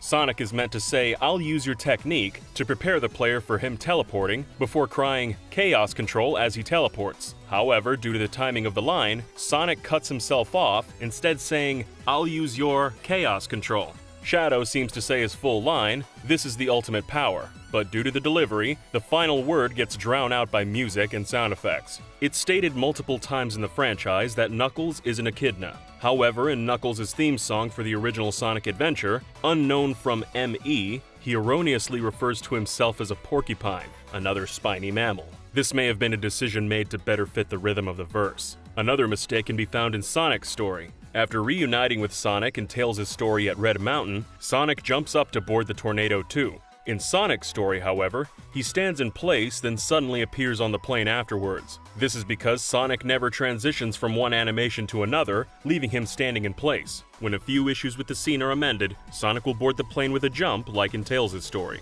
The game also has a persistent camera glitch, where the camera is placed behind the character instead of in its intended position. When appearing at the altar of the emeralds, the transition from the previous scene prevents the proper camera from being used. Some hackers have managed to correct the camera, revealing the intended angle for several scenes. This bug appeared in the DX GameCube version, but was fixed in later ports of the game. In the PC version of Sonic Heroes, some voice lines that were supposed to be heard won't load at all, most notably Team Cream's A-Rank line. In fact, many voice files were left empty in the PC version for unknown reasons. However, subtitles for some of these lines still appear. Another voiceover mistake comes when defeating the Robot Carnival boss. Dr. Eggman will say the line, "Don't get so excited, boys," even while addressing the teams with female members, Team Dark and Team Rose. In the NSTCU PlayStation 2 version of Heroes, the localization team neglected to switch the functions of X and Circle. In Japan, circle means accept or correct, while X means wrong or back.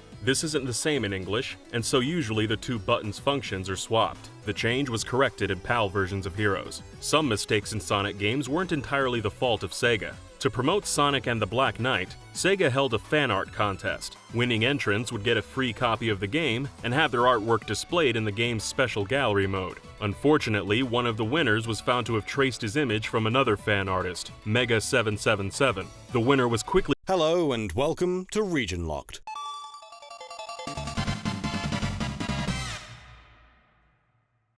Sonic the Hedgehog, a video game superstar who was perhaps considered one of the strongest icons of gaming, and though more recently having fallen from grace, continues to have a strong presence within the industry.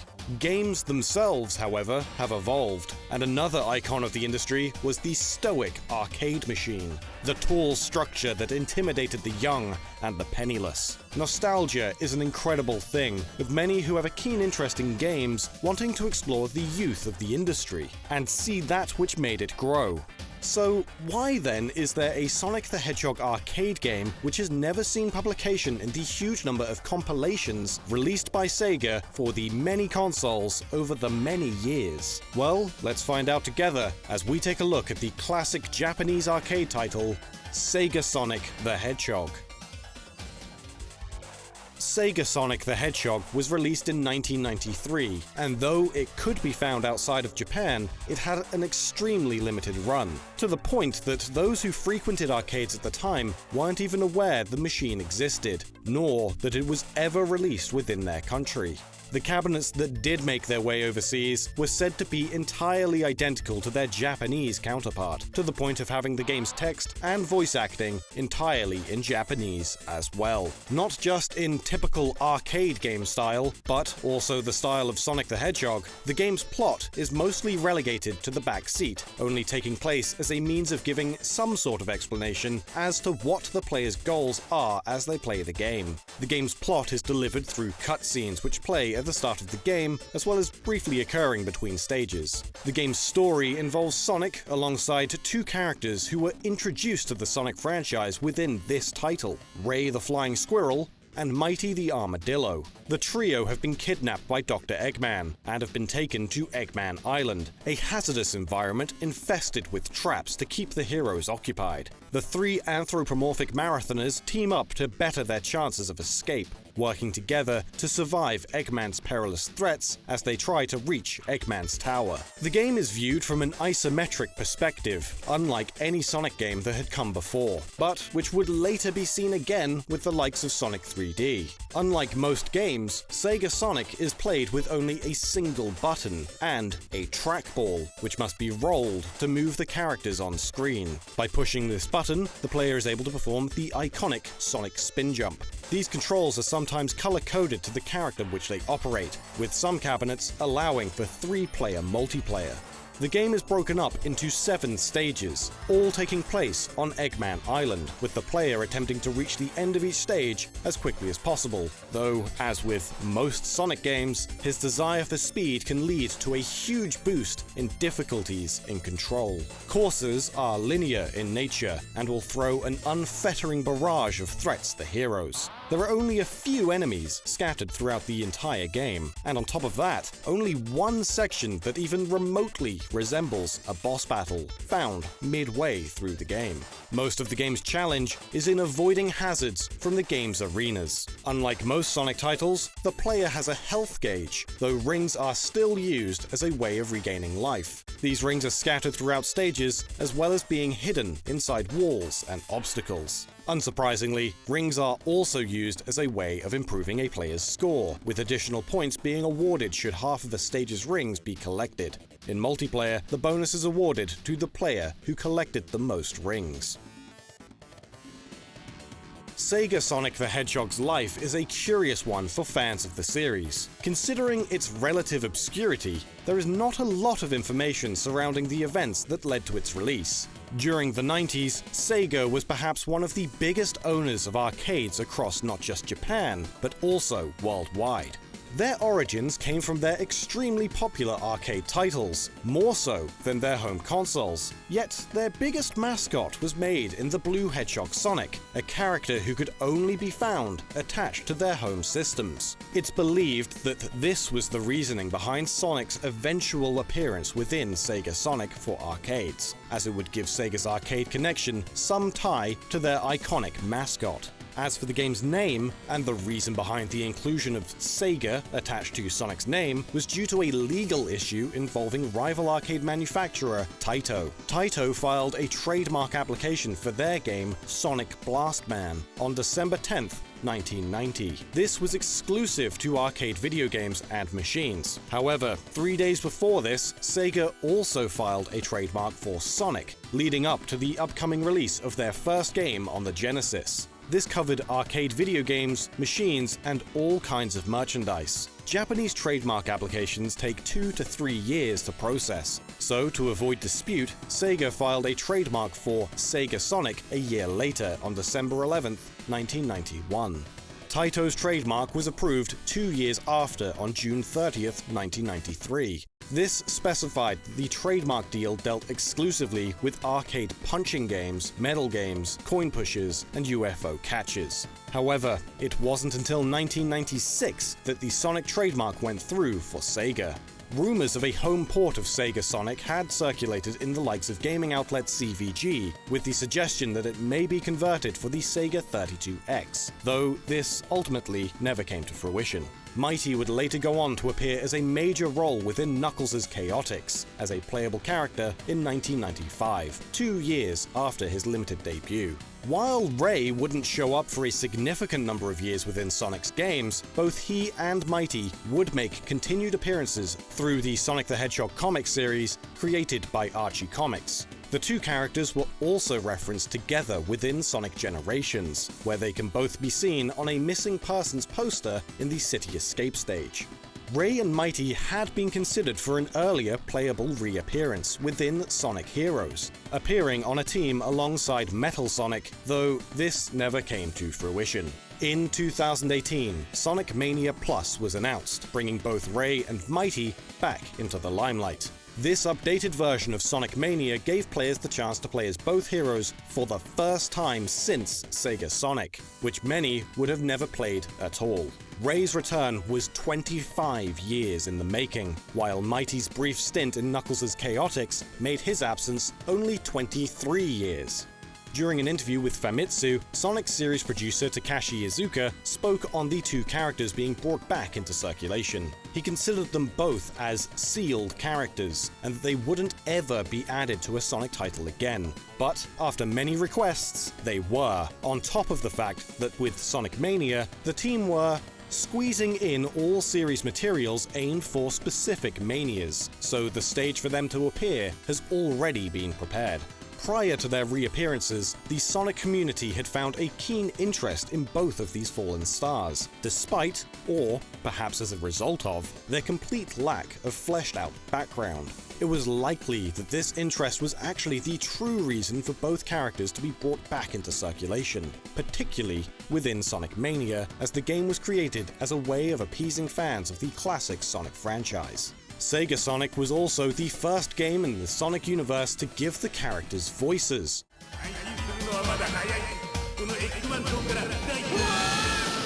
With Sonic's voice being supplied by famed Japanese voiceover artist Takeshi Kusao, best known for his work as Trunks from the Dragon Ball Z series, and Yusuke Numata portraying Mighty the Armadillo, also known for his work as a wide variety of characters from Dragon Ball as well. Rei was voiced by Hinako Kanemaru, a relatively unknown voice actress, otherwise known for her role as Yai from the Mega Man NT Warrior anime series, while Robotnik's voice was supplied by Masaharu Sato, who has worked on many shows, though again, probably best known as Master Roshi from Dragon Ball.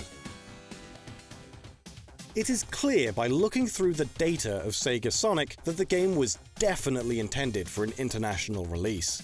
At the time of Sega Sonic's creation, ABC's Sonic the Hedgehog cartoon series was being beamed to television sets across the Western world, with what has been formally dubbed Sonic Sat-AM.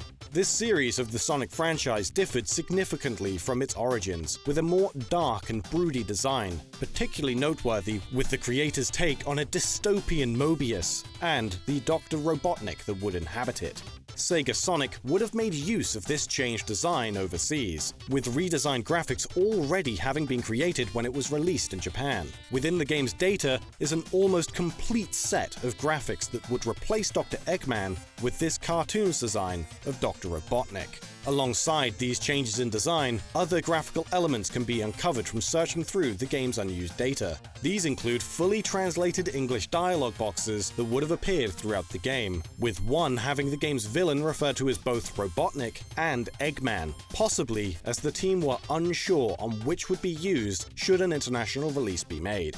The limited international release meant that machines could only really be found in places such as the now permanently closed London Sega World, Arcade Odyssey in Miami, and Galloping Ghost Arcade in Chicago. Considering that these international machines are still without a specified regional version being programmed in, still retaining all Japanese, it's easy to say that Sega did not invest in an array of machines for international shipping. Those that did play the game considered it to be a worthwhile play, breaking expectations with a high level of polish on not just the game's graphics, gameplay, and audio, but the variety of design in its levels. The reason that such a highly praised game never saw any form of re-release, despite the less well-received arcade title Sonic the Fighters receiving a port, comes down to one very simple issue: controls. Yuji Naka, former head of Sonic Team, was asked by GameSpy in 2005, during the run-up to the release of Sonic Gems Collection, whether he had any involvement in the project and whether or not the game would see a place in the compilation. He stated, "That's another one that was developed outside of my control. It was done by part of the Sega arcade division at the time. We did think about adding it to Gems Collection though, but we couldn't implement it in the end because the game used a trackball control scheme that is very, very difficult to replicate with a standard controller. It is a pretty fun and unique little game though."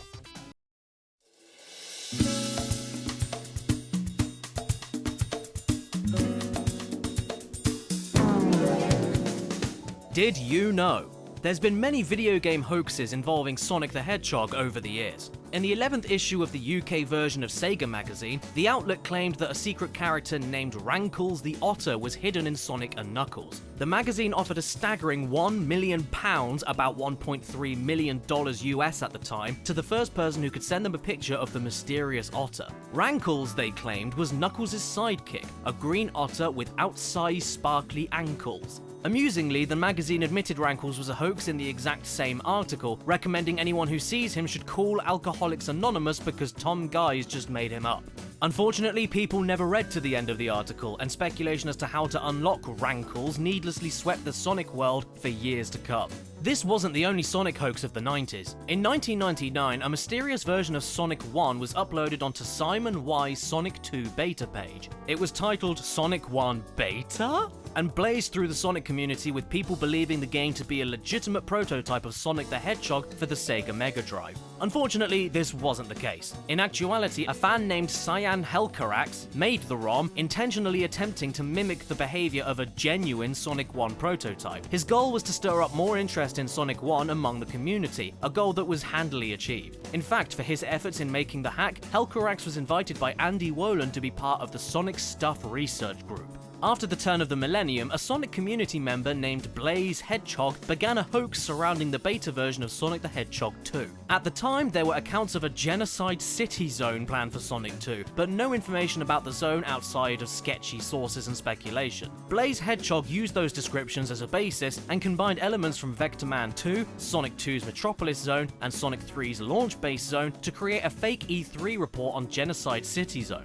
The hoax was foiled when someone pointed out that E3 didn't actually start until after Sonic 2 had released. If the beta had been shown around this time, it would have been at the Consumer Electronics Expo. In one of the most notorious April Fool's jokes in gaming, Electronic Gaming Monthly claimed Sonic and Tails could be unlocked in Super Smash Bros. Melee by beating 20 enemies in the Cruel Melee mode. EGM also claimed that the player would get a special surprise upon beating Classic Mode with either Sonic or Tails. This is obviously false, and can be proven so simply by beating 20 enemies in Cruel Melee, though that's probably what EGM wanted. EGM eventually came clean and rewarded those who'd gotten more than 20 KOs in Cruel Melee with copies of Sonic Adventure 2 Battle. Sonic has since become playable in Super Smash Bros. Brawl, Smash for Wii U and 3DS, as well as Ultimate. But Tails only appears as a cameo in the background of Green Hill Zone and as a trophy. The next hoax again comes from Blaze Hedgehog, who made a hoax for the then non-existent Sonic Advance 2. Sonic Advance had just come out in Japan and the US, and Blaze knew a sequel was likely. Looking to do better than their last hoax, Blaze went to the effort of making a basic one-level game using Sonic Advance assets. They recorded gameplay of it, turned off the lights in their room, and took pictures of the video. Blaze then made a burner Angel Fire account and added the images. The screenshots allegedly came from an insider source, which gave the Angel Fire domain an exclusive sneak peek at Sonic Advance 2. Blaze dropped the link in a few chat rooms and the site began to spread. While the images managed to fool a few people, Blaze was ultimately foiled again when someone realized that the sprite for Metal Sonic was ripped straight from a Game Gear title. When Sonic Advance 2 came out, Blaze felt they needed to do something for a fake Sonic Advance 3. This time it would be a spoof of Sonic and Knuckles, but for Sonic and Shadow. They tried to mimic the style of a Japanese magazine by running English text through Google Translate. Unfortunately, the laziness of this hoax was evident. confident, nobody fell for the prank. After Sonic Rush released in 2005, there was a period of time where fans were uncertain if a sequel would ever be made. Sega and the developer of the original Sonic Rush, Dimps, had supposedly had a falling out over one of Dimps' fighting games, the Rumblefish. During these few years of uncertainty, Blaze Hedgehog once again swept in with a fake screenshot mocking up Sonic Rush 2.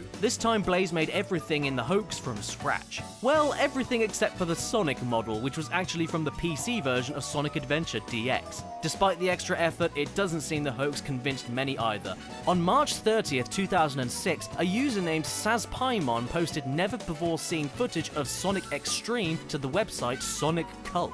SazPaimon claimed that they traded a prototype of Gradius for this new prototype of Sonic Extreme. Within a few hours, a torrent file appeared on Pirate Bay. The rumor of a new Sonic Extreme build spread like wildfire. Several gaming websites reported on the rumor, as did the magazine Retro Gamer. 2 days later, the seeded chunks of the torrent were finally compiled by other users, and it was eventually revealed to be all a hoax. The files were garbled nonsense, with the new footage having been provided by a Sonic Extreme programmer named Chris Sen, who was in on the April Fool's joke. While some found it funny, Assembler Games did not. They threatened to sue everyone involved in the prank. Our next hoax was for a fake sequel to Shadow the Hedgehog, aptly titled Shadow the Hedgehog 2 Redemption. For this hoax, which was once again by Blaze Hedgehog, Blaze tried the magazine approach, even detailing out planned features for the game. As a side effect of trying to do an E3 background behind the text, it looked like the magazine paper was thin enough to see the page on the other side, lending the hoax more credibility. Of course, it wasn't long before the prank was called out. Fans were quick to see that the street had come from Grand Theft Auto San Andreas, the Shadow model from Sonic Heroes, and the Soldier from the Specialists mod of Half-Life 1. During the preparation for a move to Japan, the founder of fansite Sonic Stadium reportedly received a phone call detailing an announced Nintendo DS game starring Knuckles the Echidna. The game was being made by Traveler's Tales, the team who made the games Sonic 3D Blast and Sonic R. Apparently, Sonic Team in Japan wasn't able to tackle the project as they wanted to concentrate their attention on their upcoming next-gen Sonic title. This DS game appeared to be Sonic Rush, but starring Knuckles. The bottom screen featured different knuckle-based weapons called punch gears. The only confirmed punch gear was a metal claw used for digging, as seen in Sonic Adventure 2, which could destroy armored enemies. Players could also get accessories, including the scuba gear from Sonic Adventure 2. Rather than a treasure hunt game focused on collecting Master Emerald shards, it instead was a 2.5D platformer. But of course, this unannounced Nintendo DS game was never released. It was again an April Fool's joke. In 2009, an editor for the Sonic Stadium and Sonic Retro, going by the name of Slingerland, posted new info about a secret in Sonic 2's beta. According to Slingerland, somebody named Sonic Loof sent in a screenshot of Super Tails, assumedly a more powerful version of Tails similar to Super Sonic. Super Tails could be unlocked by heading to the Hidden Palace Zone in debug mode, having Tails stand on the Master Emerald, then holding up while pressing A, B, and C at the same time. Sonic Loof claimed that Super Tails, when revealed, is entirely in grayscale. Slingerland confirmed this with a screenshot and claimed video footage would be provided in due time, which was later revealed to be another April Fool's joke. In April 2011, Blaze Hedgehog had yet another crack at Sonic hoaxes. Their latest prank was for a game that fooled nobody. The idea was that Sega and Telltale Games would partner up for The Adventures of Sonic the Hedgehog. Telltale would cash in on the trend of making new retro-styled games by making an adventure game about Sonic in the SCUMM point-and-click game engine. However, this was an April Fool's prank for the fansite TSSZ. On August 6th, 2012, a user named Oblivion the Hog claimed that they had found an old copy of a childhood magazine from Portugal that had exclusive pictures of a Sonic 3 beta. In these pictures, a red hedgehog was shown, thought to be an earlier version of Knuckles. The screenshots lined up with existing beta screenshots of Sonic 3 at the time. As there wasn't much information about Sonic 3's beta back then, there was no real way to disprove the screenshots, and many people believed it, only for Oblivion the Hog to later come clean and reveal that they had made the entire thing up, but not before posting several responses trying to make their piece of fake Sonic history seem as legitimate as possible. On April Fool's Day in 2015, SonicStadium.org claimed Sega were remastering the fabled 2006 game Sonic the Hedgehog. Supposedly, this remastered version would showcase improved gameplay, new features, and would have been made available on the PlayStation 4 and Xbox One in time for the 25th anniversary of Sonic. Updated voice work, a 4K resolution, 60 FPS, included DLC, and new cutscenes to expand the story wrapped up this laughably fake announcement. In 2017, Sonic Stadium once again revealed Sega was planning something big. Literally. Big the Cat was apparently the last playable character in Sonic Mania. This was to be part of a cross-promotion with the officially sanctioned fan game, Big's Big Fishing Adventure 3. The crossover was said to be a nod of respect to the Sonic fan community, as Sega sought to best realize the fans' wishes. The fan game, Big's Big Fishing Adventure 3, was intended to fill the gaps between Big the Cat's appearances in Sonic Adventure 2. Sega was supposedly adding Big the Cat to Sonic Mania after the surprising success of a prior April Fool's joke, which had then been focused on Big's Big Adventure 3. Big's gameplay would be similar to Sonic, Tails, and Knuckles, only Big would have a larger sprite than the other three. Big also said to have a double jump using his umbrella, similar to what was seen in Sonic Heroes, but just not being able to glide. All of this was, of course, revealed to be another April Fool's Day hoax. Even Sega themselves have gotten in on the hoaxes. In April 2019, Sega of America announced a new Sonic game via Twitter, saying, "Move over 100-man battle royales, the future is here." The game was Sonic Battle Royale, Sonic's foray into the battle royale genre. Extrapolating from the teaser poster, Sonic Battle Royale would be an MMO dating sim action survival FPS with PvP, and would be an ARPG on top of that. Hopefully it was obvious that this was a joke, as the poster also claimed that Sonic Battle Royale would be free to play, VR compatible, have a 1,000 player battle mode, over 4 million characters, and Chow cooking lessons. In February of this year, 2020, an anonymous user on 4chan's V-board claimed Sega was preparing for a big Sonic reveal at the upcoming South by Southwest convention. This reveal was for a single game that would bring most of the mainline 3D Sonic games to current generation consoles. They even posted an image that initially featured new art. However, upon further inspection, the art reused existing material, including a fan-made font. The artist later came forward, confirming the hoax.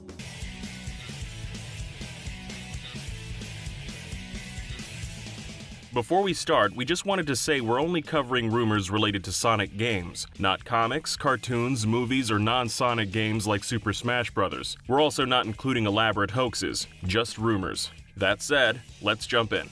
Ever since the release of the original Sonic the Hedgehog game, there's been a slew of schoolyard rumors. One absurd yet persistent rumor is that it's possible to unlock a firearm in various Sonic games, starting with Sonic 1. These rumors usually say Sonic can unlock anything from a pistol to a rocket launcher by doing a specific set of actions or using cheat codes. These rumors may have even inspired the creation of the Shadow the Hedgehog game. According to the former head of Sonic Team, Yuji Naka, they received many letters from kids asking to give Sonic a gun, which led to them giving Shadow a gun in his own game. Another schoolyard rumor sprung up after Sonic 2's release. The rumor stated that when Sonic gets squished in Metropolis Zone, there's a small chance to see a pancaked Sonic fall off the screen, followed by a pair of eyeballs. No proof of this exists, however, and there's no evidence of a squished Sonic or his loose eyeballs in the game's data. Although we've covered it in past videos, it's worth mentioning there were rumors of secret levels hidden within Sonic 2. These levels turned out to be the Cut Hidden Palace Zone, which was shown off in magazines and special events before Sonic 2's release. Although 90s rumors aren't well documented, one was so persistent it's still brought up to this day. There's been conflicting rumors about Michael Jackson's involvement in the composition of Sonic 3's soundtrack for many years. In March 2006, YouTube user QJimbo made a video titled Michael Jackson's Sonic 3, detailing evidence of Jackson's involvement. Their evidence included how Carnival Night Zone's theme had a similar breakdown to Jackson's song Jam, and how the Sonic 3 credits theme had a similar chord progression to Stranger in Moscow. Some tracks also had distinctive vocalizations reminiscent of Jackson's style. Many of Jackson's collaborators were also credited on Sonic 3, including Brad Buxer, Doug Grisby III, and Sirocco, aka C. Sirocco Jones. And there's already a connection between the two entities, as Sega had worked on Jackson's Moonwalker game. Fans speculated that Jackson was replaced and uncredited due to child abuse allegations surfacing during production of Sonic 3. The Sonic and Knuckles collection for PC fanned the flames of this rumor, as it used different music and didn't feature the Jackson-esque vocalizations. However, this may be due to the collection's soundtrack being converted to a MIDI format for PC, which struggled to reproduce the same sounds as the Genesis. Some parts of the rumor were confirmed in a 2005 interview with Roger Hector, the ex-director of the Sega Technical Institute. Hector claimed the child abuse scandal emerged during work on Sonic Sonic 3, leading to Sonic Spinball composer Howard Drawson rewriting much of Sonic 3's music. However, fans believe Jackson's songs are still in the game. Similarities emerged over the years, such as the Glass Smash sample in Carnival Night Zone also being in Jackson's In the Closet. In 2009, French magazine Black and White spoke to keyboardist Brad Buxer, a frequent Jackson collaborator who was credited in Sonic 3. He confirmed Jackson worked on Sonic 3, but as he'd never played it himself, Buxer couldn't confirm if the tracks made it into the game. However, he and other songwriters for Sonic 3 have contradicted Hector, stating Jackson withdrew his credit as he was unhappy with how his tracks sounded on the Genesis sound hardware. Buxer also confirmed Stranger in Moscow was based on the Sonic 3 end credits theme. In 2009, Sega released Sonic's Ultimate Genesis Collection, where the first official acknowledgement of Jackson's involvement was made. Buxer's name surfaced again in 2013. He'd written a song called Hard Times with part of the group The Jetsons, which sounded almost identical to Ice Cap Zone Act 1. Buxer later confirmed he repurposed the song for Sonic. Game Trailers' Pop Fiction also looked into the mystery, finding both sides of the story somewhat true. Jackson indeed had issues with the sound quality and backed away from the project while giving his blessing for his team to continue. At the same time, Sega wished to distance themselves from Jackson due to the controversy surrounding him. Hector told Game Trailers that Jackson loved Sonic 2 and asked to be shown around the Sega Technical Institute. While he was visiting, Jackson was asked by a developer if he'd like to work on the soundtrack for Sonic 3. Though Hector denied Jackson's work made it into the final game, a source involved with the game's development confirmed to Game Trailers that Jackson's work did make it in. They cited Carnival Night Zone specifically as a song that still contained Jackson's work. They also confirmed Jackson wanted Black and White to be in Sonic 3, but encountered resistance from his own lawyers. Sonic & Knuckles was also the subject of rumors. The Sonic & Knuckles cartridge featured lock-on technology, which let players plug other games on top of the cartridge. By plugging Sonic 3 on top, players can play through both games as one with new features, and by inserting Sonic 2, players can play as Knuckles through the entire game instead of Sonic. This feature led to rumors that Knuckles could be played in Sonic 1 if the cartridge was plugged into the top of Sonic & Knuckles. More outlandish rumors said plugging Echo the Dolphin or Streets of Rage 2 into the cart would unlock Sonic in those games as a playable character. According to TV Tropes, even the Australian magazine Sega Megazone claimed you could play as Tails in Sonic 1 using the lock-on tech. However, plugging these cartridges into Sonic & Knuckles easily debunks the rumors, as they simply trigger the incompatible No Way screen when booted up. That said, inserting Sonic 1 into Sonic & Knuckles does unlock something, a collection of Blue Sphere bonus stages. Some rumors spread saying you could unlock a playable character such as Hyper Tails, Metal Sonic, or Robotnik if you played through every Blue Sphere level after Sonic 1 is put into Sonic & Knuckles. However, this isn't the case. Due to the way the levels are generated, there's over 100 million stages to be played. But as TV Tropes points out, if each level is solved in just 2 minutes, it'd take around 400 years of continuous play to beat them all. There's also nothing in the game data suggesting there's unlockable or unused characters. There was also a rumor that you could beat the robot in Angel Island Act 1 before it torches the area. This would apparently leave the entire area lush and untorched. However, destroying the robot before it leaves isn't possible. The rumor probably stems from the fact that you can hit the robot in the same fashion as a boss. 1996's Sonic 3D Blast also attracted the rumor mill, with some alleging a secret level select menu was hidden in the game. Apparently, if players hit or jiggled the cartridge while the game was actually running, a message would appear saying, "Congratulations, you found the secret level select screen." Then the select screen would start. This rumor turned out to be true, but the level select wasn't planned as an unlockable feature. The game's programmer, John Burton, explained the situation on his YouTube channel, Game Hut. To make sure 3D Blast made it past Sega's quality checks, which looked for things like bugs and crashes, Burton coded the game to redirect to a secret level select instead of an error screen in the event of a crash. This meant if the game did crash, testers at Sega would just think they'd unlocked a secret menu, and the game would be approved. It was never meant for the level select to be found by disrupting the cartridge. Hitting it just glitches the game. Before Sonic Adventure was unveiled, rumors circulated that a new Sonic & Knuckles game was in the works for the Dreamcast. However, no such game turned up, and when Sega showed off Sonic Adventure, it became clear the rumor was idle speculation. After the completion of Sonic Adventure in 1998, rumors popped up that Sonic Team would split into multiple smaller teams. This rumor was addressed by Yuji Naka, who said he couldn't answer whether the team would be broken into smaller units. In the end, Sonic Team did split in two. One half, led by Naka, remained in Japan to work on new franchises like Choo Choo Rocket, Samba de Amigo, and Phantasy Star Online. The other, named Sonic Team USA, moved to San Francisco to develop Sonic Adventure 2. In October 1999, shortly before Sonic Adventure 2 was announced, IGN reported Sonic 3 would be coming to the Dreamcast. A quote, very reliable source in Japan told them that Sonic 3 on Dreamcast will be an enhanced version, similar to Sonic Adventure, with a lot more. It's possible that someone saw footage of Sonic Adventure 2 and believed it to be a remake of Sonic 3, but even that would be a stretch. An often repeated rumor about Adventure 2 was that at some point in development it was meant to have branching storylines. An example was described in the UK's official Dreamcast magazine, issue number 7. Sonic would be trapped aboard a sinking submarine, and the player would have a choice to either escape the sub or try to pilot it. This rumor was dispelled by game historian Liam Robertson after several outlets, us included, mistakenly reported the rumor as fact. Robertson had asked Takashi Iizuka about it directly, and was told it was never a feature. The existence of Shadow the Hedgehog and Rouge the Bat were rumored as early as April 2000. The rumors seemed to originate from IGN's defunct website Sega Dojo, after they spoke to an electronics boutique representative that had visited a game discussion at Sega HQ in San Francisco. The representative spoke of a female bat named Nails, who was said to be a spy. He also mentioned a dark version of Sonic, a shadow that only had one eye in some of the concept art. Official art confirming this claim was eventually shown in 2016. Shadow was formally unveiled in the first trailer for Sonic Adventure 2 at E3 2000. He remained a mystery for many months, but Shadow and Rouge's names were leaked by toy company Resource at the Toy Fair in February 2001. Resource was advertising its third series of Sonic Adventure figures, which was set to include Shadow and Rouge. Resource went out of business before they were able to release these figures. There were other less credible rumors. Some rumors stated that Tails wouldn't be in Adventure 2, and that Metal Sonic would be the villain. Some rumors also said Sonic would be kidnapped, and that Tails, Knuckles, and Amy would rescue him. Official Dreamcast magazine claimed that 5 new characters from Genesis, Game Gear, and arcade Sonic titles would be added to the game. This meant characters like Mighty, Espio, Vector, and others might appear in the game. However, the final game had very few returning characters outside of the core cast. After Adventure 2's release, rumors spread about various Chao forms.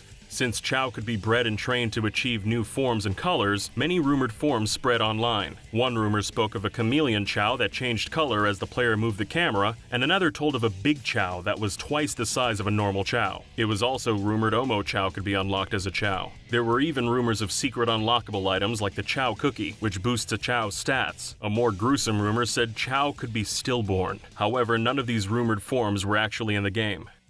In late 2000, rumors popped up of a 10th anniversary Sonic game. This was believed to be a Sonic compilation featuring all of Sonic's Genesis, 32X, Sega CD, and Saturn games on 2 GD ROMs. However, no compilation ever surfaced. In 2000 and 2001, a few rumors emerged that Sega and Nintendo were working on a crossover RPG for both the Dreamcast and GameCube featuring Mario and Sonic. The crossover RPG was said to have characters like Sonic, Knights, Virtual Fighter Kids, Mario, Donkey Kong, and Pikachu. The Dreamcast version would apparently have been titled Sega and Nintendo, the Cosmo Cube, with the GameCube version being titled Nintendo and Sega, the Dream Come True. The rumors became so rampant that then president of Sega of America, Peter Moore, commented on the rumors. Moore told IGN he thought the rumors were just wishful thinking, but he wouldn't be surprised if Sega and Nintendo worked together in some way on future games. Moore's comments seemed to put an end to most speculation. One of the Sonic series' most persistent rumors is the existence of a Sonic Adventure 3.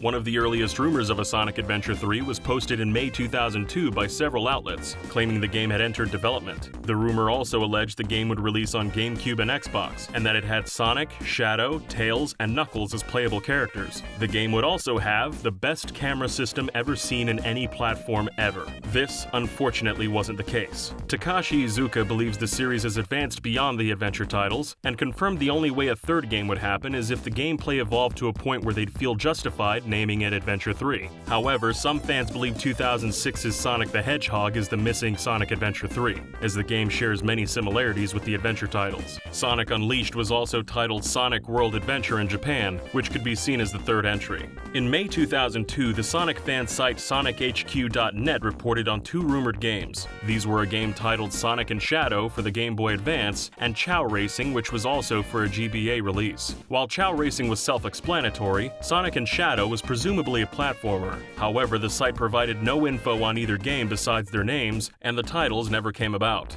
A few rumors also spread after the release of Sonic Heroes. It was rumored that you could unlock Metal Sonic in the game by getting an A rank in every stage, just like in Adventure DX. Another rumor said that getting an A rank on everything would unlock Team Metal, who would chase Team Sonic throughout their stages. A rumor about the voice cast of the Sonic games popped up after the release of Sonic Advance 3. This was the final game in the series with the original Sonic Adventure voice cast. From Shadow the Hedgehog onwards, they were replaced by the cast from Sonic X. The game also marked the last time Eggman's voice actor, Dean Bristow, would record new lines for the character before his passing. Some Sonic fans speculated that Bristow's passing is what made Sega replace the existing voice lineup with the Sonic X cast, but this wasn't true.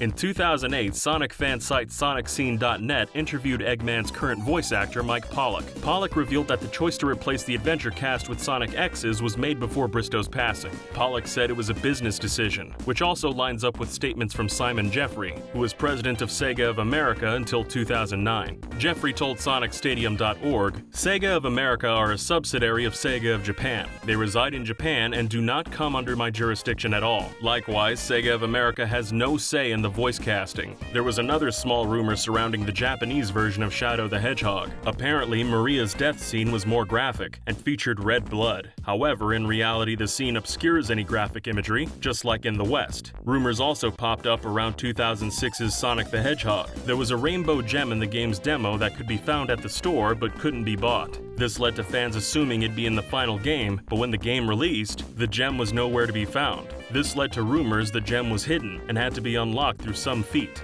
This ranged from beating all the game's hard mode stages, finishing every stage quickly, or finishing every stage with a perfect score. Fans were fueled by the idea that the gem would unlock the ability to turn into Super Sonic. However, the rainbow gem was cut from the final game, despite it originally being planned to unlock Super Sonic in some way.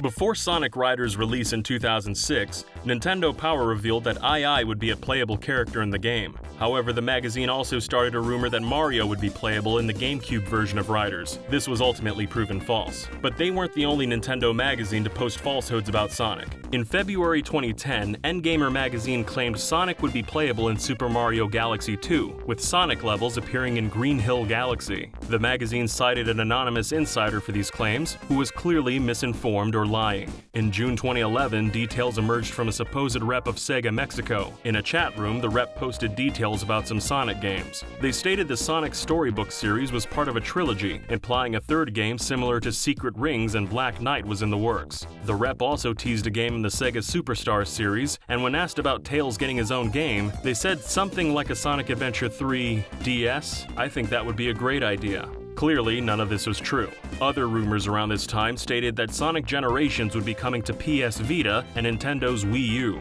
However, these versions never surfaced. Also in 2011, rumors of a new Sonic game titled Sonic Dimensions began circulating. The game supposedly had Sonic split into multicolored copies of himself after an incident with one of Dr. Eggman's machines. The colors were red, orange, purple, green, and yellow, in addition to the original blue. Each would have different attributes, such as the red Sonic being able to create explosions but having low speed and jump height, and purple Sonic having psychic powers similar to Silver. The game was also set to have 2D gameplay with mechanics very similar to those of classic Sonic titles. Sega was said to be collaborating with Nintendo on the game, leading to speculation it would be a Wii U exclusive. There's no evidence a game like this ever existed. In July 2012, rumors surfaced that Sonic Adventure 3 was in production again. Further speculation arose when several web domains were discovered, including sonicadventure3.com, .net, .org, .info, .fr, and .eu.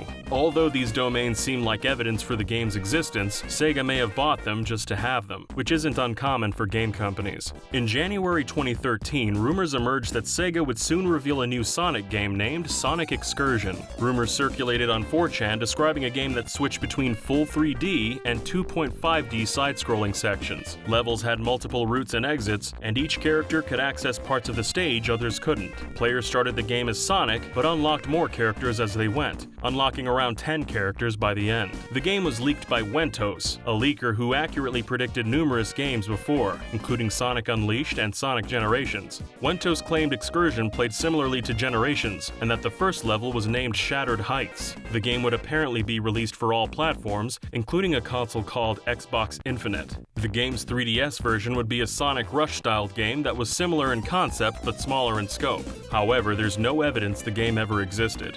Later in 2013, a game called Sonic Thunderstorm or Sonic Blue Thunder was rumored to exist. This game had a new character named Static the Hedgehog, and most of the recurring Sonic cast would have teenage clones of themselves. This game would be similar to Sonic Colors, but have 4 different story modes and see the return of Chow Gardens. As you might expect, the game never surfaced. In May 2015, rumors of a new Sonic title surfaced once again. This was due to Orbot's German voice actor Romanus Furman updating his resume to include a game called Sonic Mach 2. No other info was given about the game besides a 2015 release. To get more info, fans messaged Sonic developer Takashi Iizuka on Facebook. Iizuka's messages were somewhat vague and seemed to deflect more than confirm or deny anything. After a few Sonic fan sites reported on the rumor, Furman removed the game from his resume. As Sonic Runners released in 2015 and had Orbots in it, it's possible that Sonic Mach 2 was an early name for Runners, but without confirmation, it could all be a mistake that led to rumors. In early 2018, rumors of a Sonic Heroes remake circulated on 4chan. The rumors said that Sonic Team was working on a Sonic Heroes remake for some time, with it being developed alongside Sonic Forces. It would be a timed exclusive on the PS4, with Xbox, Switch, and PC versions following 4 months later. The game was said to have a graphical overhaul resembling a more refined version of Seaside Hill from Sonic Generations. The game would also include an online time trial leaderboard, and a new team where players can insert Sonic Forces avatars. Players could even import their Forces avatars into Heroes. A leak around the same time said Forces 2 was in the works. None of these games surfaced, however. In late 2019, someone alleging to be a Sega of America employee took to 4chan, talking about a game called Sonic Rift. This was supposedly Sonic's 30th anniversary game, and was the first in a 2-part volume, with the second game releasing on Sonic's 35th anniversary. The 35th anniversary game would be Sonic Adventure 3, and bring back every villain and act as both a finale and a setup for a new continuity. Other games would release between 2 titles, such as Sonic Mania 2 and possibly Sonic 5. Dimps had apparently been contacted about making a new Sonic Rush title that'd be exclusive for Switch called Sonic Rush Infinity. If you're thinking this sounds laughably hopeful, you're right. None of these games surfaced. Fans had always hoped that the Sonic Adventure games would receive a sequel or be remade, and in early 2020, speculation turned into full-blown rumors. The rumors stated that Sega was preparing a Sonic Adventure-themed music event, which would take place sometime later that year. Sonic fan site TSSZ was tipped off that singer-songwriter Eizo Sakamoto would be singing Open Your Heart at the event, and they were even sent 2 MP3s of Sakamoto singing for the song. This is noteworthy as Sakamoto performed Open Your Heart when Sonic Adventure was first revealed. The rumored event was also said to feature new artwork of Sonic in a pose from Sonic Adventure DX with updated graphics. In April the previous year, former Sonic Team artist Hiroshi Nishiyama also had been rehired. Again, this is noteworthy, as Nishiyama worked on Adventure as lead field artist. Not only this, but in late 2018, Takashi Iizuka himself told Retro Gamer he'd like to remake the game, saying, "It was the very first 3D game that we worked on, and looking at it now, I can see the rough edges it has, which really makes me want to remake it again." The music featuring Sakamoto, Nishiyama being rehired, and Iizuka's comments have all led fans to believe a Sonic Adventure game may be announced in 2020. But if we've learned anything throughout the course of this video, it's to not get our hopes up.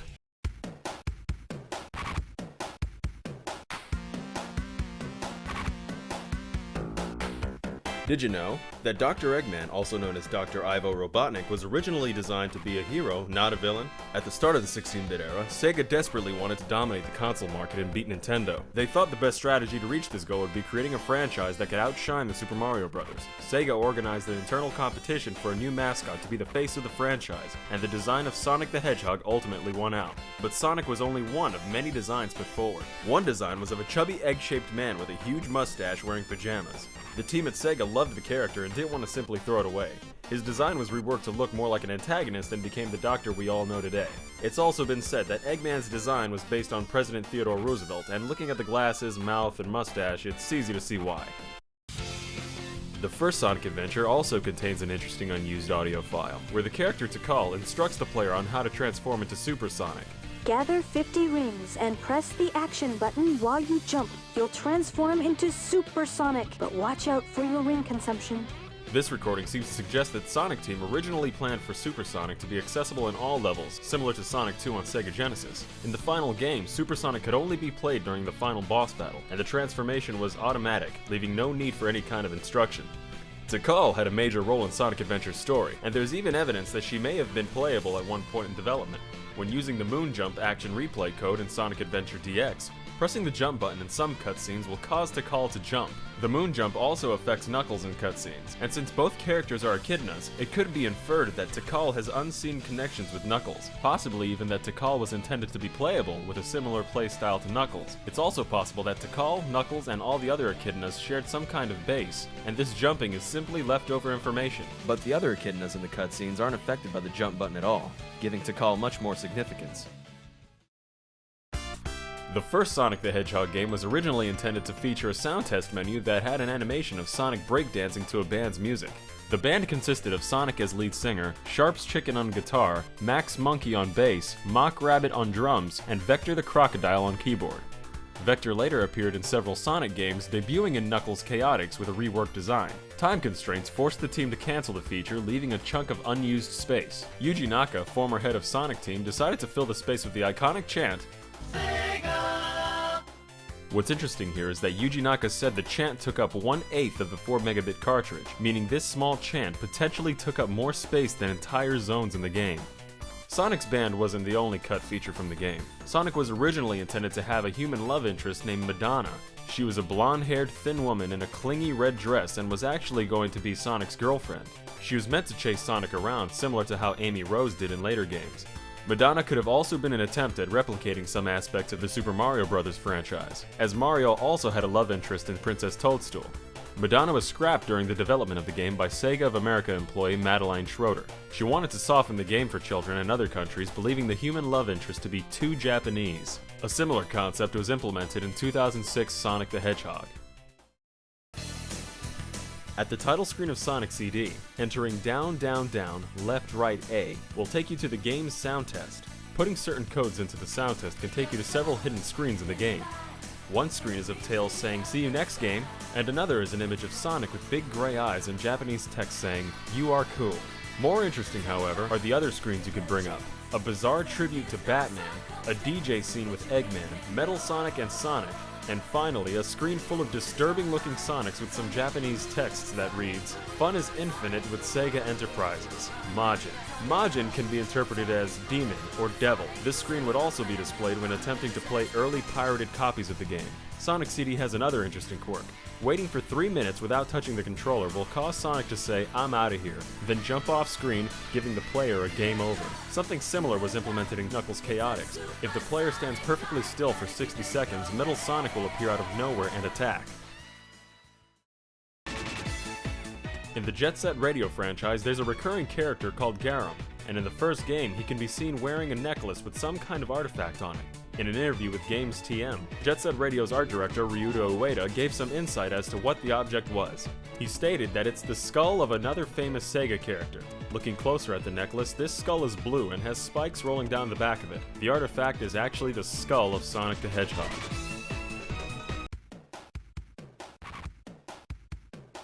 Did you know? Sonic's trademark speed was actually inspired by the original Super Mario Bros. In issue 260 of Nintendo Power, Sonic's co-creator Yuji Naka revealed the initial concept for Sonic the Hedgehog's fast gameplay came from playing level 1-1 of Super Mario Bros. Over and over again as fast as he could, since you always had to play the level first regardless of whether you used warp zones or not. Naka said, "I always tried to get through the level as fast as I could, and that inspired the initial concept for Sonic the Hedgehog." Sonic's design itself had different inspirations. Sonic's shoes were inspired by Michael Jackson's boots and the color scheme of Santa Claus. Sonic's personality was, interestingly, inspired by the 42nd President of the United States, Bill Clinton. Michael Jackson has other connections to the Sonic franchise. According to Sega Technical Institute director Roger Hector, Jackson was initially brought in during the development of Sonic 3 to compose some music, even though his involvement was never mentioned in any of the game's credits. Jackson's removal was supposedly due to the child abuse allegations against him that arose at that time, and his removal led to the music being reworked. In December 2009, Jackson's composer Bradley Buxer, who is credited in Sonic 3 as Brad Buxer, told French magazine Black and White that Jackson was involved with some of Sonic 3's compositions, and was supposed supposedly not credited because he wasn't happy with how the Genesis' lacking sound chip handled the music. More Sonic games have interesting stories surrounding their soundtracks. Hideki Naganuma, who composed most of the music for Sonic Rush, usually sampled audio from many other mediums when making his music. For Sonic Rush, Naganuma sampled audio from at least 14 other creations. An obvious sample is in the track Back to Back, which uses the main melody from Louie Louie.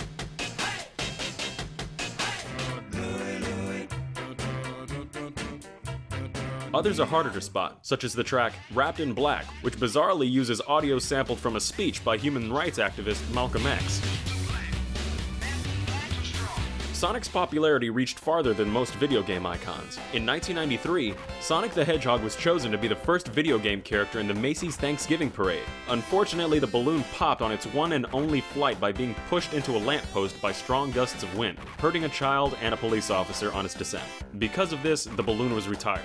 A differently designed Sonic came back in 2011 and has been there since. Sonic also won the award of the longest running video game comic in 2008. Archie Comics made over 200 issues, including specials. Sonic's comic started in 1993 and is still going today. Sonic has even influenced the naming of scientific discoveries. There's a gene called Sonic Hedgehog, named after Sonic himself. The gene also has an inhibitor, something that can stop the process of a gene, named Robotnikinin, named after Sonic's nemesis, Dr. Ivo Eggman Robotnik. A lot of the content in Sonic games has also been reworked, and sometimes cut entirely. In the original Sonic the Hedgehog, Sonic was going to wear goggles. The goggles can still be found in the game's ROM.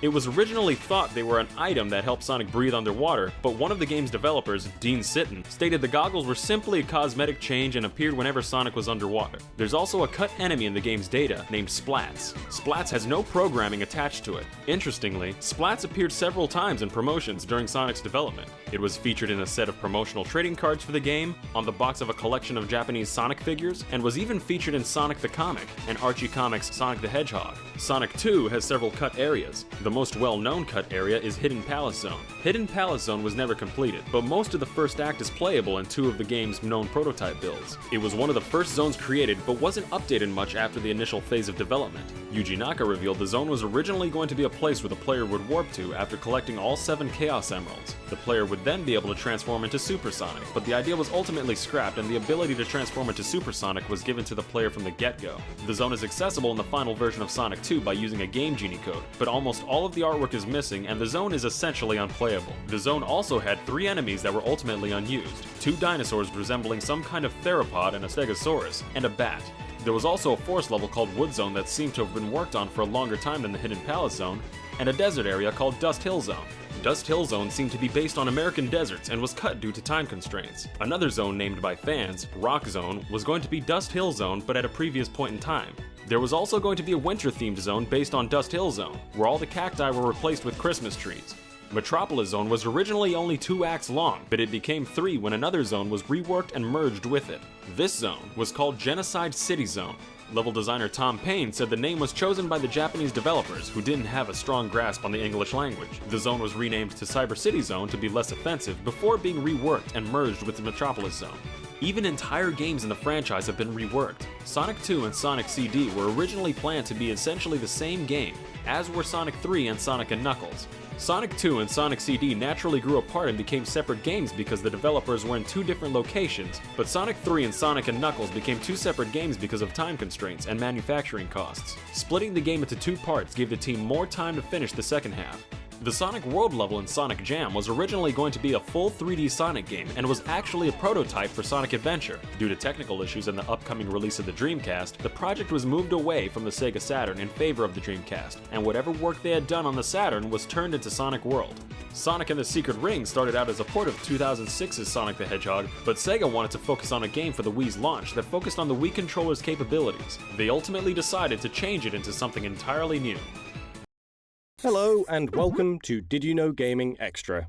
In this episode, we'll be exploring trivia from games on Sega's last foray into the world of consoles, the much-loved Dreamcast. Sega was in a tough situation with the Dreamcast. Their competition was about to ramp up the console race into top gear, with consoles from Sony, Nintendo, and Microsoft on the horizon.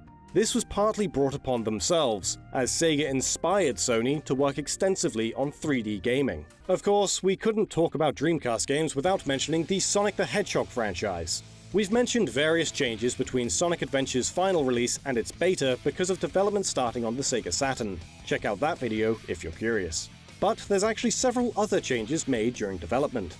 The Windy Valley area went through dramatic redesigns between the release of the Sonic Adventure auto demo and its final release. The area was originally planned to be largely covered on foot, with wider open fields. The final version, however, has the player traverse more narrow, winding pathways. A number of textures in the level also differ. While the tornado did still make an appearance and sweep Sonic away, it is a completely different shape and color. It's speculated that the level was overhauled because its design didn't line up with the rest of the game. Members of SonicHacking.org have been working on properly restoring the original prototype of the area for Sonic Adventure DX as faithfully as possible. YouTuber Blaze Hedgehog has uploaded a complete playthrough of the project in 4K if you're interested in seeing the level in its entirety. Another element featured in the game's auto demo was Knuckles' uppercut attack. The attack appears to be similar to the punch attack featured in the final game. However, this flurry of punches ended in a spinning uppercut. It is as yet still unknown why this was removed from the game. Another piece of trivia surrounding Knuckles comes from his theme in the game, Unknown from ME. The track actually incorrectly refers to Knuckles as a porcupine with the line, "The new porcupine on the block with the buff chest."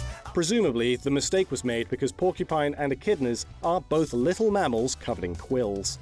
The rap is performed by Marlon Saunders, who worked on the soundtracks for several Sega games like Nights into Dreams, among others. He was also joined by Dread Fox for the Sonic Adventure version of the track, who is also the voice of the rhyming dog, Parappa the Rapper. Hello and welcome to Did You Know Gaming Extra. In this episode, we'll be exploring trivia for games released on Sega's penultimate console, the Saturn. Things initially seemed set for Sega in their race to dominate the video game console market. They already ran one of the most successful arcade machine manufacturing businesses and had previously made a home console with extensive third-party support, resulting in the overwhelmingly popular Mega Drive, or Genesis for the Americans. It seemed like all Sega had to do was just keep on the same track, but little did they know, a third player was set to join the race. Sony. Feeling the threat of the PlayStation's superior graphical capabilities, Sega couldn't think of a better solution to improve their chances of success than to simply stick in another graphics processing chip into their next-gen console. However, this could also be the exact reason why Sega failed so miserably. As a result of this additional graphics card, the Saturn became notoriously difficult to develop for. The system rendered geometry using quadrilaterals, while Sony and Nintendo opted to have their system render 3D using triangles. This led to many Saturn games using a workaround of rendering square-shaped geometry, but simply setting one side's length to 0. While this meant that shapes were capable of being less boxy on the system, it did result in issues of textures being warped or distorted. Another issue the system faced was transparency, with developers often opting to use a checkered dithering effect instead of having anything semi-transparent. Although with the reality of the television sets of the period, blurring would diminish this checkerboard effect, making it look closer to transparency than it would appear on a modern display. The first Sonic the Hedgehog game for the Saturn, Sonic 3D Blast, was simply a port of the already created Sonic 3D released on the Genesis. That said, the port clearly had some extra care and effort put in, as there are some differences like all-new weather effects, redrawn graphics to increase detail and colour depth, as well as new animations to the game's scenery. The special stage was also entirely replaced, with the Saturn using a fully 3D half-pipe minigame inspired by Sonic the Hedgehog 2's bonus stage. What's pretty amazing about the Saturn version, however, is that this edition only took 2 months to port across. The reason for Sonic 3D's existence on the Saturn is also due to the cancellation of another Sonic title that was being created, Sonic Extreme, which we've covered previously on the channel. Sega wanted to make sure a new Sonic title was available for the Saturn in time for the holiday season. Hi, I'm Nostalgia Nerd, and welcome to Did You Know Gaming Extra. In this episode, we'll be taking a look at Sega's contribution to the third generation of console gaming, kicked off by the golden age of arcades, the Master System. The home console market had taken a hard hit after the crash of '83, which saw the gaming sphere oversaturated with consoles and truly terrible third-party software. Despite the crash, the life and soul of gaming was still very much alive in bowling alleys and shopping malls. Arcade cabinets housed enough power to outstrip anything bought on store shelves, and offered experimental titles with superior design. It's no surprise that companies looking to sell home consoles would turn their attention to porting and emulating the games that kept players, pocket change in hand, coming back for more. Japan quickly became gaming's market leader, most notably due to the overwhelming popularity of the NES, which offered highly polished titles produced in-house. However, as far as Europe and South America were concerned, it was Sega's Master System that ruled supreme. The system's library featured ports of Sega's more popular arcade titles, such as Golden Axe and Outrun, as well as of high-quality games that came built into the system's BIOS, including Hang On, Sonic the Hedgehog, and Alex Kidd in Miracle World. As the rest of the world moved on to newer consoles, the Master System's lifespan in Brazil extended long after its decline everywhere else, and brand new titles were even ported over from the Game Gear, Sega's direct competitor to Nintendo's Game Boy. One such title was Sonic Blast. While the name may imply some kind of connection to the Mega Drive and Saturn's Sonic 3D Blast, the only thing the two games have in common is Sonic & Co. Sonic Blast was otherwise known as G-Sonic, the last first-party title released for the Game Gear in Japan. While the Master System's higher screen resolution allowed players to see more of the environment than they could on a handheld screen, the ports came with a raft of issues. High visual detail was sacrificed in order to accommodate the Master System's smaller palette, leading to a compression of colour that's not easy on the eyes. There were also very few changes that accounted for the increase in screen size beyond a few borders in menus and loading screens. This meant gameplay was frequently afflicted by graphical artifacts and screen flickering. To top it off, the game is impossible to run on earlier Master System models due to its 1MB cartridge size, which is enormous compared to games made back in the Master System's heyday. While Sonic Blast is critically panned by retro enthusiasts and is seen as a disappointing end to the Game Gear's cycle, the Master System port's existence is just one of many that prove the Brazilian market was strong enough for Tectoy to put any time or money into developing it in the first place. In fact, the console is still being produced in Brazil today. After multiple re-releases, its current iteration looks a little different than the original, with Tectoy having done away with a cartridge slot in the noughties. Today, Brazilian consumers can pick up a Master System complete with 132 games built in for 149 real, which works out to about $40, making it by far the cheapest console available in the country.